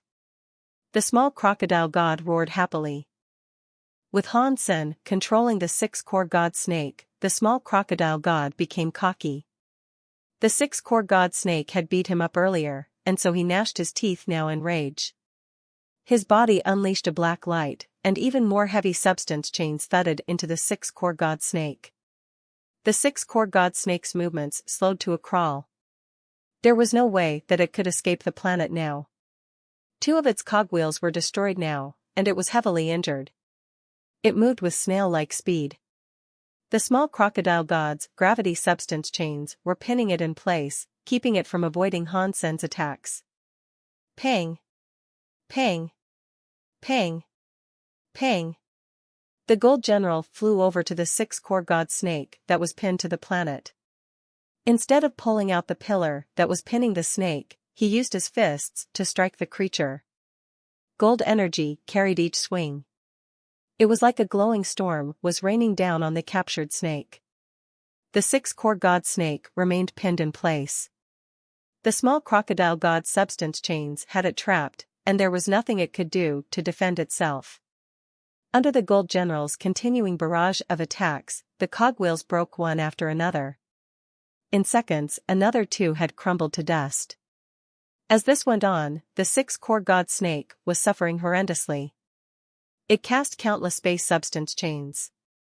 They rose like an infinity of venomous snakes and tried to wrap themselves around the gold general. Hansen was running his gold general at max capacity. Still, he couldn't free his fist from the substance chains. He was trapped and could no longer move. Pang! The 6-core god snake's tail slammed into him, sending the gold general flying again. Its anger fueled that scary attack, caving in the gold general's chest. The 6-core god snake is so powerful. It is gravely injured, and yet, it can still fight. No wonder it is considered one of the best in the core area. The gold general tore a trench across a long section of the planet's surface before Hansen could regain control of the machine. The 6-core god snake's tail coiled around the sky god pillar and pulled the pillar out of its body. It wanted to move, but the small crocodile god appeared in front of it. The little creature struck one of the 2 cogwheels the snake had remaining. There was a snapping noise.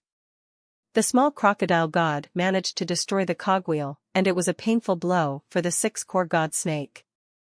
The agony made the snake's long body shiver and shake, and it tried to swing its tail toward the small crocodile god instead. Pang! The small crocodile god flew away like a ball, and the sky god pillar drifted away as well. Hansen drove the gold general to reclaim the sky god pillar. With his weapon in hand, he thrust his arm toward the six-core god snake. While the snake was still contorted in pain, Hansen penetrated the creature's final cogwheel. The six-core god snake thrashed and twisted. It tried using its tail to smack the gold general away again, but the small crocodile god was furiously returning to the fray. A heavy substance chain landed across the snake and slowed it even further. The gold general approached as this occurred. Hansen's fists angrily pummeled the wounds of the six-core god snake. A frenzy of gold punches hit the snake like a crazy and wrathful storm. The six-core god snake's body was slowly driven into the planet. Chunks of rock flew everywhere. Pang! Hansen continued to punch, and the six-core god snake and the planet exploded. The scary explosion spread through space like a beautiful firework. Core deified xenogeneic hunted, six-core god snake. Deified xenogeneic gene found. Obtained six-core god snake beast soul. I got the beast soul. Hansen grinned. Far away in space, Exquisite and Likier were frozen. They had used their very high sense to watch the entire battle unfold. They thought Hansen was quite amazing when he turned into the gold general, but then he cooperated with the small crocodile god to defeat the six-core god snake with relative ease. It really was Dollar that stole the sea sky eye and the sky god pillar. Likier's heart was a confused mess of emotion at that moment. She had thought from the beginning that the gold armored general had some connection to Dollar, but she hadn't suspected that Dollar himself could have been that gold general. What is that? Exquisite's normally emotionless face looked shocked. She recognized the gold general, but she didn't understand how Dollar was able to become the foe he had once defeated. I do not know. Likier shook her head with a wry smile. She knew that was the gold general, but she didn't know how Dollar could transform into it. She could not imagine what forces could allow that. The small crocodile god ran to the six-core god snake's corpse. It kicked and bit it savagely. It was a shame that the little creature didn't eat meat. And the six-core god snake's body was like metal, anyway. There was probably nothing worth eating there regardless. Hansen put away the gold general that had been badly damaged. The six-core god snake was strong. Even the gold general's powerful defensives had taken a lot of nasty damage. Some parts of it were broken entirely. If the small crocodile god hadn't used his gravity substance chains to restrict the snake, the gold general would have been cut to pieces. Digging out the six-core god snake's core xenogeneic gene, Hansen noted how it was a jade-green cogwheel. It was only around the size of a fist, and it had spun continuously in the six-core god snake's head. That is some good stuff. Hansen could feel the scary presence emitted by the cogwheel, and so he complimented it. But he still couldn't absorb deified genes just yet, so he put it away for now. The small crocodile god spent the last of his anger on the corpse of the snake. He flew to Hansen and began to make noises that were a mixture of screams and crying. It was like the little guy claiming that Hansen had lied to him. Small crocodile god, you are so powerful. You killed such a powerful xenogeneic. You must be the strongest creature in the universe. Hansen looked at the small crocodile god with admiration and complimented it profusely.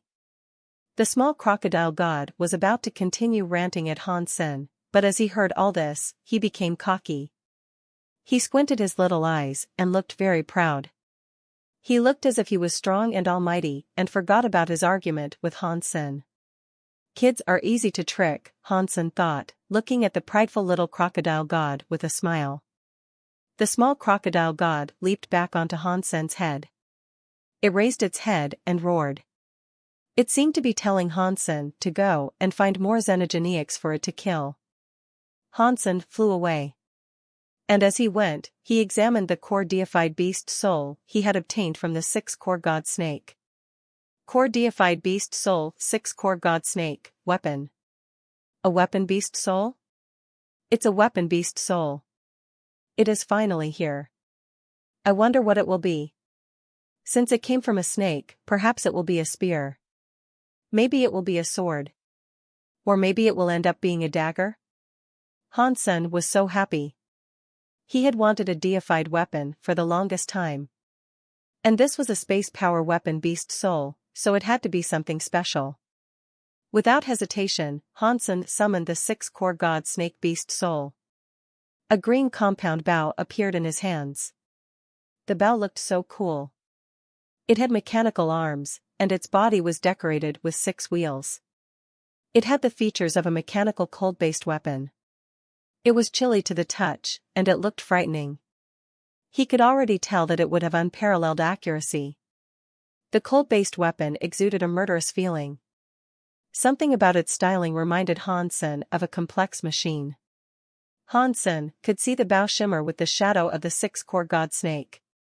This is a bow? Hansen looked at the 6-core snake bow in his hands in surprise. Hansen immediately loved his new bow. He had recently used Autumn Wind's wind string, but the bow already possessed an owner. Forcing it open hadn't felt good. But this 6-core snake bow was different. Hansen held its body and pulled the string effortlessly. The cogwheels across it spun as he drew the string back, and it didn't cost him any strength to make use of it. And the power the bow could unleash was just as great as he had hoped. In fact, this bow was capable of shooting projectiles with more power than wind string could have managed. Hansen could feel the space power coming from the bow, but he didn't know how that space power would affect the use of the 6-core snake bow. This was the first time Hansen had gotten the opportunity to make use of a deified beast soul weapon. It was difficult to gauge the amount of power it possessed. Hansen didn't plan on trying it out immediately. He was willing to save this bow for his true identity as Han Senator for $. The Gold General already provided enough power to battle deified beings. Plus, it wouldn't even be possible for Hansen to use the bow while he was using the Gold General. Therefore, keeping the bow as $. Would be pointless. However, the weapon couldn't be more perfect for Hansen's identity. The Peacock King's soul robe wouldn't affect his use of the bow, and it would actually give the bow even more power. It would definitely give him more security. Even if deifieds came for him, with the Peacock King's soul robe and the 6-core snake bow, they wouldn't be able to kill Hansen. If those extreme king guys dare to come after me again, I will feed them arrows. I'll let them know I have feelings, too. Hansen put the 6-core snake bow away. He would use it later. He had used the Dongxian area to hide himself and the small crocodile god while he looked over the bow. Not even Exquisite and Likir could see what he was doing now. The 6-core snake bow wouldn't be noticed. All that I'm missing now are deified arrows. Having a bow without arrows isn't perfect, Hansen thought greedily. Exquisite and Likir were going to chase after Hansen, but they soon realized he had vanished from their abilities of detection. They could no longer detect his presence, no matter what method they used. They ran to the place where Hansen was last seen, but he seemed to be long gone.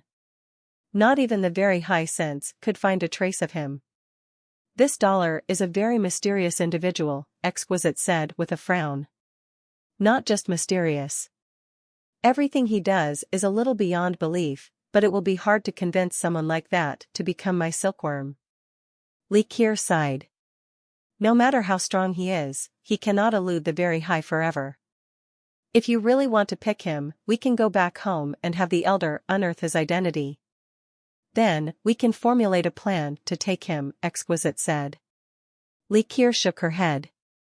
He will be my silkworm. It is best if I try to bring him in myself. Exquisite said nothing, but she didn't have much hope for Likir's efforts. Before she met $, Exquisite would never have expected that a potential silkworm might refuse an offer from the very high. But Hansen was so amazing that she was even double-guessing the prestige of her race. It would be very difficult to convince someone like that to become a silkworm. Plus, Likir's very high sense wasn't perfect yet. But Likir insisted, so Exquisite saw no reason to argue. Hansen brought the small crocodile god around with him to hunt. They killed a few core kings and Aegineacs. The small crocodile god was happy at first, but now he was growing tired. Hansen brought out some wine to make the creature happy again, but the small crocodile god was becoming harder to please. He wanted to see the outside world more and more. The place I told you about exists, but you can't see it in the core area. You are a creature of the core area.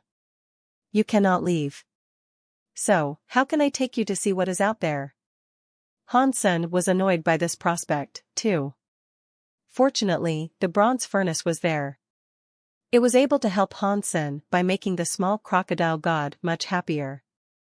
The small crocodile god had killed many Xenogeneacs for the bronze furnace, and now, there were many swords inside the furnace. Hansen used glasses to examine the furnace. Its potential was 5 stars, too. That was the max a king class could be before becoming deified. What a shame. The Xenogeneacs from the core area cannot leave. If they could, I could keep them by my side at all times. Hansen sighed.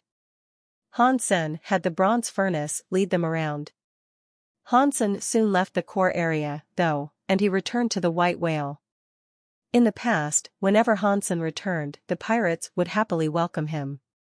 But this time, no one even noticed when he appeared. Everyone was watching something outside of the white whale, and they seemed to be frozen with shock. Even Bauer was. Hansen didn't know what was going on. He followed everyone's gazes and found that there was a group of snakes coming to the land. They were emerging from the Black Sea, and the white tiger was trying to fight them off. These battles had happened many times before, but this time it was different. There were too many groups of snakes coming out of the Black Sea. There were many times the number of snakes that had appeared on any previous occasion. The snakes slithered onto the island in hordes and began munching on the mushrooms. They were scarier than a swarm of locusts. The white tiger was killing them, but there were too many snakes. It was unable to kill them all. The snakes slithered onto the island in greater and greater numbers. Oh no! Fong Qingyu suddenly breathed upon seeing the snake hordes. Oh no, what? The pirates looked at Fong Qingyu. Fong Qingyu looked terrible, and he said, if the white tiger cannot stop the snakes, all the mushrooms here will be eaten by the creatures. That means we will have no food for ourselves. Pa, I thought you meant something more severe. That is no big deal. We can trade for food in the core area with others, a pirate said. It's not that simple. Listen, if all the mushrooms are gone, then the white tiger might get hungry and come after us. And how about the snakes themselves? Aside from the mushrooms out there, before Fong Qingyu finished, everyone knew what he meant. They all looked at the mushrooms on each other's heads. They felt a chill. If the snakes treated them like food, they would have to stop the snakes' advance. And that probably wouldn't go too well for them. They had seen how scary the snakes were, as many of them could be king class. But the snakes also came in seemingly infinite numbers, it would be impossible to kill them all. If the white tiger couldn't stop the snakes, there was little they could do. Little red bird, go out and help, Hansen said to the little red bird. If the snake group took over the island, it would be quite the annoyance for them. That was why Hansen allowed the little red bird to help the white tiger fight off the snakes, but before the little red bird did anything, a harsh wind blew across the Black Sea. It created giant, tumultuous waves as a giant monster emerged from the black water. That monster was breathtakingly ugly. It was like a giant worm, but countless hair-like tentacles writhed from the sides of its body. The beast crawled out of the black water, its body still dripping the corrosive liquid of the sea. When the white tiger saw the monster, its expression changed. It roared to the sky, its mouth stretched wide open. Then, a mushroom rain began to storm down on the big monster. The mushrooms exploded near the monster, turning into giant spore clouds that hung in the air. Mushrooms began to grow on the heads of the snakes all around the spores.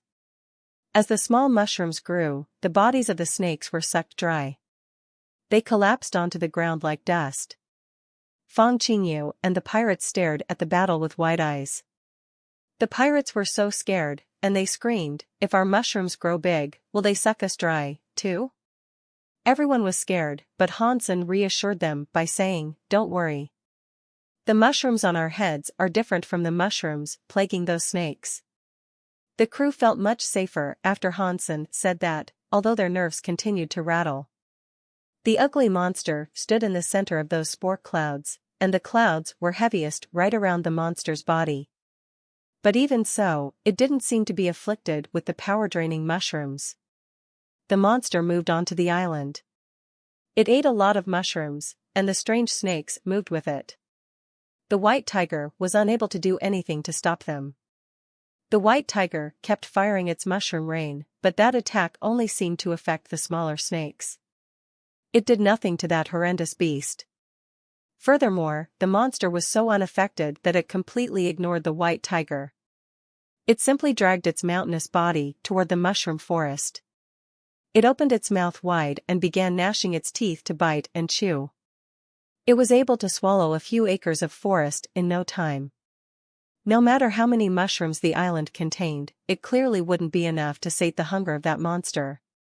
The white tiger became extremely upset as it watched the enormous beast. The white tiger dug its head into the ground and disappeared.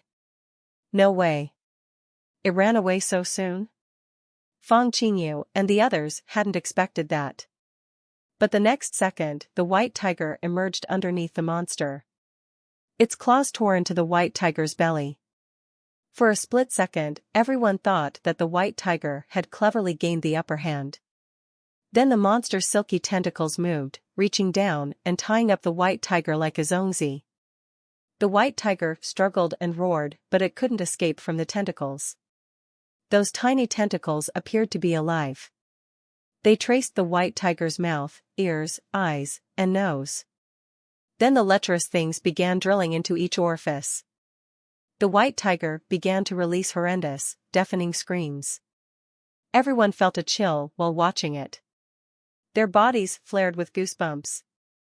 They had seen many people be killed before, and not even watching a person be dismembered would make them flinch. But seeing all those hair-like tentacles drilling into the mouth, ears, eyes, and nostrils of the white tiger was enough to give them a proper chill. The white tiger kept struggling. It tried to gnaw and bite off the silk-like tentacles, but once the tentacles were bitten free, they could still move of their own volition. They were like worms, drilling into the creature's body. The sight made people feel itchy. "Little Red, go and help him," Hansen said to the little red bird. The little red bird flew, and flames bloomed around it. As it departed the white whale, it became a fiery phoenix. Wherever it flew, red flames rose around it and incinerated the snakes in its proximity. Golden fire shot from the little red bird's mouth. The fire landed atop the silk-like tentacles and burned them to dust. The white tiger was saved and freed from the bindings that coiled around it. The monster seemed to be frightened by the fires of the little red bird's phoenix flame. It stopped eating the mushrooms, spun its body around, and used the eye upon its forehead to stare at the little red bird. The little red bird screeched loudly. It flapped its wings, sending its phoenix flames raging toward the monster like a firestorm. The monster's countless tentacles suddenly wrapped around its body, forming a ball-shaped shell. The phoenix flames landed atop the newly formed shell and started to burn through it. But the fire only made it through the outer layer. There were more layers on the inside. The fire burned deeper, but the tentacles seemed endless. No amount of burning would be enough, it appeared. Pang! The little red bird was happily burning away at the monster when suddenly, a big spear that was like a mountain came out from the rocks beneath. The spear hit the little red bird before it could react and sent the little red bird spinning away amidst a haze of fiery explosions. Hansen had a closer look, and he found that the giant spear had been formed from the monster's smaller tentacles.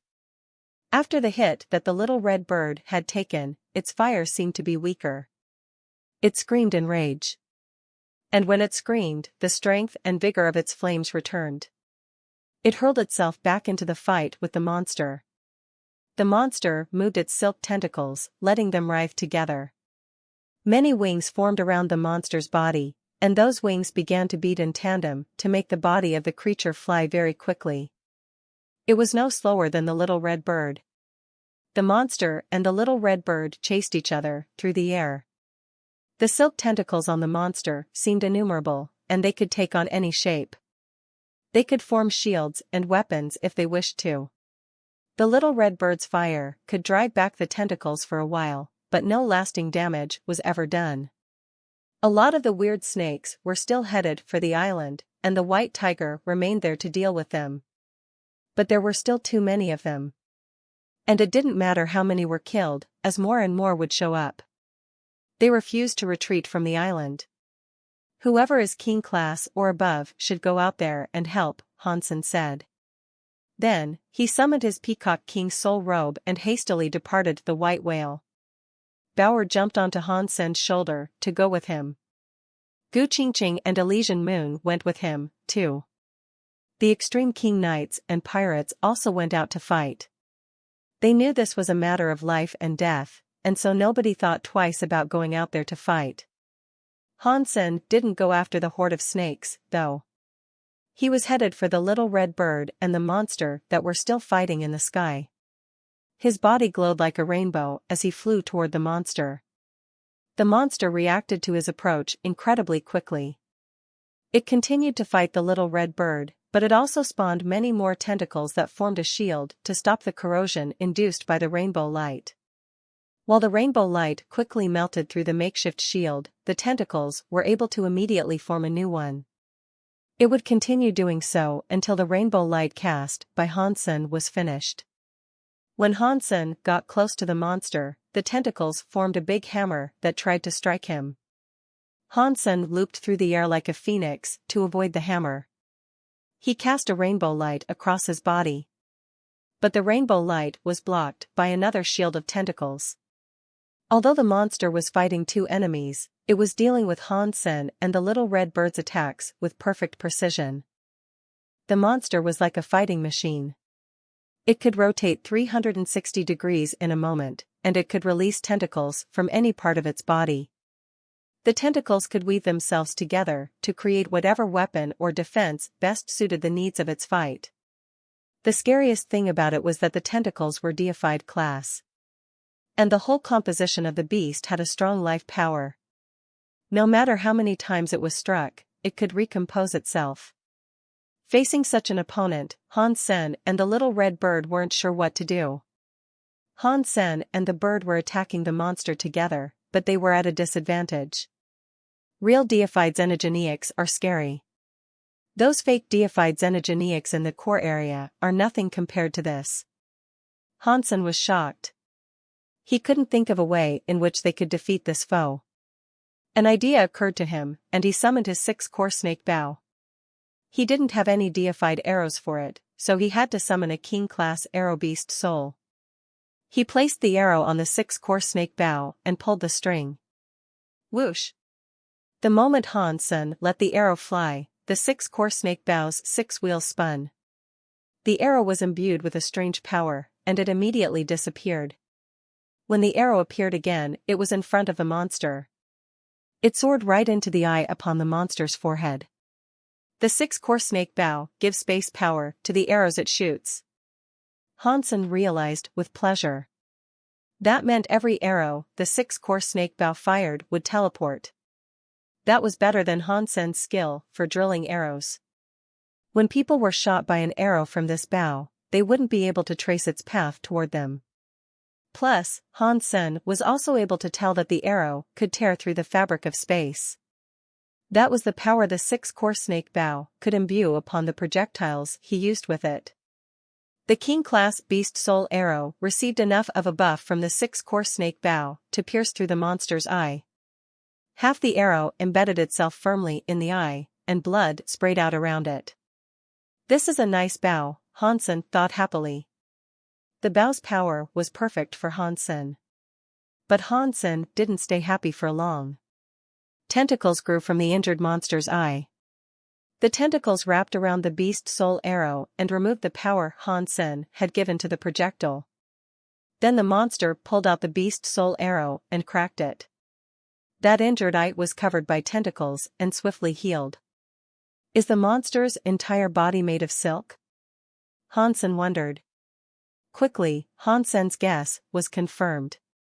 He used a 6-core snake bow to strike the monster's body. The same result was achieved. No matter where Hansen fired, tentacles would appear and patch up the monster in no time at all. I believe I can kill you. Hansen added his turtle spell to the arrow in a bid to slow the beast down. The turtle skill was applied to the monster.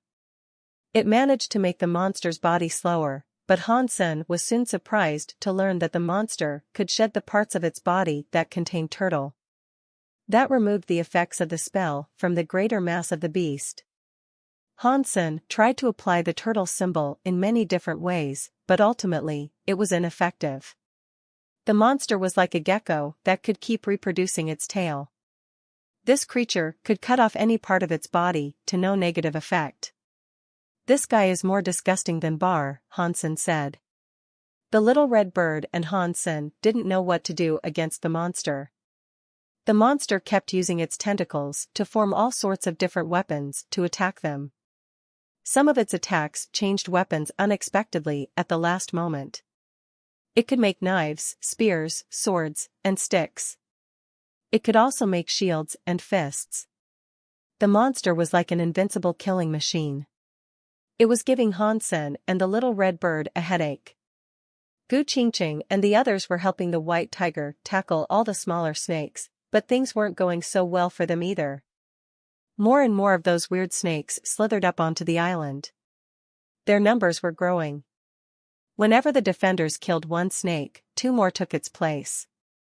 Half the island was now wholly swarmed by the snakes. The white tiger suddenly meowed to the sky. Its cry was directed at Hansen. Hansen didn't understand what the white tiger wanted. The white tiger jumped and drilled into the ground. When it reappeared, it was 100 miles away. Then, it called to Hansen again. Hansen now understood. It wanted Hansen to follow it. Although Hansen didn't understand what the white tiger was thinking, he knew that fighting like this was futile. Even if he and the little red bird could survive, Fang Qingyu and the others would likely be killed. Bauer, you drive. Follow it and let's go. Hansen threw Bauer into the white whale. Bauer dropped through the air. When the ground came near, she flipped and landed softly upon the white whale. She hurried inside and fired it up, then piloted it toward the white tiger. Gu Qingqing and the others fell back to the white whale as well. Hansen and the little red bird kept fighting as they made their retreat. They wouldn't allow the monster a chance to attack the white whale.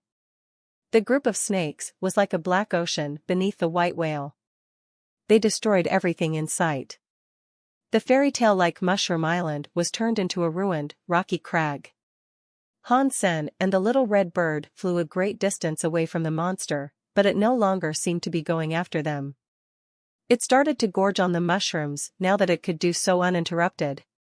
Hansen and the little red bird no longer provoked it. They flew next to the white whale to protect it. And as they did, they all proceeded to follow the white tiger. Their situation was a dire one.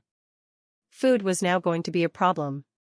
The scariest thing was that the snakes and the monster were both issues that they had no idea how to solve.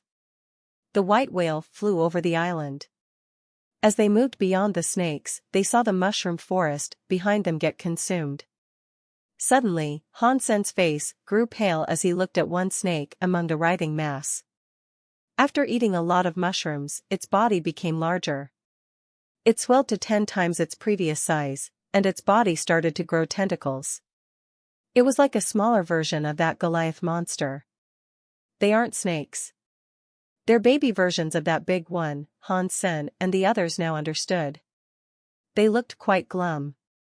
One monster was hard enough to deal with. If they all became monsters, it would be disastrous. And as everyone was trying to process the new information, a few more of the snakes grew bigger. They became just like the monster that was covered in tentacles. But their auras didn't reach the horrifying level of the largest one just yet. They were king class, most likely, and almost as good as a half-deified. "Is this a joke?" one of the pirates mumbled in shock. No one answered him, and that was because no one knew what it was. The white tiger kept running through the mushroom forest, but if the white whale started to lag, it would stop and roar up at them. It went back to running when they caught up. It was like it was leading them someplace. Hansen and the others had explored this island many times before. Aside from the mushrooms, there was nothing special to be found. They had searched the broken battleship repeatedly, but nothing important was ever discovered. "Where is the white tiger taking us? Is he going to take us away from here somehow?" Hansen wondered, intrigued. But Hansen was soon disappointed. The white tiger wasn't planning on leaving the island. They came to a giant mushroom that was around 3 stories tall. The tiger walked up to the mushroom and slapped it. The mushroom fell over, revealing an underground cave that was hidden beneath. "There's a cave below here?" Hansen murmured in surprise. He didn't know what material this island was made of, but the rocks were so hard that not even deified powers could shatter them. Making a cave there would be very difficult. The white tiger disappeared into the cave. After a while, it came out. It made some noises in Hansen's direction, as if it was hurrying him to go in. Hansen saw that the snakes weren't too far behind them. If they entered the cave now, the snakes might arrive before they had a chance to leave. That would thrust them into the maw of another nasty fight. But as Hansen thought about it some more, he realized that they had little choice if they wanted to stay on the island. The snakes would be their enemies as long as they remained on the island, and there was little they could do against the snakes in their current state. Everyone disembarked the white whale. Hansen shrank the white whale and put it away, then dropped into the underground cave. The others couldn't do anything except follow. They had been inside the cave for less than 30 seconds when the snakes arrived, covering the ground like a black blanket. Many of the slithery serpents poked their heads into the cave. Because there weren't any mushrooms, however, the snakes didn't seem to be very interested. After looking around the cave briefly, they crawled back out. Hansen and the others continued to follow the white tiger. Hansen soon realized that the cave was a natural formation, not a man-made hollow. That made him feel very relieved. If it was man-made, then whatever made the cave could be very dangerous to them. If it was natural, on the other hand, there was a chance it was just an ordinary cave that could help them avoid disaster. Why would that white tiger be so kind, bringing us to a cave to avoid disaster? Or is this part of a greater conspiracy? One of the pirates asked. Regardless, we need to keep walking. Unless you want to fight those monsters outside the cave, that is, another pirate said. Stop talking. We might as well explore the cave fully. Maybe that is where the white tiger stores its treasure. Who knows? We might be able to get something good out of it. The pirate crew was chattering among themselves when suddenly, they felt something emerge from deeper in the cave. In fact, they did not see anything. They just felt something come forward. The next second, everyone felt a chill. Their clothes billowed as a cold wind rushed up from deeper in the cave. The cold wind wasn't very strong. It was the type of wind that would only make tree leaves flutter gently, so it wasn't harmful to Hansen's group. However, the wind made everyone feel weirded out. One of the pirates said, "Weird. There is wind underground. Does that mean there is an exit?" Fong Qingyu's eyes brightened, and he said, "We're assuming that we've been in the black hole spider's stomach, right? If the ocean is the creature's stomach, there should be some organs that connect to it. Maybe accessing those organs can lead us to an exit." *T. Does that mean the wind was a fart? A pirate exclaimed, turning green. Fong Qingyu's explanation made the others feel uncomfortable. But more than anything, they were just surprised. If this was true, they had a chance of escaping this hellish place alive. Escaping through the creature's intestines did not sound pleasant, but it would be better than dying. No matter how nasty the trip might be, life was more important.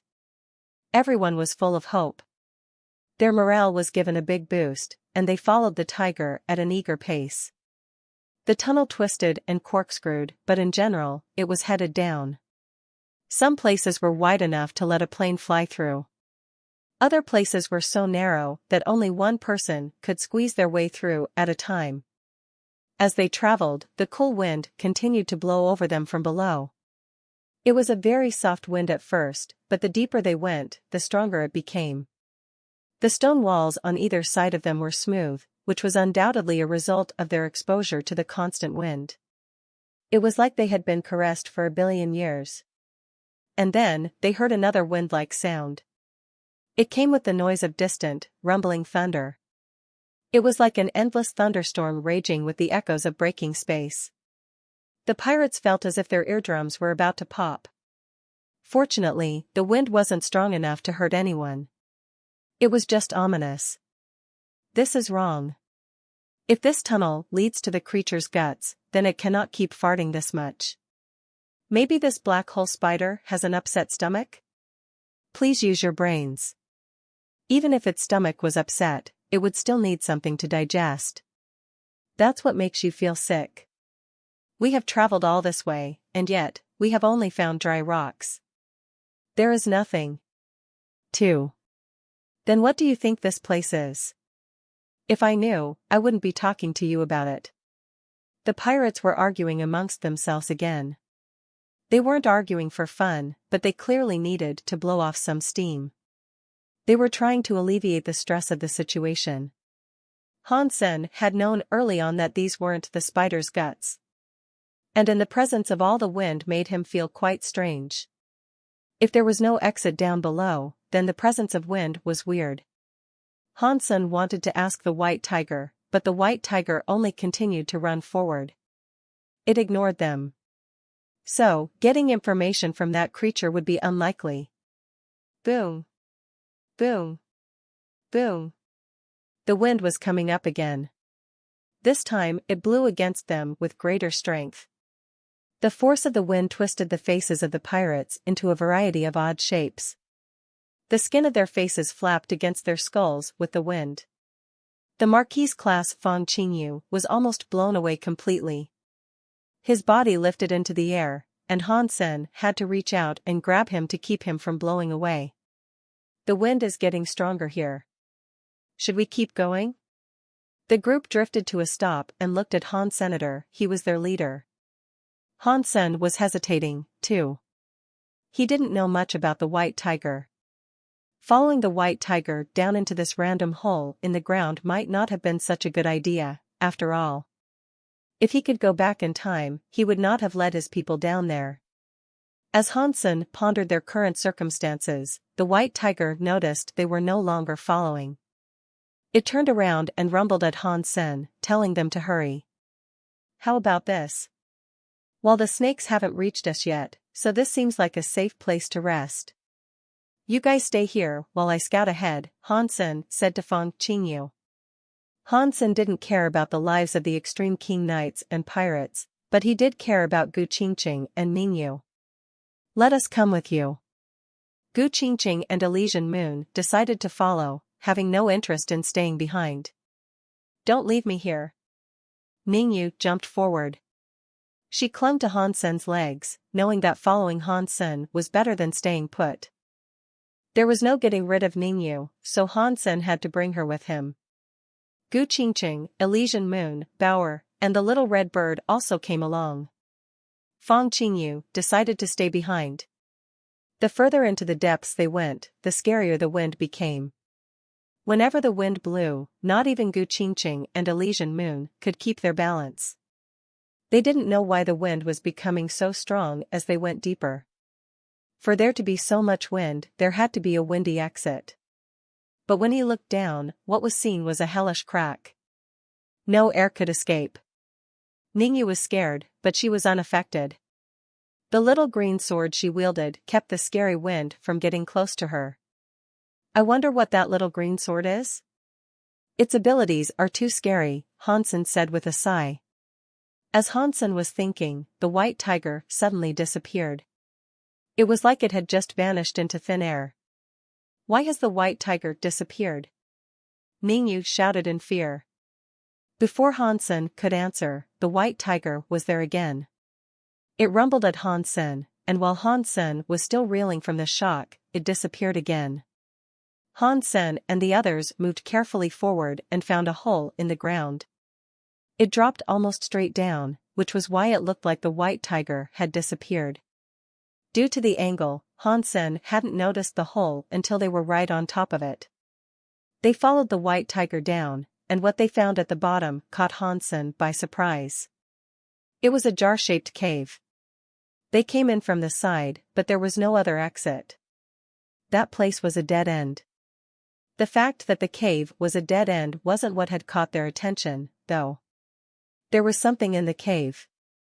Hansen didn't recognize the device. Most of it was obscured by the stone that covered it, and only about 1 foot of it could be seen. The device was purple like copper, and there were some strange symbols carved across it. It looked like the handle of something, but it wasn't like the grip of a sword or a knife. That was because this handle was only as thick as a couple of Hansen's fingers. And even with the little they could see right now, the group knew that it was too long to be a normal handle. Boom!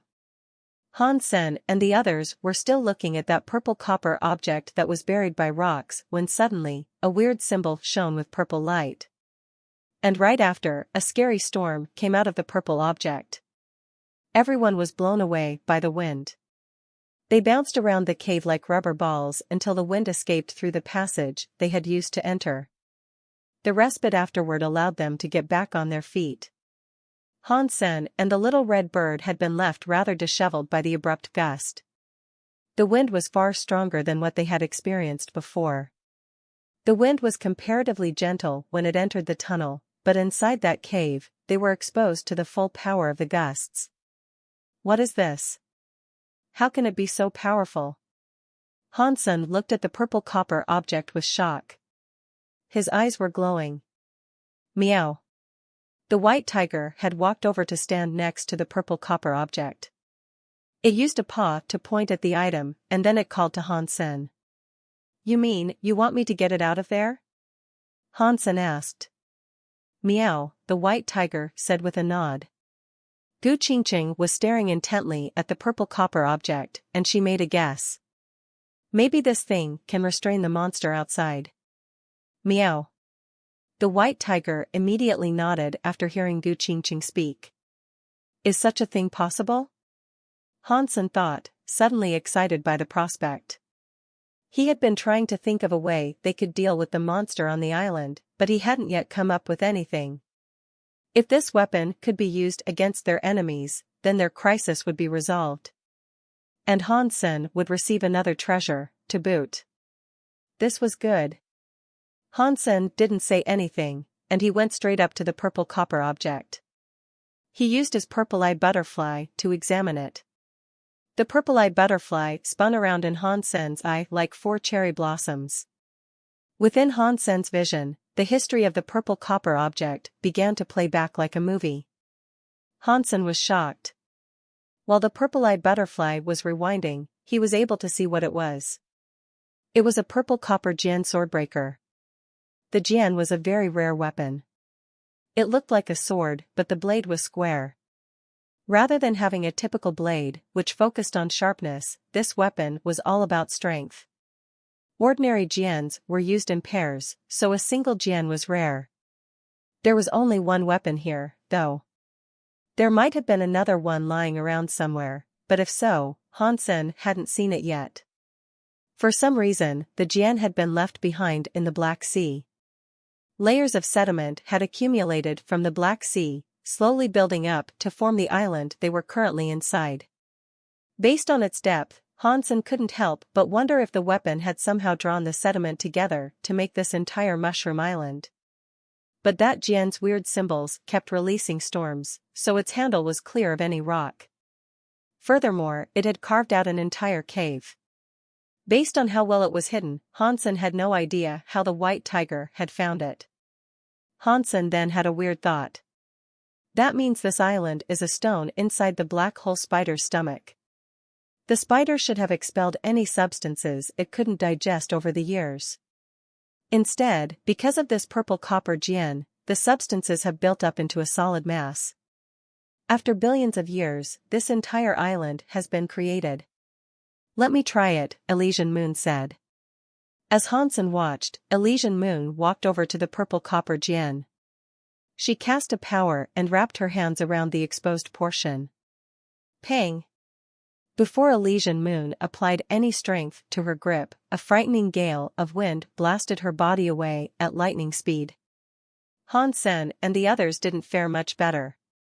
They did not know what the purple copper gene was, but the fact that it could release such power when no one was even using it was amazing. Not even the little red bird could withstand the wind it summoned. This wasn't an ordinary item, that was for sure. It looks like a deified weapon with a wind element. Is there anyone who is a master of the element of wind? Gu Qingqing said. Everyone swapped glances with each other. No one there really focused on wind. Let's keep trying. Maybe we don't have to be too attuned with the wind element. If we can't pull it out, we can remove the rocks that are surrounding it, Hansen said. Elysian Moon nodded and drew her paper umbrella. She used it as a sword and slashed at the rocks atop the purple copper gene. The tip of the umbrella unleashed a raging sword light that slammed into the rock. That strike was strong enough to cut a hole through an entire planet, but when the light faded, the rocks weren't even scratched. Everyone stared at the undamaged rocks with slack jaws. Elysian Moon was as strong as a king class could be, but her full power attack hadn't even left a mark on the stones. The rock of that place was far sturdier than they could have imagined. Little red bird. Hansen called.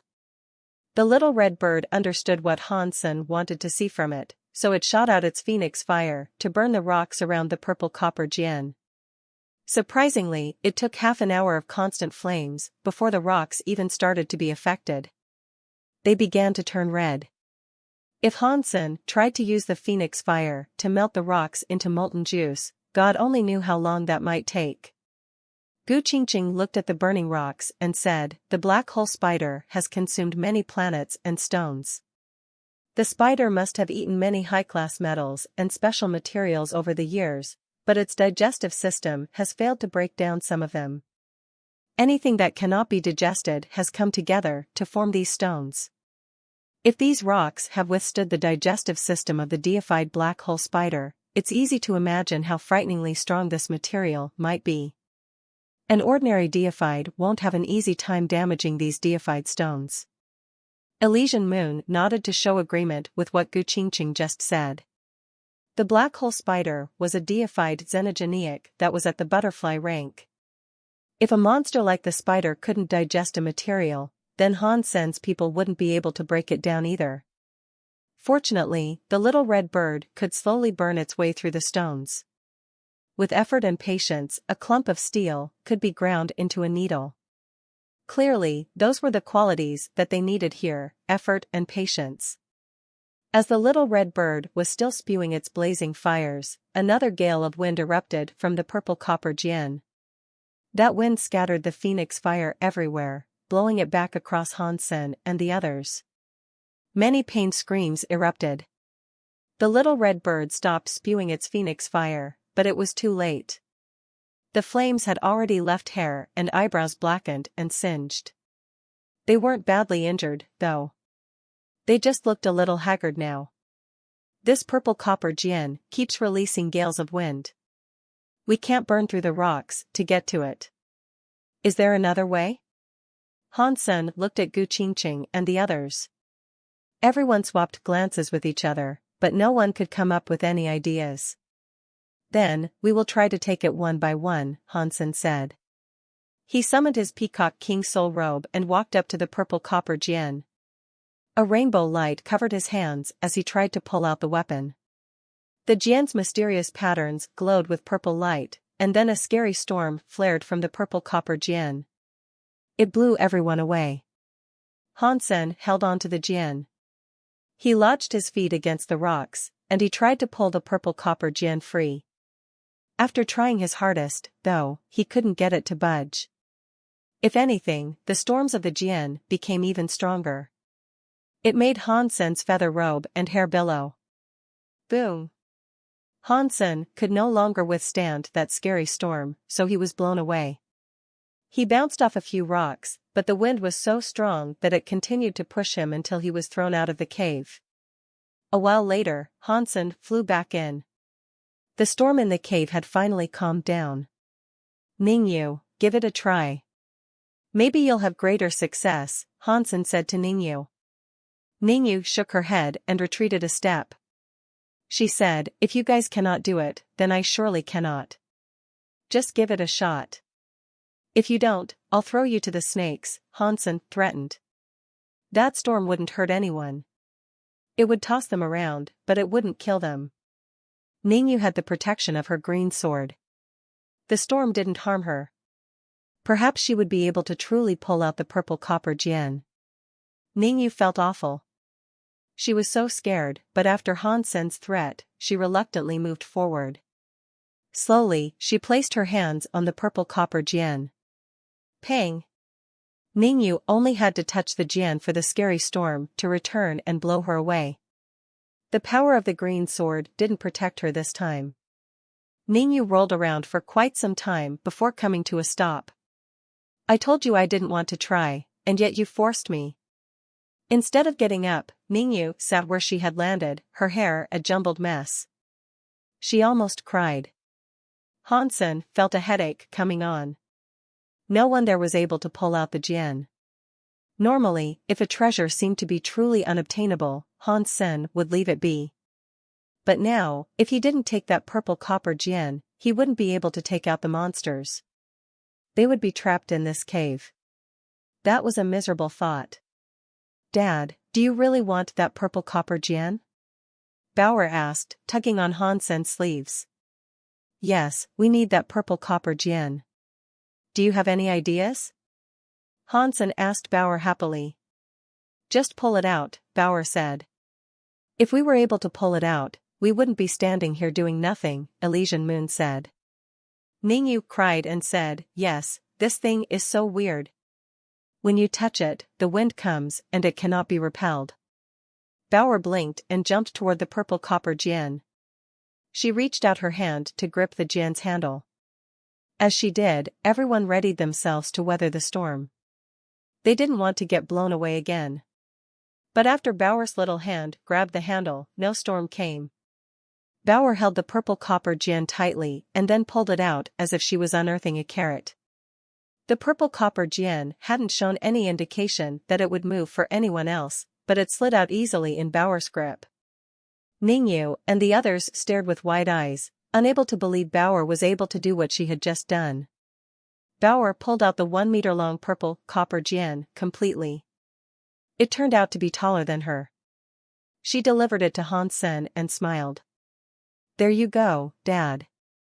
Bauer, you are so good. Dad will buy you ice cream later. Hansen took the Jian, a wide grin stretching his mouth. Strangely, when the Jian was below the rocks, it would unleash storms whenever it was touched. Now that Hansen was holding in his hand, there were no storms. Hansen looked at the purple copper Jian. It was the same as the one he viewed through his purple-eyed butterfly. It was 1.2 meters long, its blade was square, and it was crafted out of some sort of purple copper. It was quite heavy. On all 4 sides of the tool, there were strange symbols. But those weird symbols were different from the strange symbols on the handle. Hansen tried putting his power into the purple copper Jian to see if he could activate it. It was a surprisingly smooth process.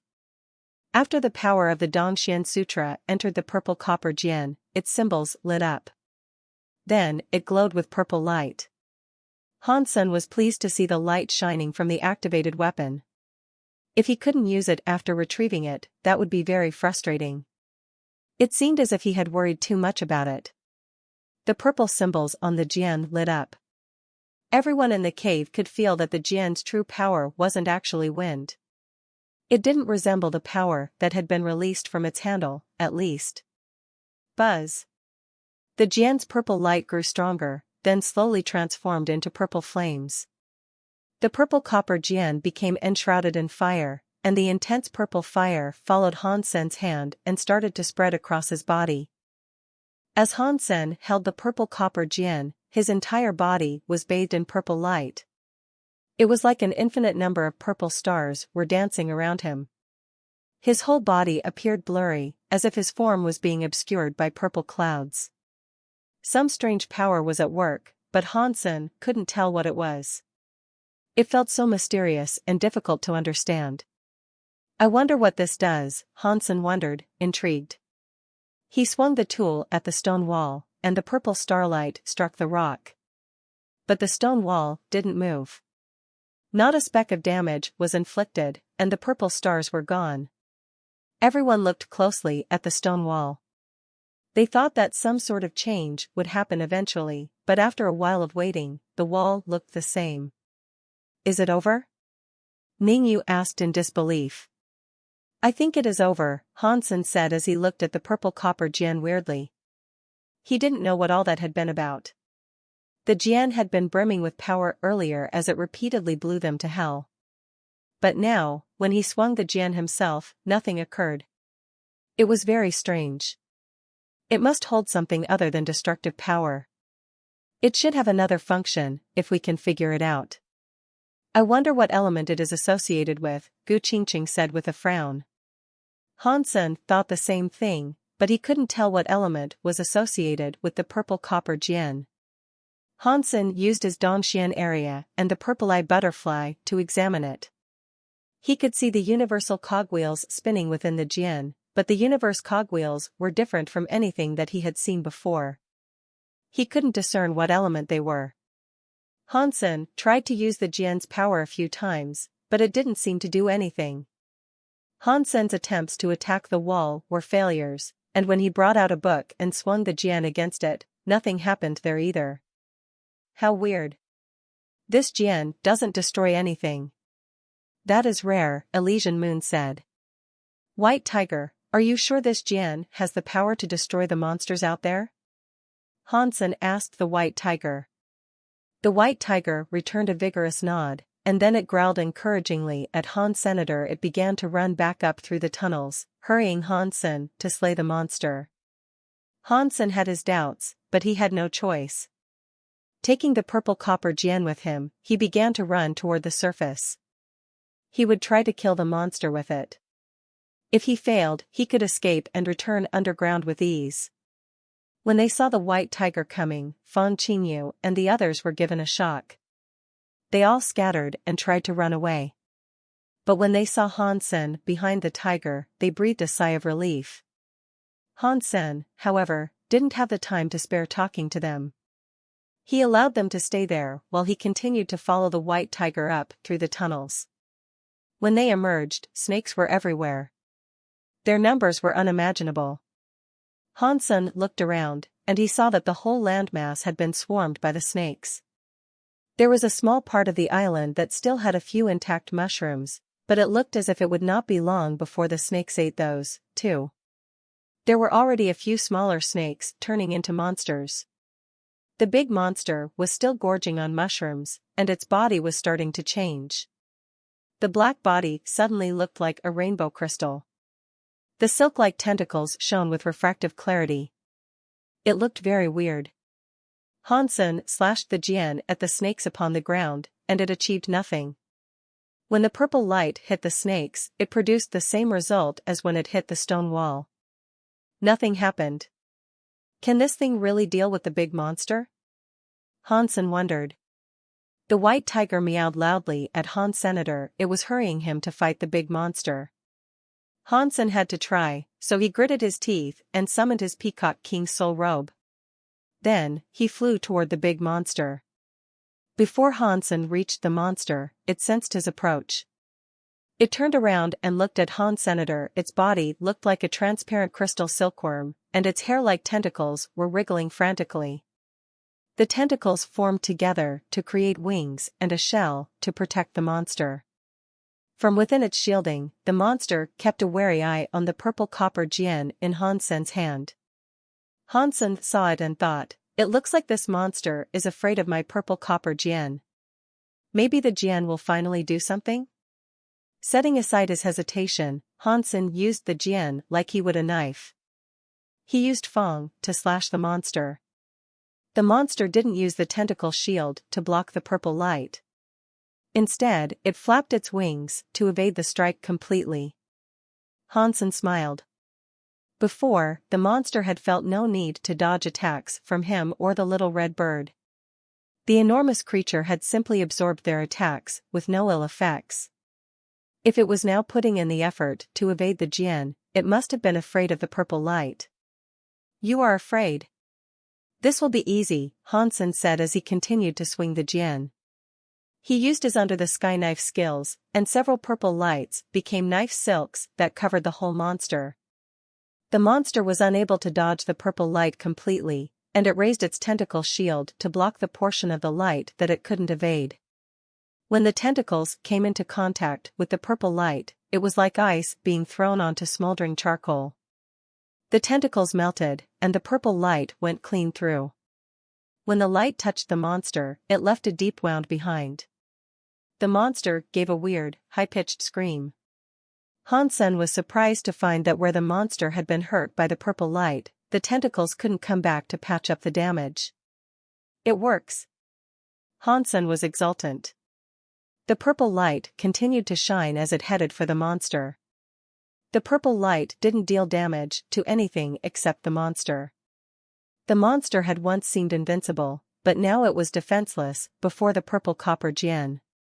It shrieked as the purple light tore its body apart piece by piece. The monster no longer seemed interested in eating the mushrooms of the island.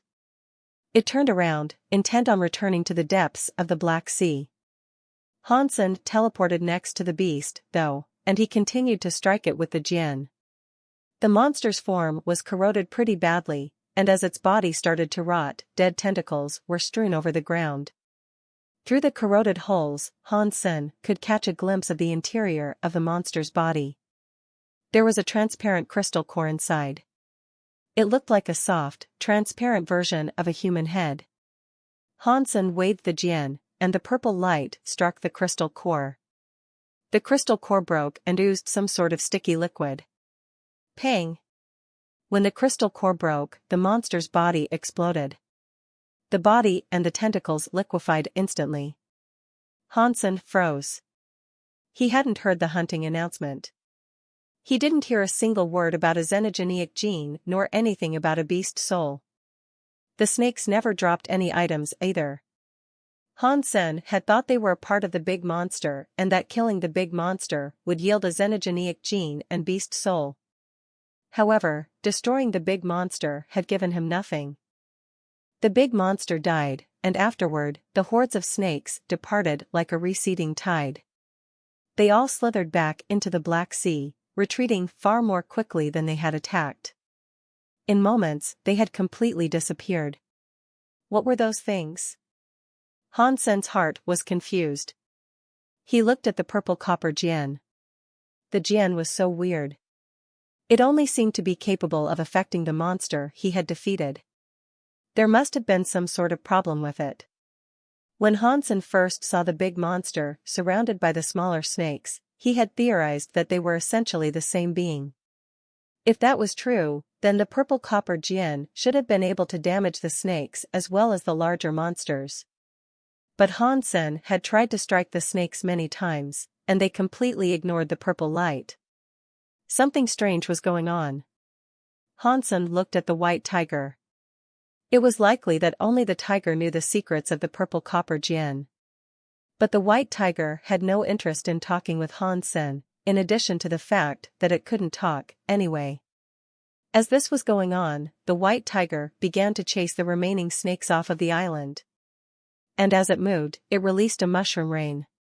When the mushroom spores landed on the snakes, mushrooms would grow on their bodies, sucking the moisture out of the snakes and leaving them as desiccated husks.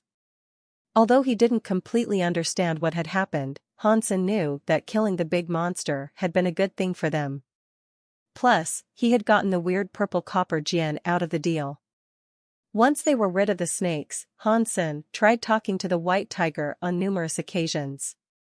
He wanted to know if there was a way out, but he also wanted to learn more about the purple copper gem. The white tiger would only ever meow twice and shake its head in response. Hansen couldn't speak the tiger's language, but he understood that the tiger wasn't going to help.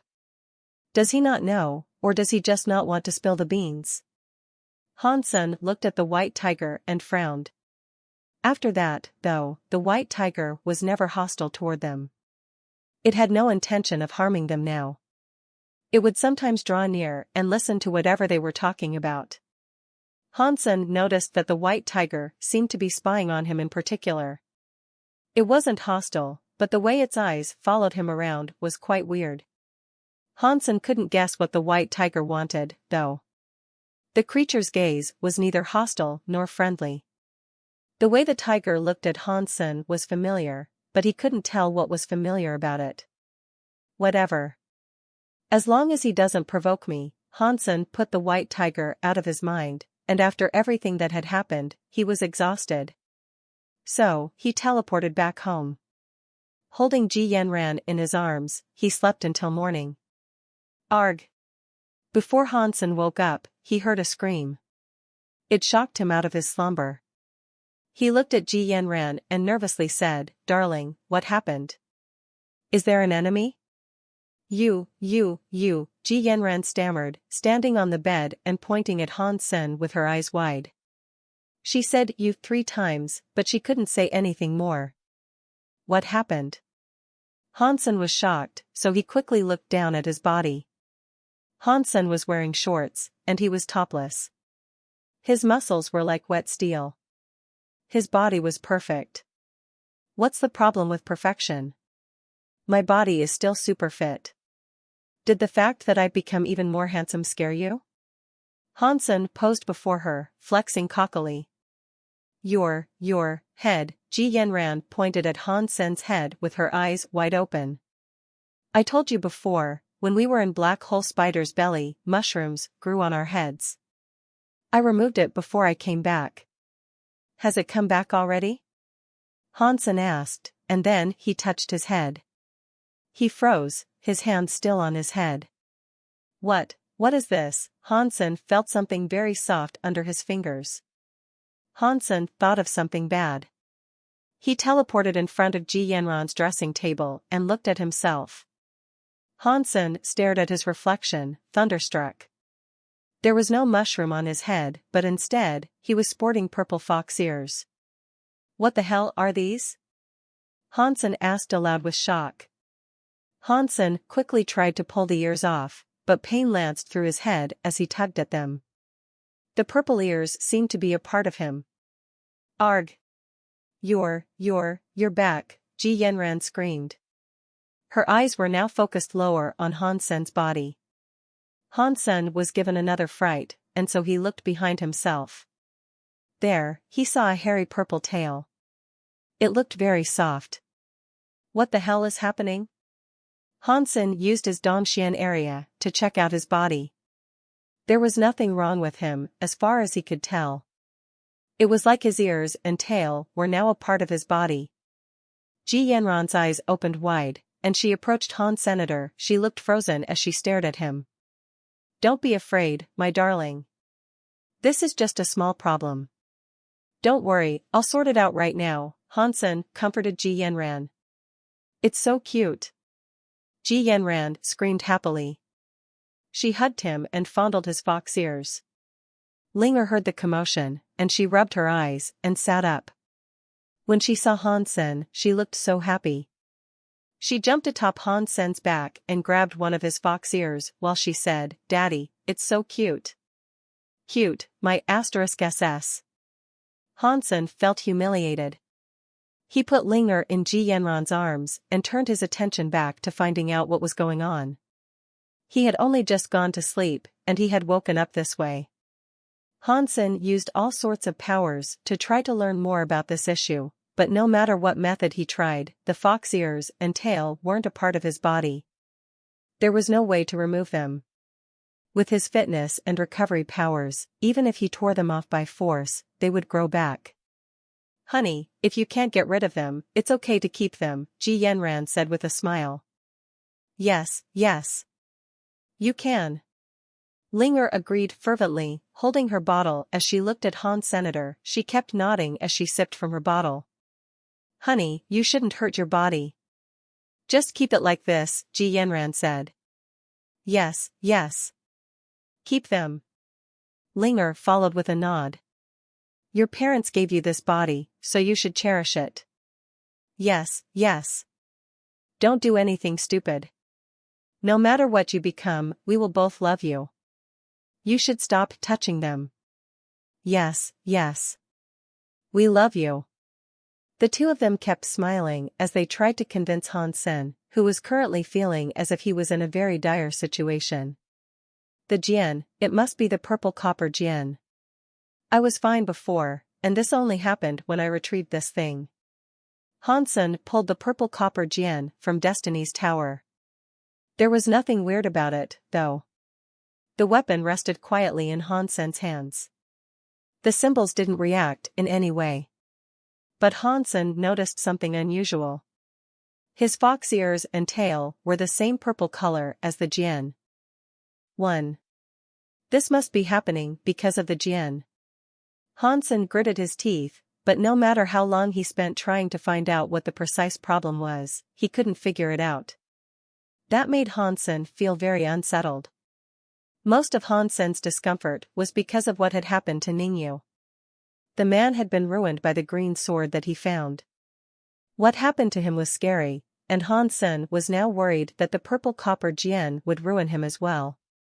Ningyu's personality and body had been wholly changed. He now seemed almost entirely like a woman. Han Sen was afraid he would end up transformed into a purple fox or something. He wasn't going to let that happen. Han Sen suddenly thought of the white tiger's face and why it looked so familiar. He realized that he had recognized the expression. The white tiger looked at him in the same way he looked at Ningyu. That D***MN tiger knew something like this was going to happen. Han Sen felt so angry. Han Sen couldn't figure out a solution to this dilemma, though. Han Sen then used his super god spirit body. He wanted to use the invincible powers of the super god spirit body to rid himself of any debilitating effects. After Han Sen used his super god spirit body, the fox ears and tail suddenly burned away. It made Han Sen let out a big sigh of relief. It is lucky I have a super god spirit body. I won't end up like Ningyu with this, Han Sen said, pounding his chest. When Ji Yanran and Linger saw that Han Sen's fox tail and ears were gone, they looked disappointed. It was like they had lost their favorite toy. Han Sen didn't care about their disappointment, though. He didn't like looking weird. After deactivating the super god spirit body, he stroked his head and touched his behind. Everything was okay now. He felt much safer. But Han Sen's joy was short-lived. When he went for a walk with Linger later that day, the people in the streets started pointing at him. One girl giggled hysterically. A worried sensation began to gnaw at Han Sen's stomach. He touched his head, and he realized that the fox ears had suddenly grown back. The tail was back as well, lifting his clothes awkwardly. Han Sen's face changed. Linger, on the other hand, was happy. She sat on Han Sen's shoulder, playing with the ears with one in each hand. She kept rubbing them, looking delighted. Han Sen quickly flew to a place with no one around. And then, he teleported home. He used his super god spirit body to rid himself of the queer physical attributes. Without hesitation, Han Sen immediately teleported back to the Geno universe. He threw the purple copper Jian into the Black Sea. Once he made sure that the purple copper Jian had sunk below the waves, he returned to the sanctuaries. Not long after, Han Sen noticed that the purple copper Jian was attached to the belt on his waist. How is that possible? Han Sen was shocked. He was now in the sanctuaries, and yet the purple copper Jian had somehow reappeared next to him. It was unbelievable. The purple copper Jian had only been with him for a matter of seconds, and already his ears and tail were growing again. Hansen tried to get rid of the Jian many times. However, even if he placed the weapon on a planet inside the core area, he wouldn't be rid of it for long. In a short amount of time, it would reappear next to him. Now Hansen knew he had suffered a misfortune that was similar to Ningyu's. A weird weapon was stuck with him, and there was nothing he could do to get rid of it. Now Hansen regretted his recent choices. He shouldn't have taken the purple copper Jian. If he had known this was going to happen, he would have allowed Gu Qingqing or Elysian Moon to take and wield it. It was more acceptable for a woman to have fox ears and a tail. 1. It was too late to think of that now, though. When they saw Hansen, Gu Qingqing and Elysian Moon tried their best not to laugh. They pretended there was nothing amiss, but Hansen could sense that they were laughing incredibly hard on the inside. Can anyone tell me what this is? Hansen asked, throwing the purple copper Jian in front of the white tiger. Meow, the white tiger said. It smiled with its moon-like eyes. Hansen didn't speak the language of beasts, but he could tell it was laughing. F***CKU. Tell me now, what is this? Tell me how to get rid of it. If you don't, I'll skin you alive, Hansen threatened the white tiger, grabbing it angrily. The white tiger mewed a little, but Hansen didn't understand what it was trying to tell him. When Hansen let the creature go, it hurriedly disappeared amidst the rocks. Hansen couldn't do anything. He made many attempts to separate himself from the weapon, but he couldn't be free of it. But fortunately, the situation didn't become any worse. Aside from the fox ears on his head and the fox tail on his butt, there was nothing else wrong with him. The only silver lining in all this was that the head mushrooms were no longer an issue for Han Senator. When the fox tail and ears grew, the mushroom on his head didn't. The mushrooms are gone, but now I have the ears to contend with. What do these things think my brain is? A hotel? Hansen was very angry, but he had no way of resolving the matter. Dad, you look good like this. Bauer tilted her head to look at Hansen. I look good, my *SS. Hansen grumbled, but he had no choice but to accept it. He couldn't keep on using his super god spirit body every 5 minutes. You'll get used to it. That is what happened to me, Ningyu said quietly. Hansen looked over at Ningyu's girly appearance. He felt a chill as he thought, no way. I must get rid of this crap. I can't end up like Ningyu.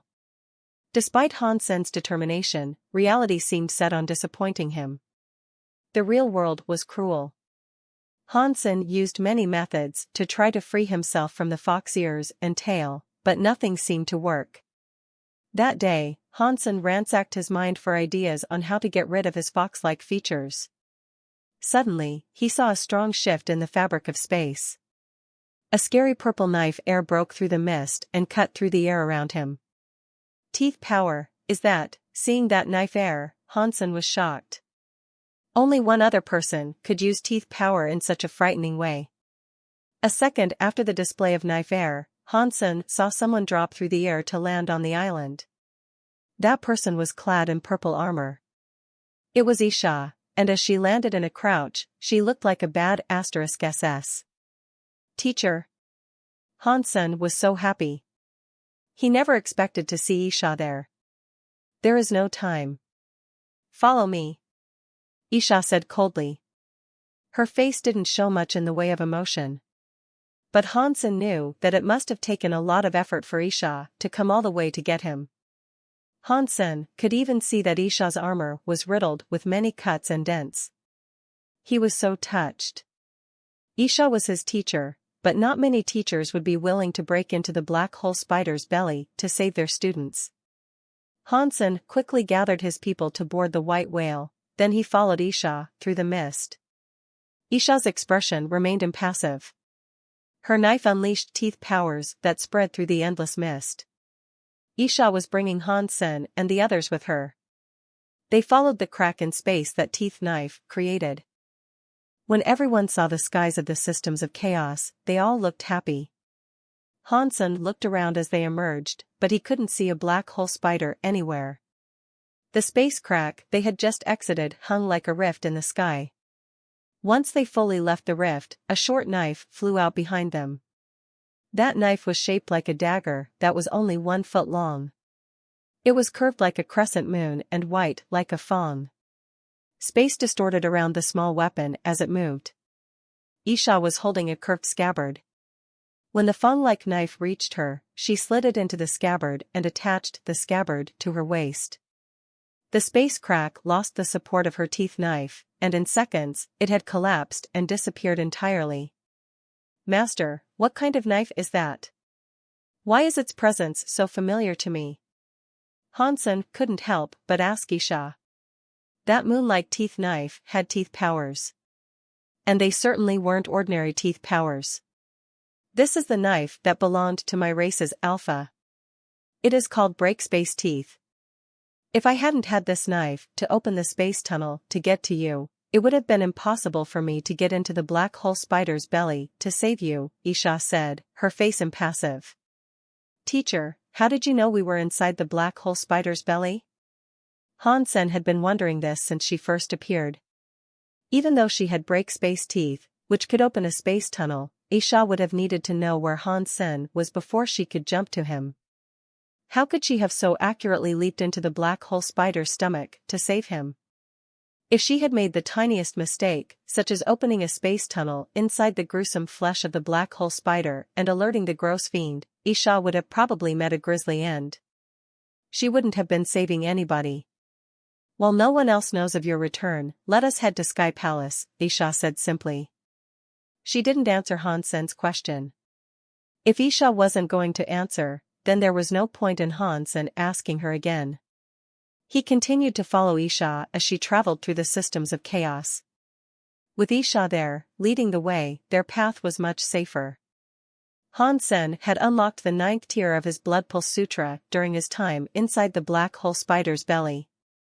The story of genes had been leveled up, too. It was just as Hansen expected. As the story of Gene's area increased, the strength of his body increased along with it. His connection with the black crystal armor had also become clearer and more defined. "If I become half-deified, will I be able to manually activate the black crystal armor?" Hansen wondered. The white tiger followed them out. It flew along with them, not looking as if it wanted to leave. It was weird. When they left the black hole spider's belly, the mushrooms on their heads died and didn't grow back. But the white tiger's head still had a mushroom on it, and that mushroom showed no signs of dying. Everyone else, however, was quite pleased to see their mushrooms shrivel and fall away. It was as if a weight had been lifted off their shoulders as a grand crisis was resolved. But Isha looked at the white tiger and said, "Inside the black hole spider's belly, nothing below the rank of deified can survive. If you all survived this long, you should be thanking the mushrooms you were given." Hansen and the others were shocked. They had viewed their mushrooms as something of a curse. They had never realized that the mushrooms were protecting them. They looked at Isha with a gaze of disbelief. "You think it's that easy to live inside the black hole spider's belly?" Isha asked sternly. "There are scary powers in there that you couldn't even see. The powers in that place are like viruses that can invade the bodies of anything. They break down entire creatures into nothing but raw nutrients to feed the black hole spider. Without a deified body, it is impossible to withstand or even notice those powers before it is too late. Even with a deified body, survival is not guaranteed. The mushrooms that the big white cat placed on your heads are the only reason you guys were able to survive there for the duration you did." When Hansen heard Isha say this, he suddenly had a flashback to the information he discovered inside the broken battleship. He thought to himself, when that woman conducted the tests that we saw, was it to allow the white cat to survive there? If what Isha says is true, then it seems pretty likely. The mushroom on the white cat was probably invented by that woman. It was a vaccine to resist the viruses that would have otherwise ravaged the white tiger's body. We were saved by it. Hansen wasn't sure if vaccine was the right word to describe a mushroom with magical healing powers, but he decided to go with it. So, ever since we first arrived in that place, the white tiger was sustaining our lives. Without it, even if I survived, everyone else would have died. But how did that woman get inside the black hole spider's belly in the first place? And why did she leave by herself, leaving the white tiger behind? Hansen really wanted to find that woman and ask her. But he had no clue where she might be found. Ever since they parted ways in Two World Mountains, he never heard from her again. "What is up with you?" Isha asked, looking at Hansen's head. Bauer was sitting on Hansen's shoulders, playing idly with Hansen's fox ears. She kept squeezing them. She seemed to be having a lot of fun with them. Hansen told Isha about what had happened in the tunnels under the island, and when Isha heard what he said, she looked stunned. "Let me see the jian." Hansen brought out the purple copper jian to show Isha. Isha didn't take it into her hands, but after a while, she nodded and said, "That's it. That is the fox's race weapon." "It's a race weapon?" Hansen didn't understand. He had never heard that term before. Isha sighed and said, "Right now, not many know about race weapons. In ancient times, all the races that lit up a Geno lantern were able to make a gene weapon with the fire of the lantern. That race weapon would be fused with the genes of the race that forged it. It would gain incredible power and become a very special weapon. Some strong race weapons are like true god-level, deified weapons. They might even be stronger. But each gene lantern can only ever forge one race weapon. The first person that lights up the lantern receives the weapon. If they light up the gene lantern again, they won't get another. Stealing a race weapon is the only way to get a second one. So, right now, not many creatures know about race weapons. Even if they encountered one, most people would just think it was a powerful deified weapon. After a brief pause, Isha said, "The fox's race weapon is called 9-spin Destiny Mirror, but from what I know, it was a race weapon that the foxes stole. It didn't originally belong to them. I have heard that their real race weapon, the one they received when they lit their lantern, is the purple copper jian. I've never seen it myself, but I think that might be it." Hansen was thrilled to hear that, because the 9-spin Destiny Mirror was also in his hands. He just didn't know how to use the 9-spin Destiny Mirror. He heard from Fox Queen that the 9-spin Destiny Mirror only worked for foxes who became deified. He didn't know if that was the truth. "Teacher, is there a way to remove this ailment of mine?" Hansen looked at Isha, his eyes full of hope. She knew where the purple copper jian came from, so she must have known a way to fix it. "Race weapons are deified as soon as they are created," Isha said, shaking her head. "They are smarter than the average deified weapon. They are stronger, too. If the weapon was used by a creature from the race that created it, the weapon would be incredibly beneficial to them. There wouldn't be any such side effects. If it was activated by someone of another race, however, they would adopt the traits and powers of the race the weapon belongs to. Their bodies would be invaded by the race's genes, which would turn them into something weird. Unless you gain enough power to overwhelm the race weapon, you won't be able to hold off its effects." "Is there no other way?" Hansen asked with depression. "Well, I can't say with certainty that there isn't some way to be rid of its influence. If there was an elite that could use force to suppress the power of the race weapon and erase the fox genes within it, perhaps your genes could be placed in the weapon instead. You could probably get rid of the gene weapon's side effects that way. It is like the fox's 9-spin Destiny Mirror. A scary fox elite erased the original genes inside the mirror and replaced them with his own. That way, it became a race weapon of the fox." Isha paused and said, "But the genes of the foxes are very good. I have heard that when they lit up their gene lantern, their ranking was quite high. This purple copper jian's power might indeed be true god class. Unless you can find a true god class elite that is willing to spend some energy wanting to help you, there is no other way." "Does that mean I'm done for?" Hansen looked as if he was going to cry. He didn't have a true god deified to help him. He didn't know of any to begin with. Even if he did, there was no reason for someone else to expend so much effort erasing the fox genes inside the purple copper gen on his behalf. You look quite good the way you are, Isha said. Then, she continued flying. It took a while for Hansen to wake up from his disheartened daze. Hansen equipped glasses to hide his face, then used the item to inspect Isha's genes. The numbers on the display kept cycling. It took a while for her details to be produced. The rebate wasn't a very rich race, but Isha's gene potential was at 8 stars. If the potential is 8 stars, then that means she can become a butterfly. If she wants to become a true god, a grand opportunity will need to come her way and offer her a boost. It is a shame my Blood Pulse Sutra is only king class right now. I can't boost the genes of a deified. If I could, I'd definitely help Isha perfect her genes.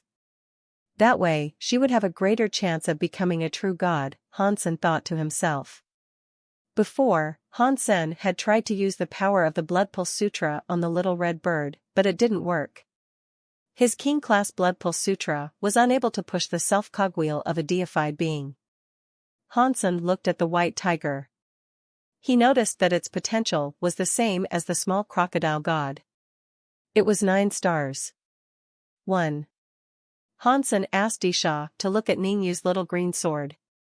She was unable to determine what sort of weapon it was, but judging from what had happened to him, it was likely a race weapon. Which race exactly? She didn't know. The white whale had almost fully recovered. Hansen invited Isha to ride inside the white whale, and it was an offer she didn't refuse. The group rode inside the white whale for the remainder of their journey to Sky Palace. They didn't see elites from any other races as they traveled through the systems of chaos. They often encountered space xenogeneics, though. And luckily, Isha was there to help them in such engagements. With Hansen and the little red bird's deified powers, they were in no danger. That white tiger slept inside the ship day and night. It didn't lend them any power or look as if it was willing to lift a finger to help out. The white whale was flying forward as it usually did when suddenly, a group of ships appeared. The sight made Hansen and the others feel a chill. Spring rain, Hansen said when he recognized the symbols on the battleships. It was spring rain, the group of agents that Miss Mirror commanded. Of course, when those battleships surrounded the white whale, a man and a woman came out of the lead ship. The woman was Miss Mirror. The man was the 4th uncle, Meng Lai. We just exited the black hole spider not too long ago. Why are they already here? Hansen was shocked. Hansen, do you want to come with us peacefully? Or are we going to have to drag you back? Meng Lai asked with a laugh. Hansen remained silent. Although they had 3 deifieds in their midst for combat, they were each of the lowest class. They were primitive deifieds. Miss Mirror was a primitive deified, but she had been deified for longer. Her powers were weird, and she would be hard to deal with. Meng Lai could certainly be a transmutation deified. Even Lando, who became deified, had been unable to defeat him. Fighting him would be harder than dealing with Miss Mirror. But Hansen had no choice now. He put on his Peacock King Soul robe, equipped his 6-course snake bow, and exited alongside the little red bird. Isha came out, as well. She quietly stood next to Hansen. Miss Mirror looked at Isha and said, "Knife Queen, the rebate have always sided with the Extreme King. You aren't going to destroy our long-standing relationship merely for Hansen, are you?" "The rebate already has an alliance with Sky Palace," Isha said flatly. "I'm willing to be friendly with the Extreme King, but if you people keep trying to get in my way, then I have no other choice." When Hansen first went on the run, Isha was slow to act, because she was dealing with the politics of the rebate. She couldn't get the whole of the rebate involved simply to save Hansen. Now, though, the rebate had entered an alliance with Sky Palace. They had the protection of Sky Palace. It would be troublesome for the Extreme King to dare touch them. "Knife Queen, you need to rethink this." Is all of this worth it? Is it worth betraying us on behalf of your student? You know how traitors to the extreme king are dealt with. Meng Lai frowned. If I cannot protect my student, then what use is there for the rebate to even exist? Isha growled. I would like to see what benefits Sky Palace offered that have given you the courage to flat out deny the will of the extreme king. Miss Mirror's face was hard as she raised her hand and moved to attack Isha. Isha didn't move, but she pulled out her short-teeth knife to attack Miss Mirror. Meng Lai sighed. His body turned to gold, and then, he pressed his hands down on the lion mount he rode upon. The gold color dyed the lion. The next second, Meng Lai waved his hand. The golden lion rose, turning into a golden knife that resembled the head of a lion. I didn't want to kill you, but you just won't stay put. Meng Lai lifted the knife that looked like the head of a lion and approached Han Senator. Each step he took was like he was crushing the whole world. It felt like the whole galaxy had become smaller in his presence. Meng Lai was coming like a golden god. The little red bird shrieked at him as a phoenix fire blazed across it. It became a beautiful fire burning next to Hansen, and it unleashed a scary sea of flames. The sky was full of fire, and it was all headed for Meng Lai. Meng Lai swung his knife, and the sea of fire parted like it had been cut with a pair of scissors. The fire fell away to either side of the man and faded. A cold, golden knife light suddenly flew toward the little red bird.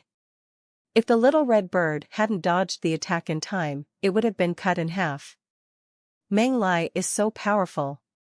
His gold soldier body is very strong. Hansen couldn't help but compliment his opponent. Meng Lai was a transmutation deified, and when he turned another deified xenogeneic into a soldier, his strength had grown. A primitive deified would have a hard time taking him down. Hansen's body shone with rainbow light.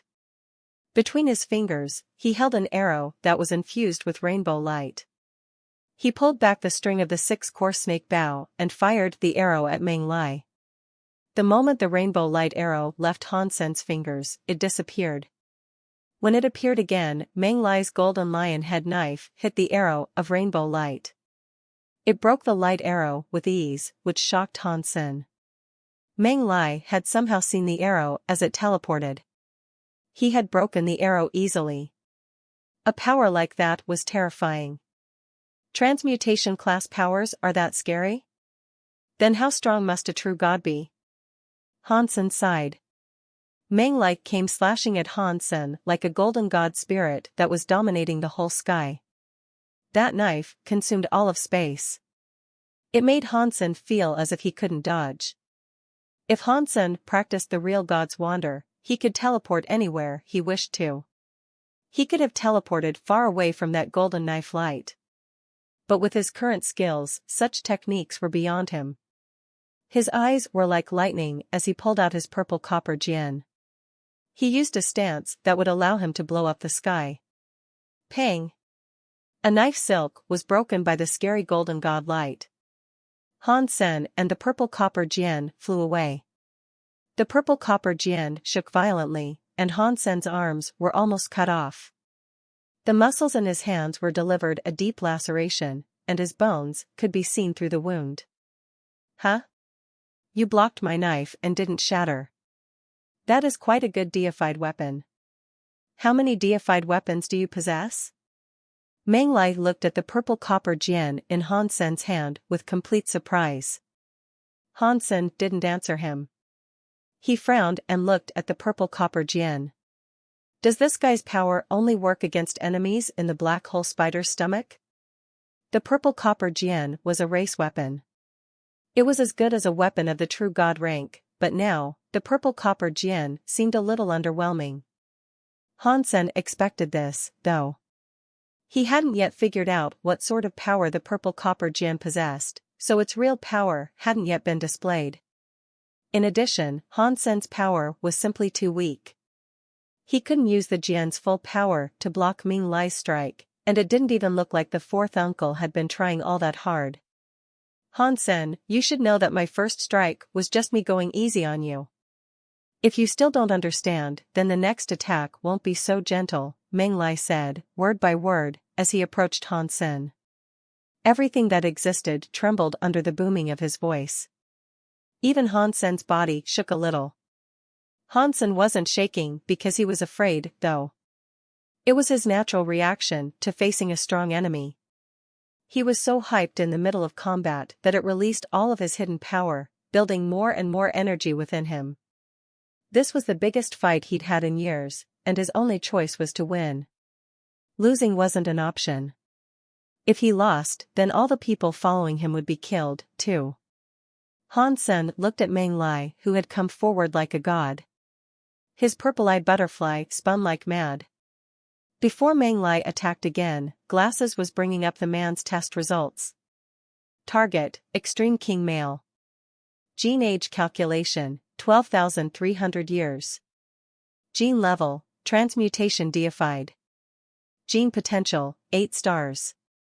Han Sen was shocked. It seemed as if the gene potential level was trickier than he had expected. Even an Extreme King transmutation deified only had 8 stars. The stars of a lower race were bound to be lower. So, Isha's 8 stars were actually quite impressive.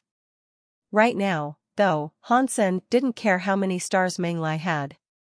The man's potential wasn't something that mattered right now. At the moment, Meng Lai was simply a transmutation deified enemy that he had to get rid of. Target, Lion Male. Gene age calculation, 163,000 years. Gene level, primitive deified. Gene potential, 6 stars. This was the data of the deified xenogeneic that had been turned into a knife that resembled the head of a gold lion. Its data didn't mean anything, though. Under the influence of Meng Lai's gold soldier body, the xenogeneic had been transformed into a knife and gained more power than ever before. BZZT. Another strike was on its way. The gold sword light tore through the universe, effortlessly cutting through the fabric of space. Han Sen's eyes flashed red, and his whole body turned red as well. The moment the golden knife light landed, it disappeared. Meng Lai frowned. He didn't look around, though. He knew exactly where Han Sen was. He used his left hand to gouge his own eye. Pang! Meng Lai's eye exploded. It was a self-inflicted blow, and a stream of golden, godlike blood gushed out. Han Sen fell out with it. Han Sen had made use of his blood-eye evil god's power to fire himself into Meng Lai's eye. He hadn't realized that Meng Lai would be so brutally efficient. He was happy to poke and obliterate his eye, which sent Han Sen rolling out. Han Sen, spare me these tricks. They won't work on the likes of me. Meng Lai's eye was still bleeding golden blood, but the flow of blood had been reduced dramatically. The wound wasn't healed, however, which prevented Han Sen from re-entering the eye with his blood-eye evil god. He had been blinded, but Meng Lai was still able to watch Han Senator. It was like he could see every move that Han Sen made. He moved the gold lion head knife, and the gold knife light that could destroy the most ancient thing surged toward Han Senator. It was so suppressive. It was like the whole galaxy was going to snap. The Peacock King robe had its wings open. A rainbow substance chain surrounded Han Senator. It connected with the purple copper Jian, which Han Sen then used as an arrow with the 6-core snake bow. Facing the scary gold knife light, Han Sen pulled back the string of the 6-core snake bow. He fired the purple copper Jian. The purple copper Jian disappeared in a hazy rainbow light. When it reappeared, it slammed into the scary gold knife light. Han Sen wasn't worried about the purple copper Jian breaking. Race weapons weren't that easy to break, after all. And even if it did break, Han Sen wouldn't be very upset about that. He didn't want his new ears or tail anyway. Pang! The purple copper Jian and the gold god light collided. It was like a sun had just exploded. It created a scary shockwave that destroyed everything around them. Han Sen watched that grand explosion. The purple copper Jian came back, spinning like a flaming wheel. Han Sen grabbed it, and he marveled at how there wasn't a single scratch on it. Meng Lai stared at the purple copper jian, his eyes blank with shock. He had used so much power that time, but even so, that O-ring-looking purple copper jian had blown up his knife light without incurring any damage. That was unbelievable. Is this another deified weapon like the shield of the Medusa's gaze? Meng Lai looked at Han Sen's purple copper jian. Han Sen looked at his mint-condition purple copper jian with joy. I don't know what the true power of the purple copper jian is, but it seems pretty good. It can block Meng Lai's knife lights. As Han Sen thought this, he put the purple copper jian back against the string of the six-course snake bow and aimed at Meng Lai.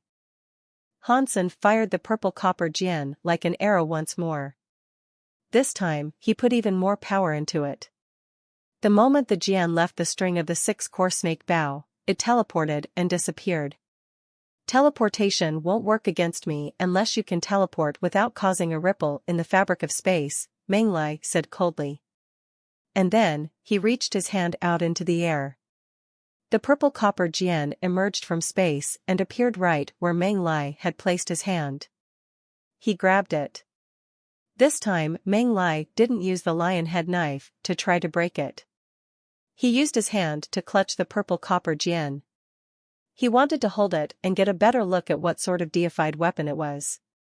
But when Meng Lai's hand was just about to close around the purple copper jian, the purple copper jian managed to leave its flight path and vanish from Meng Lai's vision once more. When Meng Lai saw the purple copper jian again, the weapon was protruding from his chest.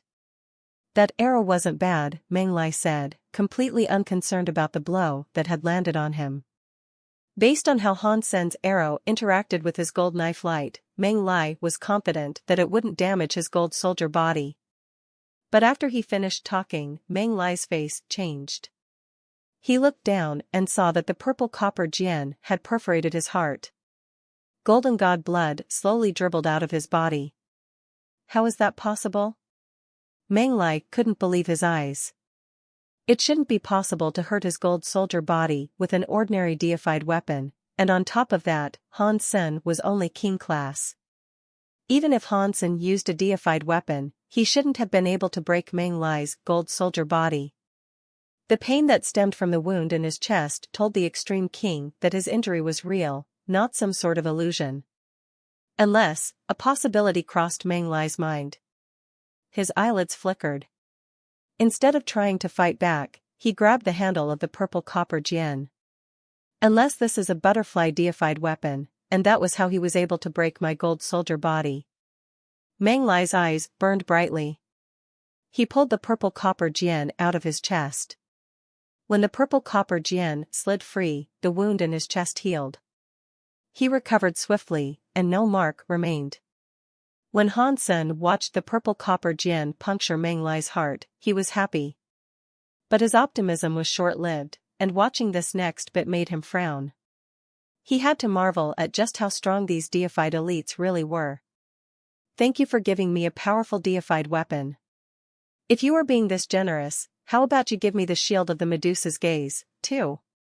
Meng Lai held the purple copper jian and erupted with a gold god light. Waves of gold energy enveloped the purple copper jian, dyeing the purple copper jian a gold color. The gold soldier king body could turn deified beings into gold weapons. The skill worked on deified weapons, too. It couldn't change the element of deified weapons, but Meng Lai was able to claim and use many different kinds of deified weapons. As the purple copper jian was turning gold, Meng Lai's face suddenly changed. He saw that the purple copper jian was no longer changing. Instead, it was reverting to purple. The mysterious engravings upon the jian suddenly lit up and blasted Meng Lai's hand away. How is that possible? Is this a true god weapon? Meng Lai looked at his hand. The portion of his flesh that had touched the purple copper jian was no longer gleaming gold. It was just his skin. A deified weapon, which no one was controlling, had destroyed a section of his gold soldier power. It was unbelievable. Meng Lai raised his head. His fiery eyes were locked on the purple copper jian in Han Sen's hand. He smiled and said, "A true god weapon. It is a true god weapon." Hansen, you are a man of great luck. You have 2 true god weapons. Many deified elites would weep and beg for just one. You are only a king, and yet you have 2. If you know that I have great luck, why must you insist on troubling me all the time? Isn't what you're doing against the will of the gods? Hansen asked coldly as he lifted the purple copper jian. Meng Lai laughed. The gold god light was bright in his hands. He spread his gold power back over the hand whose light had been extinguished, laughed, and said, "The path to evolution has us all fighting against the sky. Everyone's evolution is built on the broken bones of their opponents. What you eat and what you use comes from the creatures of lesser fortunate universal beings. If you don't try to fight your way higher, you will be sh*t on the road for other creatures to consume. If things were not like that, why would I be afraid of the things that hold me back? You have good luck. In that case, I will steal your luck for my benefit. With these 2 true god weapons, the Extreme King will grow even more powerful in the future. That is my luck, and the Extreme King's luck." Meng Lai continued to cast his gold god light. The entire system turned to gold. Even the system rang with a godly hymn, and the world kept trembling without reprieve. It was like the world was answering what he had just said. Although Hansen was Meng Lai's enemy, he had to admit that the man was quite right. In that universe, a blade of grass, a log of wood, a stone, a drop of water, all of them held life. Whether you were an extreme king or a human, if you wanted to live, you would have to do it by standing on the blood and bones of others. If success was merely a matter of luck, then fighting to better yourself would be pointless. You might as well dig a hole and bury yourself. You are right. Hansen's eyes looked clear. The purple copper jian was on the 6-core snake bow again. Hansen pushed his jade skin, bloodpool sutra, and the peacock king soul robe to the max. The flesh of Hansen's whole body seemed to vibrate with strength. Blood surged and roared through his vessels, and his heart was like a generator that could not stop spinning. His body began to swell, and he looked very excited. The feather robe gleamed with rainbow light, which spread to cover the purple copper jian. The purple copper jian's marks seemed to brighten under its touch. It was like they were turning into mysterious symbols of light that surrounded the purple copper jian. Even the ears on Hansen's head and the tail on his back glowed with a purple light. Seeing Hansen and the purple copper jian, Meng Lai's excitement was through the roof. He shouted, "Now I understand. I finally understand. That weapon belongs to the foxes. It is Cupid's jian. No wonder it was able to damage my gold soldier body. Cupid's jian? What on earth?" Hansen thought that name was so weird.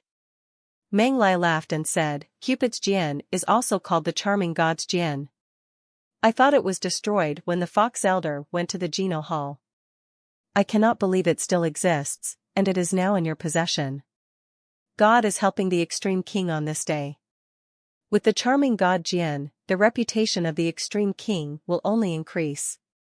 Meng Lai was so excited. He looked at the purple copper Jian with his blinded eye and summoned gold light. "It sounds like you know something about the charming god's Jian, but do you know what power it has?" Hansen's heart leaped at the possibility.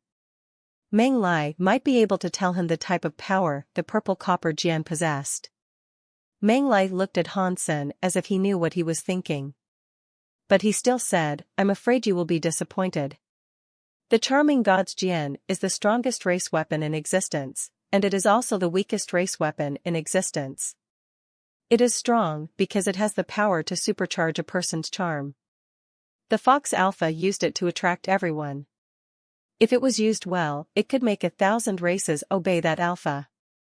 I also say it is weak, because its powers of simple destruction are bad. It won't help you now." "So, you are saying it has no attack power?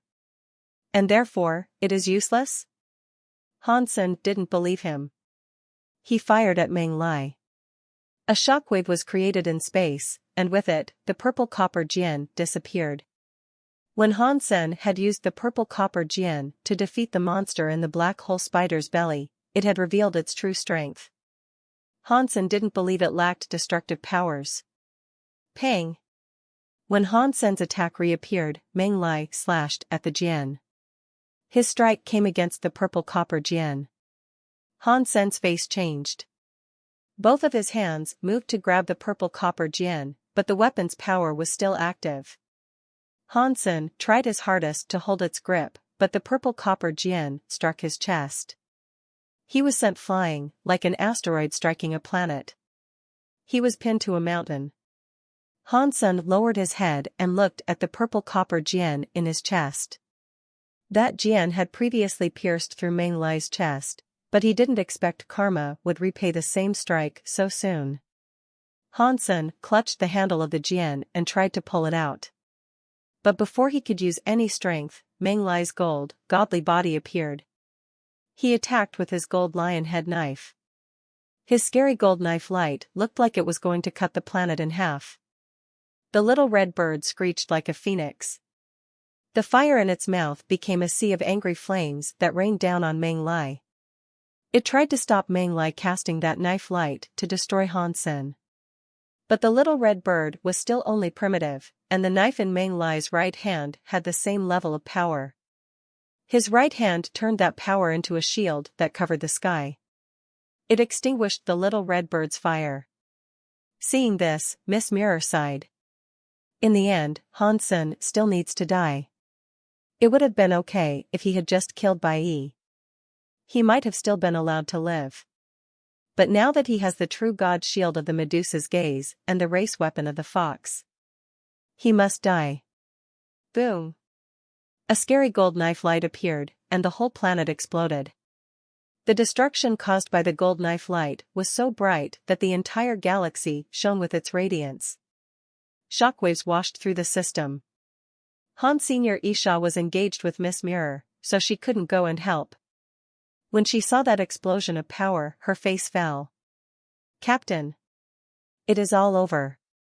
Far away, inside the white whale, all of the pirates were shocked. Their faces looked cold. Even a deified would have died if they were hit by that much power. Plus, Hansen wasn't deified. He only used treasures of that class. The pirates were thinking about whether or not they should kneel and beg. If they did, they might be permitted to live.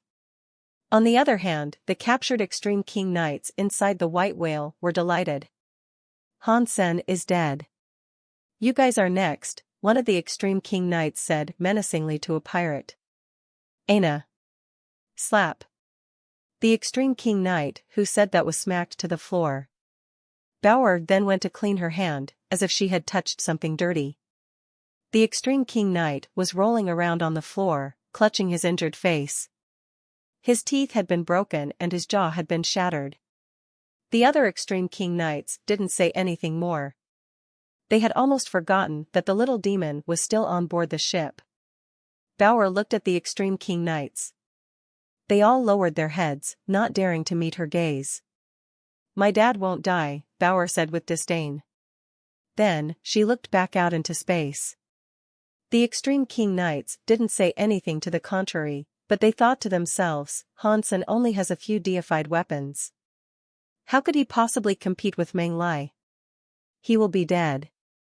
And up next will be you little demon. After a while, the power shining around the wreckage of the planet began to dim. And then, Fang Qingyu suddenly shouted, Hansen isn't dead. The pirates and the Extreme King Knights looked over there. They couldn't believe their eyes. They saw Hansen suspended in space, holding a shield that had protected his body. Due to the fact that the planet had exploded, his armor and feathers were a little blackened. But he hadn't been badly wounded. The worst wound he had was the wound delivered by the purple copper Jian, which was in his chest. I forgot you have the shield of the Medusa's gaze, but the Medusa's gaze isn't a race weapon. It isn't smart enough. It won't follow your orders, and you cannot use it like the charming god's Jian. It would be annoying if it did. Meng Lai's eyes were on fire as he looked down at the shield of the Medusa's gaze. Hansen coughed, and a trickle of blood spilled over his lips. He looked at Meng Lai coldly and said, Are you sure I cannot use it? The shield of the Medusa's gaze was the true god weapon of the Alpha of the Ghana, Meng Lai said with a sneer. Back then, it was a deified weapon that was in the top 10 in existence. Its power was comparable to the Ghana's race weapon Purgatory Heaven. But there is a big difference between true god weapons and race weapons. Race weapons are their own life forms, in a way. They can think for themselves and make judgments. If they approve of a user, then the user can still activate their power, even if the creature's level is low. But true god weapons are different. Without true god powers, you cannot make use of a true god weapon's power. If a low-level deified has the same element as the true god weapon, they can use a little of its power. But you aren't deified, and your power isn't compatible with the shield of the Medusa's gaze. So, you cannot activate its power. You cannot tap into January 10th, 000th of its power. You can only use it as an ordinary shield. It is a shame that the shield of the Medusa's gaze is a shield. Despite that, its power doesn't lie in defense. Meng Lai said all of this, and then he generated a scary gold power. The gold lion head knife now possessed a god light that shocked the whole world. It was like the universe was going to be cut in half by this god light. Seeing that Meng Lai was going to unleash that knife light, Han Sen's face didn't change. He still held the shield of the Medusa's gaze tight. As he watched that seemingly all-powerful knife light form, the power in his body madly rushed into the shield of the Medusa's gaze. There was a weird, pretty-looking woman carved atop the shield. Suddenly, a light appeared in her closed eyes. Impossible. Meng Lai's face changed as he saw the eyes of the woman atop Han Sen's shield begin to glow. His face grew pale. When the Ghana entered the Geno Hall long ago, they hadn't needed to fight in order to light a lantern. At that point in history, there were many Geno lanterns that remained unlit. But that didn't mean that the Ghana weren't strong. Later, the Ghana Alpha used Purgatory Heaven and the shield of the Medusa's gaze, both of which were deified weapons, to control the world. Very few could fight them. People like Ancient Water God couldn't even enter the door to the Geno Hall, but the Ghana Alpha had fought inside the hall for a few days before she fell. That proved how strong she was. For ordinary races, the strongest deified weapon would be their race weapon. The Ghana Alpha had the Ghana's race weapon Purgatory Heaven, but her strongest deified weapon was the shield of the Medusa's gaze. Because of this weapon, she was able to control most creatures in the world and fight them. Meng Lai heard about how powerful the shield of the Medusa's gaze was, but he had never seen it himself. If he had been able to choose, he would have opted to never lay eyes on the terrifying power of the shield of the Medusa's gaze. And the last thing he would ever hope for would be to end up as its target. Die! Meng Lai roared, gnashing his teeth. He sent all his power into his gold soldier king body. A scary knife light fell with incredible power. He wanted to kill Han Sen before he activated the shield of the Medusa's gaze. Meng Lai couldn't allow that ancient weapon to fully activate. The gold knife light was like a cosmic aurora that could break the sky and destroy the ground. It wasn't something a mere shield could block. That scary power was everywhere. Han Sen would be killed even if he hid behind the shield. Han Sen had no other choice. He gritted his teeth and poured all of his power into the shield of the Medusa's gaze. He used his power for a final gambit. The people in the White Whale were in shock. The power Meng Lai unleashed was too scary to behold. The amount of energy he had placed in his attack was enough to devastate an entire race. It was like a punishment from God that couldn't be resisted. Mr. Meng Lai is too strong. He earns his reputation as a deified of the extreme king. He is much better than the deified elites of lesser races. Of course, our royal uncle is very special. The extreme king knights were all so happy. They hoped Meng Lai's destroying the sky and breaking the Gru Ndi attack could kill Han Sen and save them from Han Sen's people. The pirates and Fang Qingyu were all scared.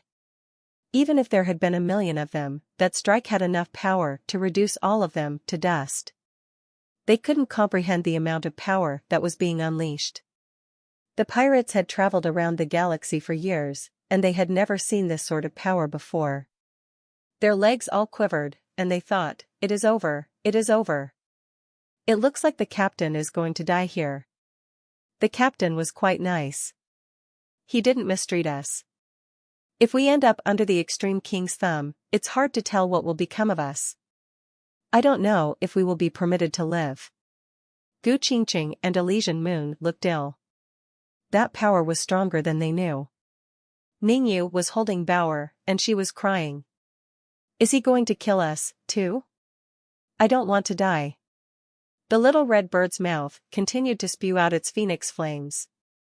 Its fire became a sea of flames that tried to subdue the gold knife light. But the sea of fire couldn't stop the gold knife light. The flames would explode like fireworks when the light touched them, and the light showed no sign of slowing down. Isha's expression hardened. The teeth knife in her left hand swung through the air, and a space crack headed in Han Sen's direction. A rift appeared next to Han Sen. If Han Sen went through that rift, he could avoid Meng Lai's wrath. But Han Sen didn't see the space crack. His eyes were red. They were too red. It was so scary. He stared at Meng Lai. Han Sen didn't remain immobile because he didn't want to escape. He simply couldn't. All the power in Han Sen's body was being sucked up by the shield of the Medusa's gaze. The moment the shield of the Medusa's gaze lit up, Han Sen felt as if his power was a wild horse that had escaped its reins. It went thundering into the shield of the Medusa's gaze. His body seemed to have been sucked dry.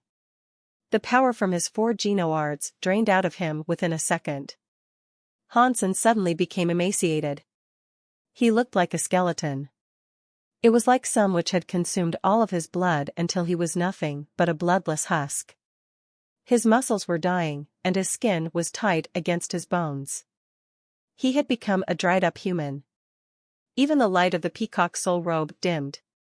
The rainbow light extinguished, and the peacock king beast soul almost died. The eyes of the woman on the shield of the Medusa's gaze opened a little. It was like she was half awake and half asleep, with her heavy eyelids barely parted. As those eyes opened, 2 weird purple lights emerged. They shone on the gold knife light that could destroy the universe. In the future, onlookers would have a very difficult time describing what happened next.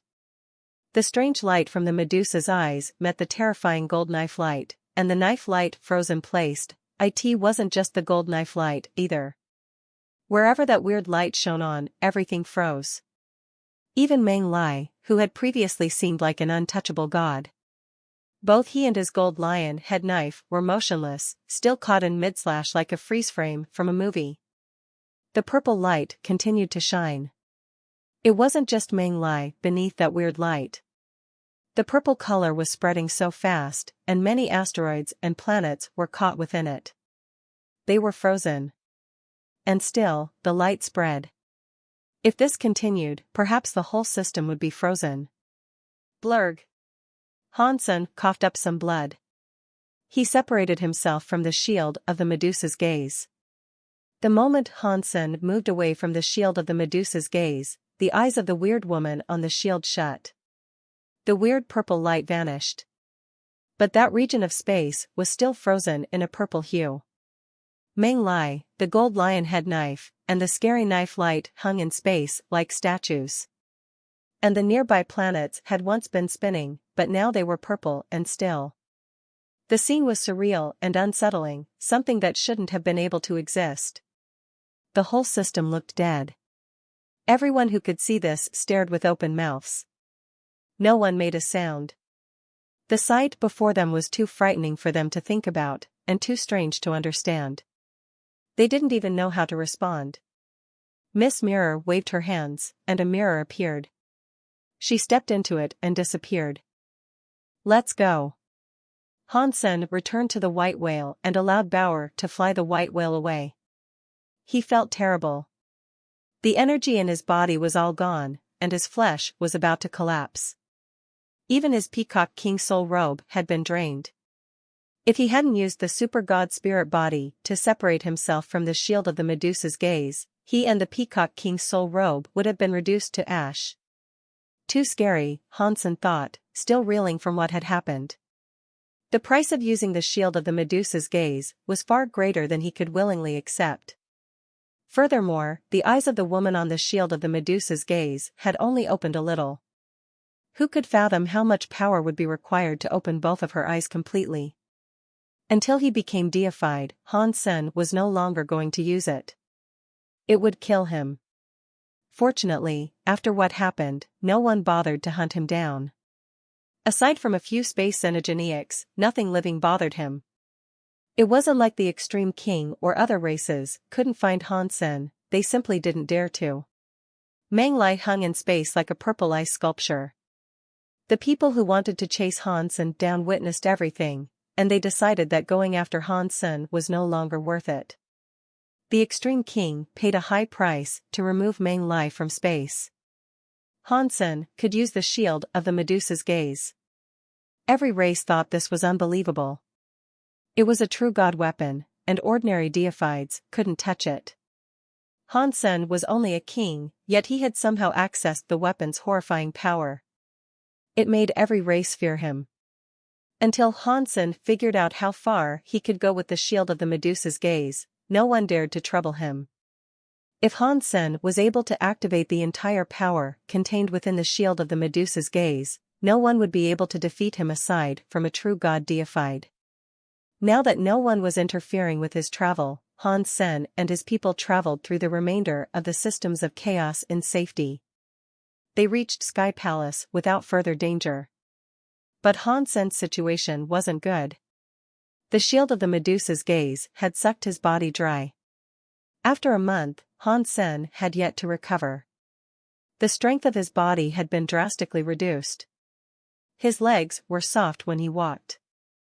It would take him another 2 or 3 years to fully recover. Fortunately, no one from the outside was aware of what had happened to him. They were in Sky Palace now, as well, so there was no need to worry about security.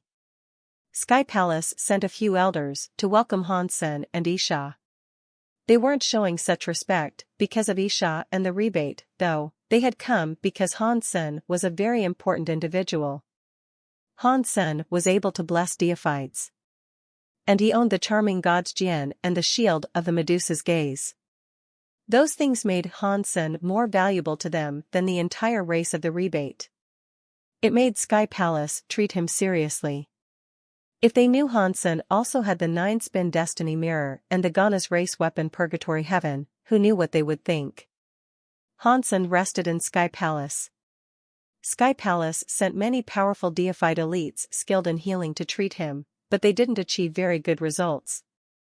Hansen wasn't just injured. He had exhausted his genes, and recovery wouldn't come easy. They were there for a few days when Isha told Hansen that Han Menger was there. It made Hansen very happy. Hansen thought that Narrow Moon might have been affected because of what he had done. It was good that Han Menger and the others were allowed into Sky Palace. But Hansen hadn't seen Han Menger and the others just yet. Isha smiled and didn't explain. She invited Hansen to come with her. They left the xenogeneic space of Sky Palace and headed to a nearby system that was also owned by Sky Palace. Sky Palace owned many systems, and this was an important one within their domain. As Hansen flew alongside Isha, he noticed that his surroundings weren't as he remembered. There used to be many stars in this area of space, but now, it was empty. There wasn't even an asteroid. Did a big fight take place here? Did the people of the Extreme King come? Hansen asked Isha with confusion. Isha laughed and didn't say a word. She looked out across space. Hansen followed her gaze. There, he saw many stars. It was nothing special. But soon after, Hansen heard the sound of thunder echo through space. Even the vacuum couldn't stop that sound from being transmitted.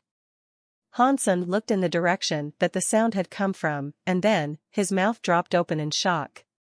He couldn't believe his eyes. He was looking at Narrow Moon. All the planets of Narrow Moon moving toward him, heading for the empty section of space that he and Isha hovered in. The scene was extremely shocking. A scary elite of Sky Palace was behind the star. He had a whip. Every time he swung the whip, the crack of thunder sounded. The cluster of stars were like many fat sheep. They were slowly being pushed forward. The very large Narrow Moon was being whipped forward into this place. This can actually happen. Hansen had no idea how to process what he was seeing. He never dreamed of something like this being possible. Isha smiled and said, "If I wasn't prepared, I would never have allowed the people of the rebate to be put at risk. This is a deified weapon of Sky Palace. It is the Chase Star Whip, and it can make stars listen to its commands.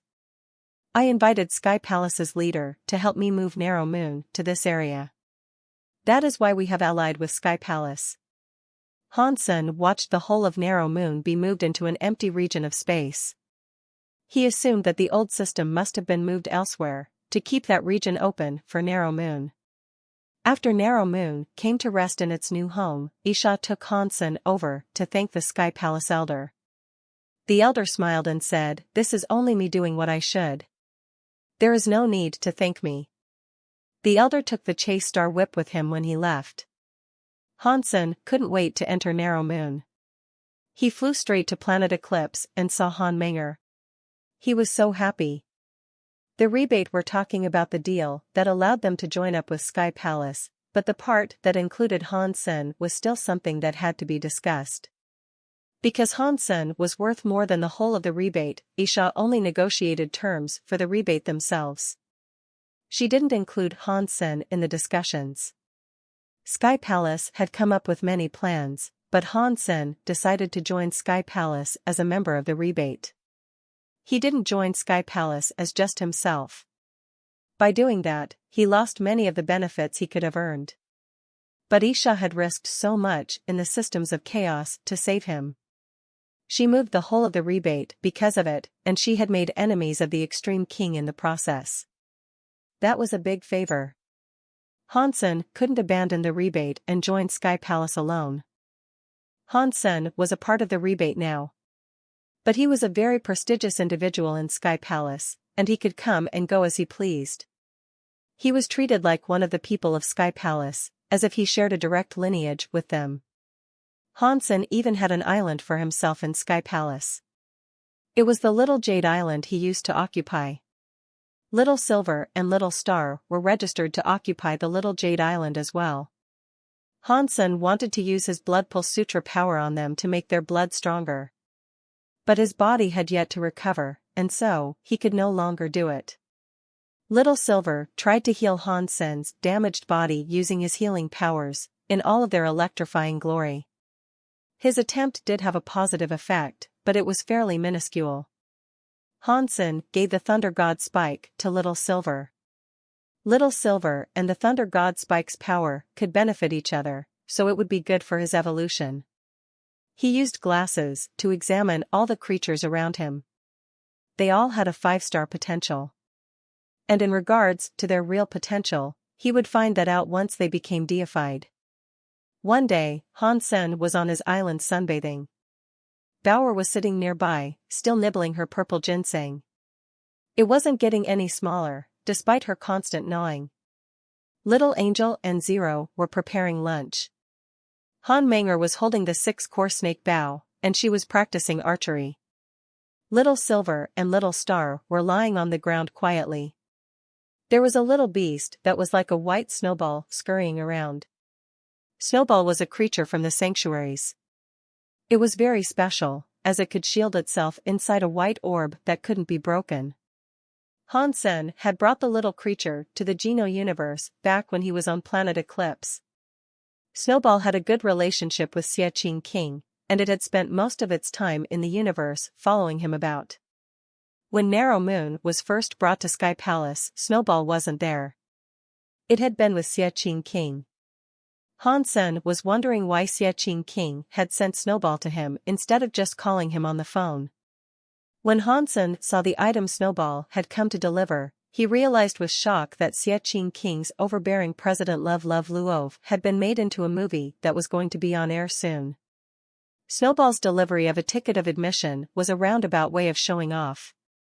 Hansen searched the internet of the universe and found that Xie King's overbearing President Love Luov was insanely popular. His title was Teacher Xie. Hansen tried to find out how many copies of overbearing President Love Luov had been sold so far, and there were many zeros. There were at least 1 billion, Hansen thought. Good grief. How much did Xie King earn? Hansen was frozen. No matter how much Hansen fought or all the deified weapons he earned, he hadn't made as much money as Xie King and his drawings. Should I start drawing something, too? Hansen was interested in the concept, but he realized that his drawing abilities were more than lacking. So, he shelved the idea. Sky Palace was going to be screening the movie, too. Hansen brought Han Manger with him to watch it. It was just going to be them, so they could have the entire theater exclusively for themselves. When they went to the theater, Hansen encountered Yun Sui, Yun Sushang, and Thousand Feather Crane. They were all king class now. They had progressed just as quickly as Hansen. In fact, Hansen's progress hadn't been all that fast. He was slowed by his need to fulfill the requirements of 4 separate Geno arts. If he only practiced one, and it wasn't the story of genes, he would have likely been deified by now. Brother Han, are you all right? Yun Sui asked, looking at Hansen. They had wanted to visit the little Jade Island to see Hansen a while ago, but Sky Palace forbade ordinary people from visiting there. So, this was the first time they had seen Hansen in a long time. Hansen didn't look so good. His body was all dry like a piece of smoked meat. It took Thousand Feather Crane a minute to recognize him. Much better. I'm almost okay. I was going to visit you guys a few days ago, but Elder Yun wouldn't let me leave the little Jade Island until now, Hansen explained. We know. We were told the same thing, or we would have already visited you on the little Jade Island, Thousand Feather Crane said. The movie is going to start. Let's go in. Yun Sushang said with a smile. Hansen bought the whole theater. There was a lot of space, so he invited them there to watch it all together. Due to Hansen already knowing what happened in the story, he wasn't too caught up in the movie. He was surprised to see Yun Sui and Yun Sushang like it as much as they did. They were very excited. They would laugh at times, and at other times weep and cry their eyes out. In the end, the main character rescued a female character. When they kissed, Yun Sui and Yun Sushang were so touched, their eyes almost turned into the shape of little hearts. It doesn't matter how strong a woman might be, they all have the same heart. Hansen couldn't help but sigh. After the movie finished, Hansen invited the 3 of them to have dinner. They talked comfortably together as they headed back. How come I never hear about Lone Bamboo anymore? Hansen asked Thousand Feather Crane. He had asked other people about Lone Bamboo, but they were all so dodgy about the subject that he never really received an answer. Thousand Feather Crane hesitated, but Yun Sui said angrily, "It is because of that exquisite." Exquisite? Hansen was shocked. He knew the name, but he didn't think exquisite would have anything to do with Lone Bamboo. Sui, stop talking. Thousand Feather Crane frowned. Is this something I'm not allowed to know about? Hansen asked, glancing at Thousand Feather Crane. Thousand Feather Crane shook his head and said, "Not exactly, but this incident cannot be helped. Even if you know, there is nothing you can do. If it isn't taboo, then why don't you just tell me?" Hansen said. Thousand Feather Crane still hesitated. Yun Sui had practically told Hansen the whole story. Anyway, there was a good connection between Sky Palace and the Very High. People often believed Sky Palace was the mouthpiece for the Very High. Although Sky Palace wasn't one of the 3 highest races, the Extreme King were quite scared of Sky Palace, as well. In fact, Sky Palace depended on the power of the Very High. So, Exquisite and the other Very High came to Sky Palace. They asked Lone Bamboo and Yu Shanqing to join the Very High, and it was a request that Sky Palace couldn't refuse. Yu Shanqing agreed, whereas Lone Bamboo refused Exquisite's offer. This created some tension and a widening rift between Sky Palace and the Very High. The Very High didn't relent in their request, though. And Lone Bamboo didn't waver or give in to their demands. So, the leader of Sky Palace locked Lone Bamboo up. Couldn't Lone Bamboo refuse to join the Very High? Hansen asked with a frown. Thousand Feather Crane shook his head with a wry smile. The relationship between Sky Palace and the Very High is very complicated. It seems as if there was some sort of agreement in place. Our leader is in hot water right now. He cannot refuse the demands of the Very High. If Lone Bamboo is locked up, does that mean that they've dropped their demand? Hansen asked with a frown. Thousand Feather Crane chuckled and said, "Were it so easy. The Very High haven't said anything. They haven't yet said whether or not Lone Bamboo has to go. If they haven't cancelled their request, we have to respond somehow. We cannot sweep this matter under the rug." Hansen didn't have many ideas on how to resolve the matter. If two armies were fighting and Lone Bamboo was in danger, he would gladly join the fight. But right now, Lone Bamboo was incarcerated by the powers presiding over Sky Palace. Furthermore, they weren't at war with the Very High. Therefore, Hansen had no way of helping. This is a hard situation to deal with. The Very High didn't want Lone Bamboo to join them permanently. It was supposed to be a temporary thing. Plus, they would have given Lone Bamboo a lot of resources. Others would beg for the benefits he would have been given for free. I don't know why Lone Bamboo would so firmly decide against going, Thousand Feather Crane said with a sigh. Hansen thought that he understood what Lone Bamboo was thinking, but he hadn't spoken to the man in person yet. Therefore, he didn't know if his guesses were accurate. The next day, Hansen went to ask the 10th elder, Yun Chongkong, about being allowed to see Lone Bamboo. Yun Chongkong was Yun Sui and Yun Sushang's father, and he was Thousand Feather Crane's teacher. He had a good relationship with Hansen, and he didn't deny his request. "Maybe you can convince Lone Bamboo that joining the Very High isn't so bad," Yun Chongkong said to Hansen. Hansen agreed. Then, Yun Chongkong asked people to take Hansen to the prison. Hansen thought Sky Palace was just putting on a show. But when he went to the prison, he learned things weren't as simple as he initially believed. 12 suppressed demon locks were pierced through Lone Bamboo's body. They pinned him to a suppressed demon stone. He was covered in blood. Even his collar bones had been punctured. Hansen was shocked. "You are here."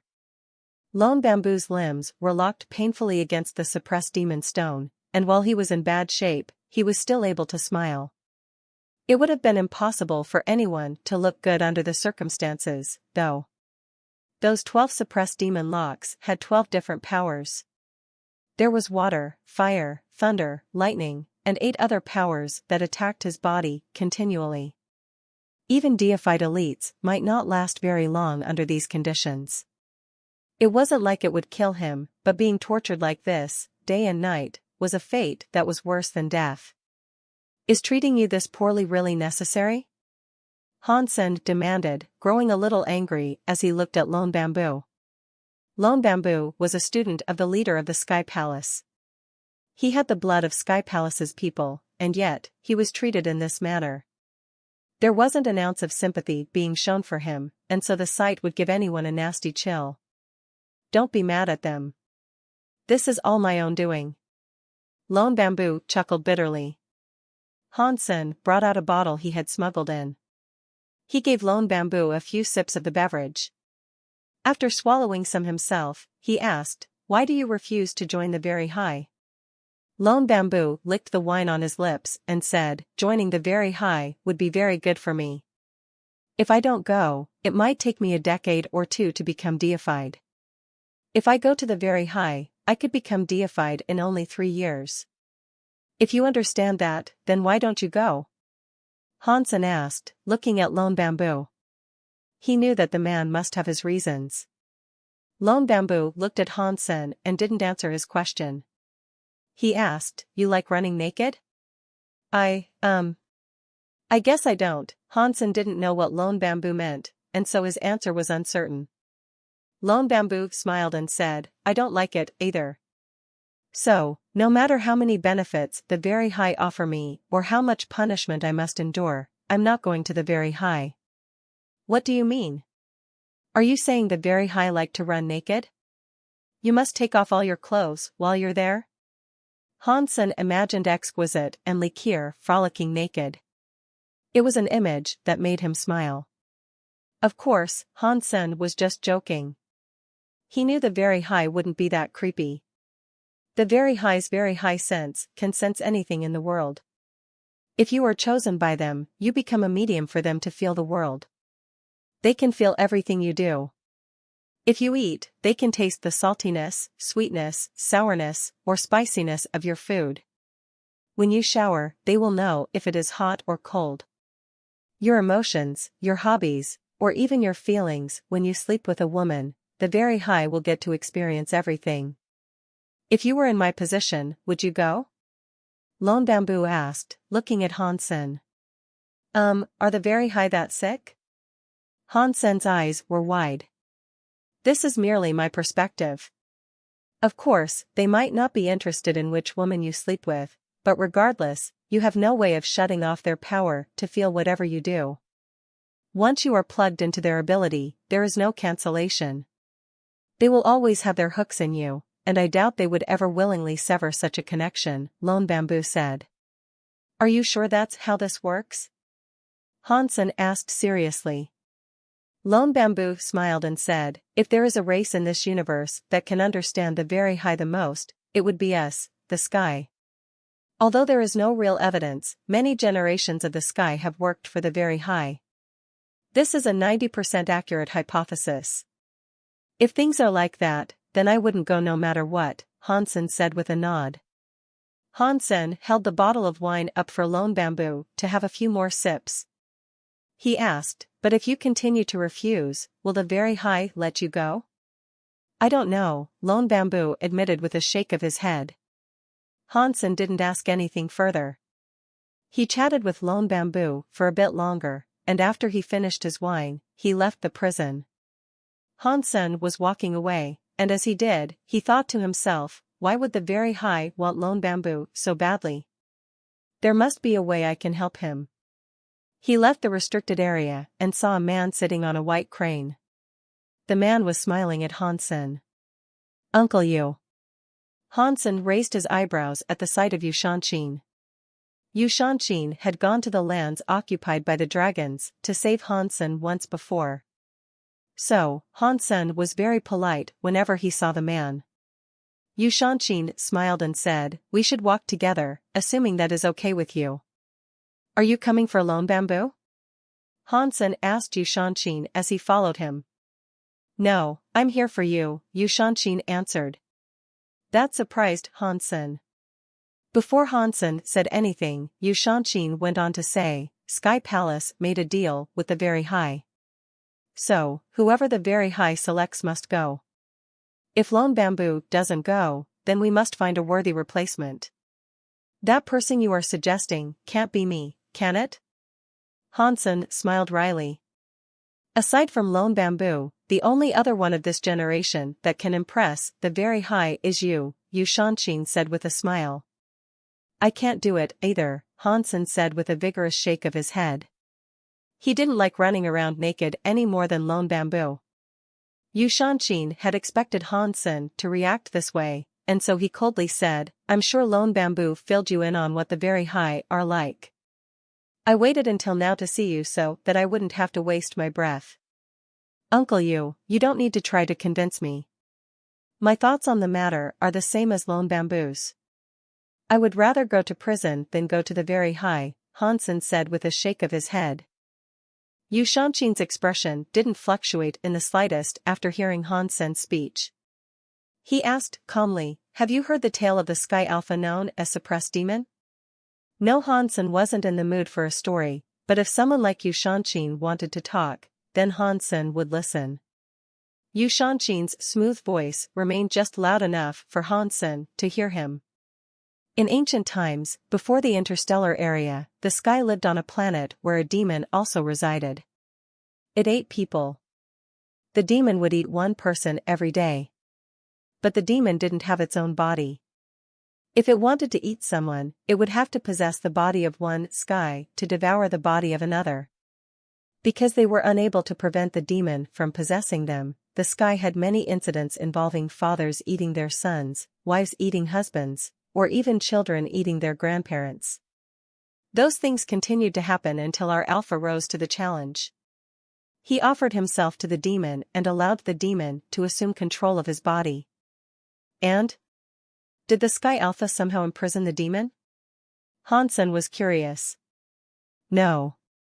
Our Alpha's power wasn't vastly superior to that of the average Sky. The demon gained control of his body, too. The demon used him to eat many Sky, Yu Shanshin said flatly. That answer wasn't what Hansen had expected. Yu Shanshin looked at Hansen and went on to say, although our Alpha was controlled by the demon, he managed to accomplish something more than most possessed Sky. Other Sky, when they were controlled by the demon, still had their will. But they didn't hate the demon. They were scared of it like a tiger. Even if they pretended not to be, they couldn't lie to the demon. That was because when the demon possessed a Sky, it could peer into their thoughts. No matter what that person did, they couldn't lie to the demon. So, it didn't matter what they said or did. The demon would still see into their thoughts. The demon would control them and force them to kill themselves. The Alpha was the only exception to this. Use. What did he do? Hansen had become very curious. He didn't do anything. He befriended the demon, Yu Shanshin said. I thought you said the demon could see through the thoughts of the Sky. How could the Alpha trick a demon like that? Hansen asked with confusion. The Sky's Alpha must have hated the demon. Yu Shanshin laughed and said, that is why Master Alpha was different. He faced an enemy that he hated the most, yet he was able to let go of that anger and treat the demon so kindly. It was as if he considered the demon to be his own son, and no matter how much the demon did wrong, he still forgave it. That was a care that came from the heart. In this universe, aside from my Alpha, I have yet to see anyone be able to do the same thing. Are you saying the kindness of Master Alpha touched that demon? Hansen couldn't guess the ending of this story, so this was his best attempt. Yes. Master Alpha's kindness had an impact on the demon. That demon was only supposed to possess someone for a single day before disposing of the host. But when it entered the Alpha's body, it remained there. It never left him until Master Alpha found a weakness inside the demon and killed it. He ended the nightmare that had plagued the Sky for as long as my people could remember, Yu Shanshin said. Hansen was blown away by this story. The Alpha had used love to earn the trust of a demon that could read people's minds, and then killed the demon he had grown to love. Hansen didn't know what sort of person could do that. If he had been in the Alpha's place, Hansen didn't think he could have achieved the same. Teacher Yu, your Alpha is a real saint. I'm just a normal man. Do you want me to go feed a demon? I can't do it. I would be angered by the very high, and I would likely end up dead. Hansen understood what Yu Shanshin meant by telling him the story, but he knew that he couldn't do it. Understanding didn't matter. It's okay if you can't do it. I can help you, Yu Shanshin said with a smile. Really? You can help with this? Hansen asked skeptically. He thought Yu Shanshin must have been yanking his chain. Yu Shanshin laughed and said, do you know why my name is Yu Shanshin? How am I supposed to know something like that? Hansen thought to himself. But what he said was, I have heard your temper got better when you received this name, Mr. Yu. Was it to make you think more positive things?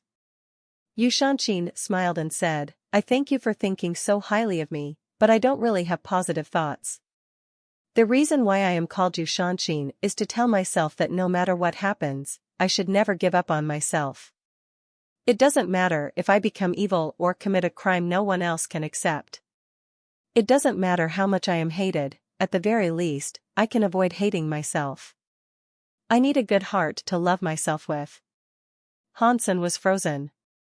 This was the first time he had ever heard someone explain their good heart to someone else. The Geno arts I practice are based on evil powers. If I think of evil things, they will be more powerful. When I was younger, the reason I came to Sky Palace to kill the elders was precisely because of this. But the stronger this Geno art becomes, the more it claims me. I didn't practice the skills of killing, I trained the mental fortitude of not allowing myself to ever be claimed by evil. Only I can control myself in this world. No one else can use me. Not even God. Yushanshin was speaking so quietly, but Hansen could feel the overbearing weight of the man's words. But Hansen didn't understand how this conversation had anything to do with the very high. Yushanshin looked at Hansen and smiled. The extreme evil path I have practiced doesn't have a sensing power like the very high, but it does contain a unique ability. I can use my evil to possess you. And when the very high use their senses to invade your mind, they will only touch the evil of my mind. And so, all they will feel are my feelings. It will mean that they cannot feel anything about you. That way, you won't have to worry about their invasive senses. You can enjoy all the benefits of the very high without having to worry about being watched. Would you reject a swathe of benefits like that? You can really do that? Hansen didn't doubt what Yushanshin was saying, despite how far-fetched it seemed. Still, he felt compelled to ask. If you don't believe me, we can conduct a test. Meet Exquisite from the very high, and then you can find out if I'm telling the truth or not, Yushanshin said with a smile. Hansen didn't believe him, but he hadn't yet tried the test that Yushanshin had suggested. He wanted to help Lone Bamboo, but he wasn't going to the very high on his friend's behalf. Seeing Hansen leave, Yushanshin smiled. He did not get mad at Hansen's rejection. Back on the small jade island, Hansen continued to absorb King Genes. He wanted to get the story of Genes to the 9th tier as soon as he could. Hansen called Gu Qingqing over to discuss the matter of Lone Bamboo. Gu Qingqing listened to his tale and said to him, Yushanshin is correct. It doesn't matter who ends up going, but Sky Palace will need to send someone else to the very high. Their demand cannot be ignored. Sky Palace has many people. Is it necessary for me to go? Hansen said. Gu Qingqing shook her head. It isn't that simple. If it was, Sky Palace wouldn't have put their beloved son in jail. I don't think Sky Palace can choose which individual goes. They will need a person that interests the very high. Otherwise, a swap won't work. And that is why Yushanshin is trying to convince you. I'm not stupid. I won't go even if they personally invite me. And he wants me to beg before the very high like I'm a slave? Hansen said with a lift of his lips. It isn't like that. To normal people, going to the very high is a grand opportunity. They are the ones who want to do the begging. You and Lone Bamboo are special. If you weren't special, I don't think the very high would care as much as they do now. Gu Qingqing smiled as she spoke. Is there no other way? Hansen asked. That would depend on Sky Palace. If they don't want to enter a disagreement with the very high, they will have to send someone no matter what. The two of them discussed the matter a little more, but they were unable to come up with any ideas. Their power wouldn't be nearly enough to go against the very high. Whatever they tried would be ineffective. If Lone Bamboo hasn't been taken away, that means there is room for negotiation.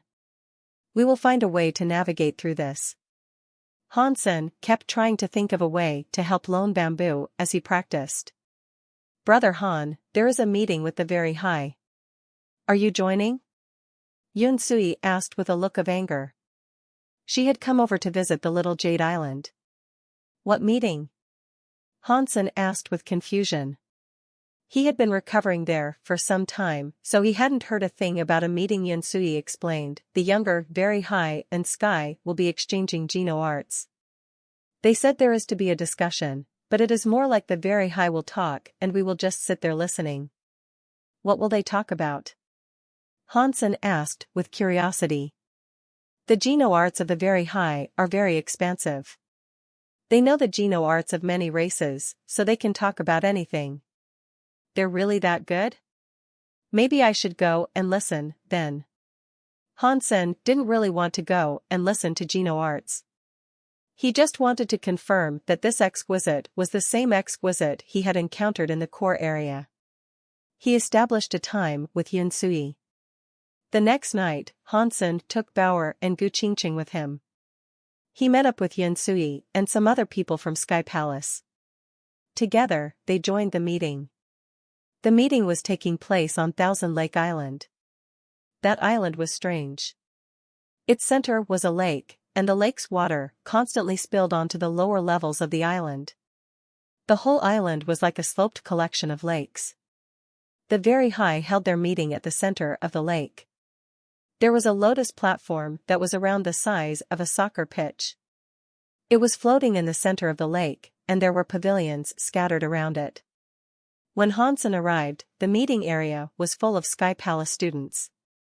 Most of the students could only listen from their pavilions. Some of the higher-class students were able to sit on the lotus platform itself to talk directly with the very high.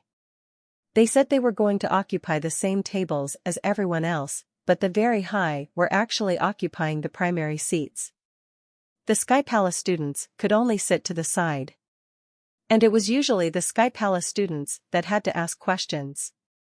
The very high were always the ones answering. They were like teachers answering their students.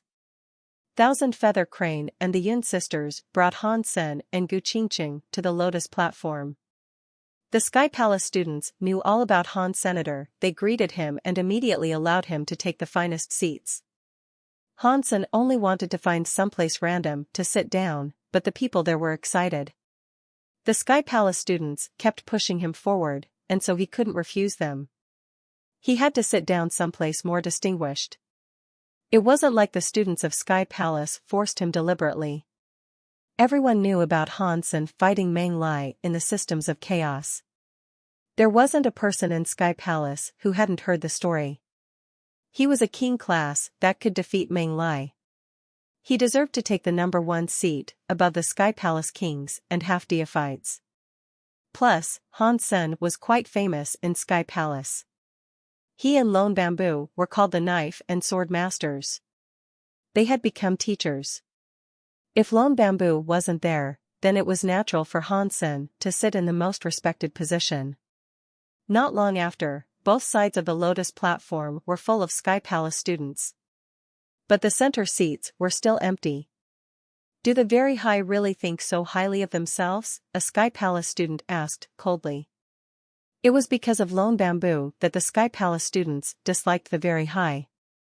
That meeting wasn't going to be as cordial as previous ones. But while everyone discussed the very high, a white jade carriage flew toward them. The jade beasts that pulled the carriage were like tigers of some sort. They looked almost like a mascot. They were obviously special. When Hansen looked the creatures over, he was surprised. He didn't recognize what species the jade beasts belonged to, but when he felt their presence, he could immediately tell they were deifieds. There were 6 of those jade beasts pulling the carriage. That power was something even Sky Palace's leader could appreciate.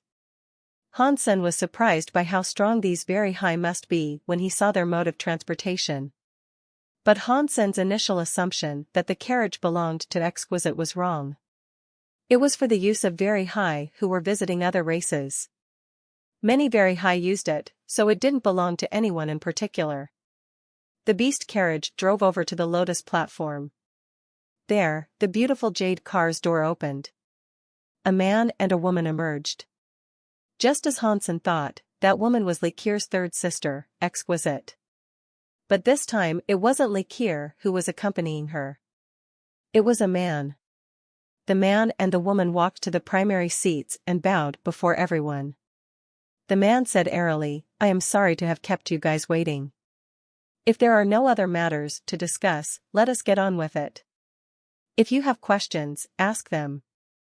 My sister and I will try to answer every question we are posed. He sounds way too cocky. He said this was an exchange, but it sounds more like a teacher talking to children, Hansen thought to himself. While they were talking, Exquisite and the very high man took a seat. The man looked at the Sky Palace students on both sides. He saw Hansen occupying the first seat with Gu Qingqing next to him. When the man looked at Gu Qingqing's face, his own face froze. He stared at her a little, and then pulled his gaze away. Gu Qingqing's face was breathtakingly pretty. Even those who were close with her, like Hansen, would find themselves staring at her ethereal beauty now and again. The very high man had only looked at her for a moment or two before turning away. He had an impressive amount of self-control. Exquisite looked at her as well. But her vision paused on Hansen for longer. After all, he was seated in a place of honor. That meeting had no deifieds. All the attendees were young elites, but if someone was sitting in the first seat, it had to mean that they were someone of prestige and importance to the Sky Palace. But at that moment, Hansen wasn't looking good. He looked dry and thin, like a refugee that had spent too long without food. He was only skin and bones. How might I refer to you? Exquisite asked, looking at Han Senator. She had seen Hansen's videos, but that was before he incurred his most recent injuries. He looked completely different right now, so she didn't recognize him. I am Hansen answered truthfully. Upon hearing Hansen's name, that very high man couldn't help but turn to look at him. He clearly knew about Hansen and what he had accomplished. You are the one who owns the charming god's Jian and the shield of the Medusa's gaze? It is no wonder you look so special, Exquisite said emotionlessly. By special, she was referring to his physical appearance. She wasn't really complimenting him. From what she could see, Hansen had simply lucked out by collecting 2 true god treasures. He was lucky and nothing more, that was her general conclusion. She believed the true merit of his power was nothing substantial. Hansen's face looked sour. He didn't respond.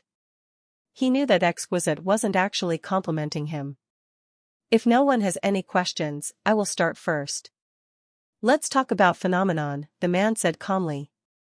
After the man said this, the expressions on the faces of the students of the Sky Palace looked somewhat strained. Phenomenon was a secret Sky Palace Geno art, although it wasn't as special as the textless book. When the man said he wanted to talk about phenomenon, it was his way of saying, the way you practice Geno arts is bad. Allow me to show you how it is done. The way the man spoke made many of the Sky Palace students upset. But they were seated before one of the very high, and so, no one did anything. The Sky Palace students stared at the man, waiting to hear what he was going to tell them. Hansen could tell the man had selected this Geno art on purpose. He wanted to use this opportunity to build up his image before the young people of the Sky Palace. That was why he spoke in such a condescending way. Hansen wanted to listen to him, too. That very high man was called Bishi, and Hansen was keen to hear what input he could provide on phenomenon. Phenomenon refers to the universe's phenomena. Phenomenon is the reason for life existing. But people are stupid, and they cannot see through things without phenomena. People require clear signs to clarify the unknowable. The Sky students who heard this weren't impressed. It was an ordinary speech that didn't mean much to them. If they were required to speak, they would have said the same thing. It seemed as if the man knew what everyone was thinking, and so he coldly went on to say, I am one of those people, too. I cannot get rid of this foolishness. I cannot see through things without phenomena. So, there is a saying, and it goes like this, only if you go into phenomena and feel the phenomena, and experience what is inside, do you have the chance to understand. That is the so-called Taoism. When I practiced phenomenon, the teacher talked about this the first day. Mr. Bishi doesn't need to explain this, so just get to the point, a Sky Palace student said hurriedly. Bishi didn't speak, and his face was unreadable. Since he first met her, Hansen thought exquisite merely pretended to be detached. But now, seeing Bishi, he noticed this emotionless expression was the only one they were capable of. This wasn't a pretense. Everyone knows Taoism, but in regards to how they know it, everyone has a different saying. There is no correct answer, Bishi said. Taoism is natural. Everyone has their own way of learning it. An answer isn't required, a student of Sky Palace said. I just said that a moment ago, Bishi replied. Phenomenon refers to the phenomena of the universe. If there are phenomena, there are rules. If there are no rules, there would be no reasons. Then, you would not need to learn it. The Sky Palace student fell quiet. He continued listening in silence. Bishi set something down on a table in front of him. Everyone looked at it. It was a square and transparent box that looked to have been made of crystal. It was 12 centimeters wide. Within the box, they could see a crystalline ladybug. It sort of looked like a beetle. It was fairly cute. Bishi opened the crystal box, and the ladybug climbed out of it slowly. Then he said, every living creature has a path to follow, but understanding the reason for each path isn't easy. This is a beetle xenogeneic called God Spirit Touch. It is a very rare xenogeneic. Through this, we can understand some of the rules and reasons here. After that, Bishi reached out his finger. He sliced his finger and pushed out a drop of his own blood onto the ladybug. The ladybug opened its mouth and drank that droplet of blood. And then, it stopped and remained still. It no longer moved. Everyone was shocked. They didn't know what Bishi was doing. As they watched in confused silence, the ladybug that had sucked up Bishi's blood began to show some weird changes. The ladybug was changing its skin. As it did so, its face contorted. It pulled its new body forward, leaving a perfect shell behind. And the process wasn't over either. After changing a layer of its shell, the ladybug started twisting its body again. It quickly left a second, smaller shell behind. The fist-sized ladybug kept changing its skin. Every time it shed a skin, its body became smaller, and the shells it left behind were like perfect crystal beetle art. Each discarded shell was smaller than the last. As everyone watched, that beetle swapped its skin 9 times. Its body was eventually reduced to the size of a small coin. After that, it stopped moving. It just laid down where it was, looking very tired. Everyone looked at Bishi, waiting for his explanation. They had seen bugs change their skin before, but they didn't know what it had to do with what Bishi had been telling them. The God Spirit Touch is born very sensitive to blood, and it can tell you the quality of your birth genes. The stronger the gene blood, the more effect it will have on the beetle. Ordinarily, the genes of low-tier creatures can enable a beetle to swap its skin once or twice. If someone has high-class genes, the beetle can swap its skin 8 to 10 times. With my very high experience, I can tell you that if someone can make the God Spirit Touch shed its shell 10 times, that means the person conducting the test has genes that are strong enough to see them one day become a true god, Bishi said factually.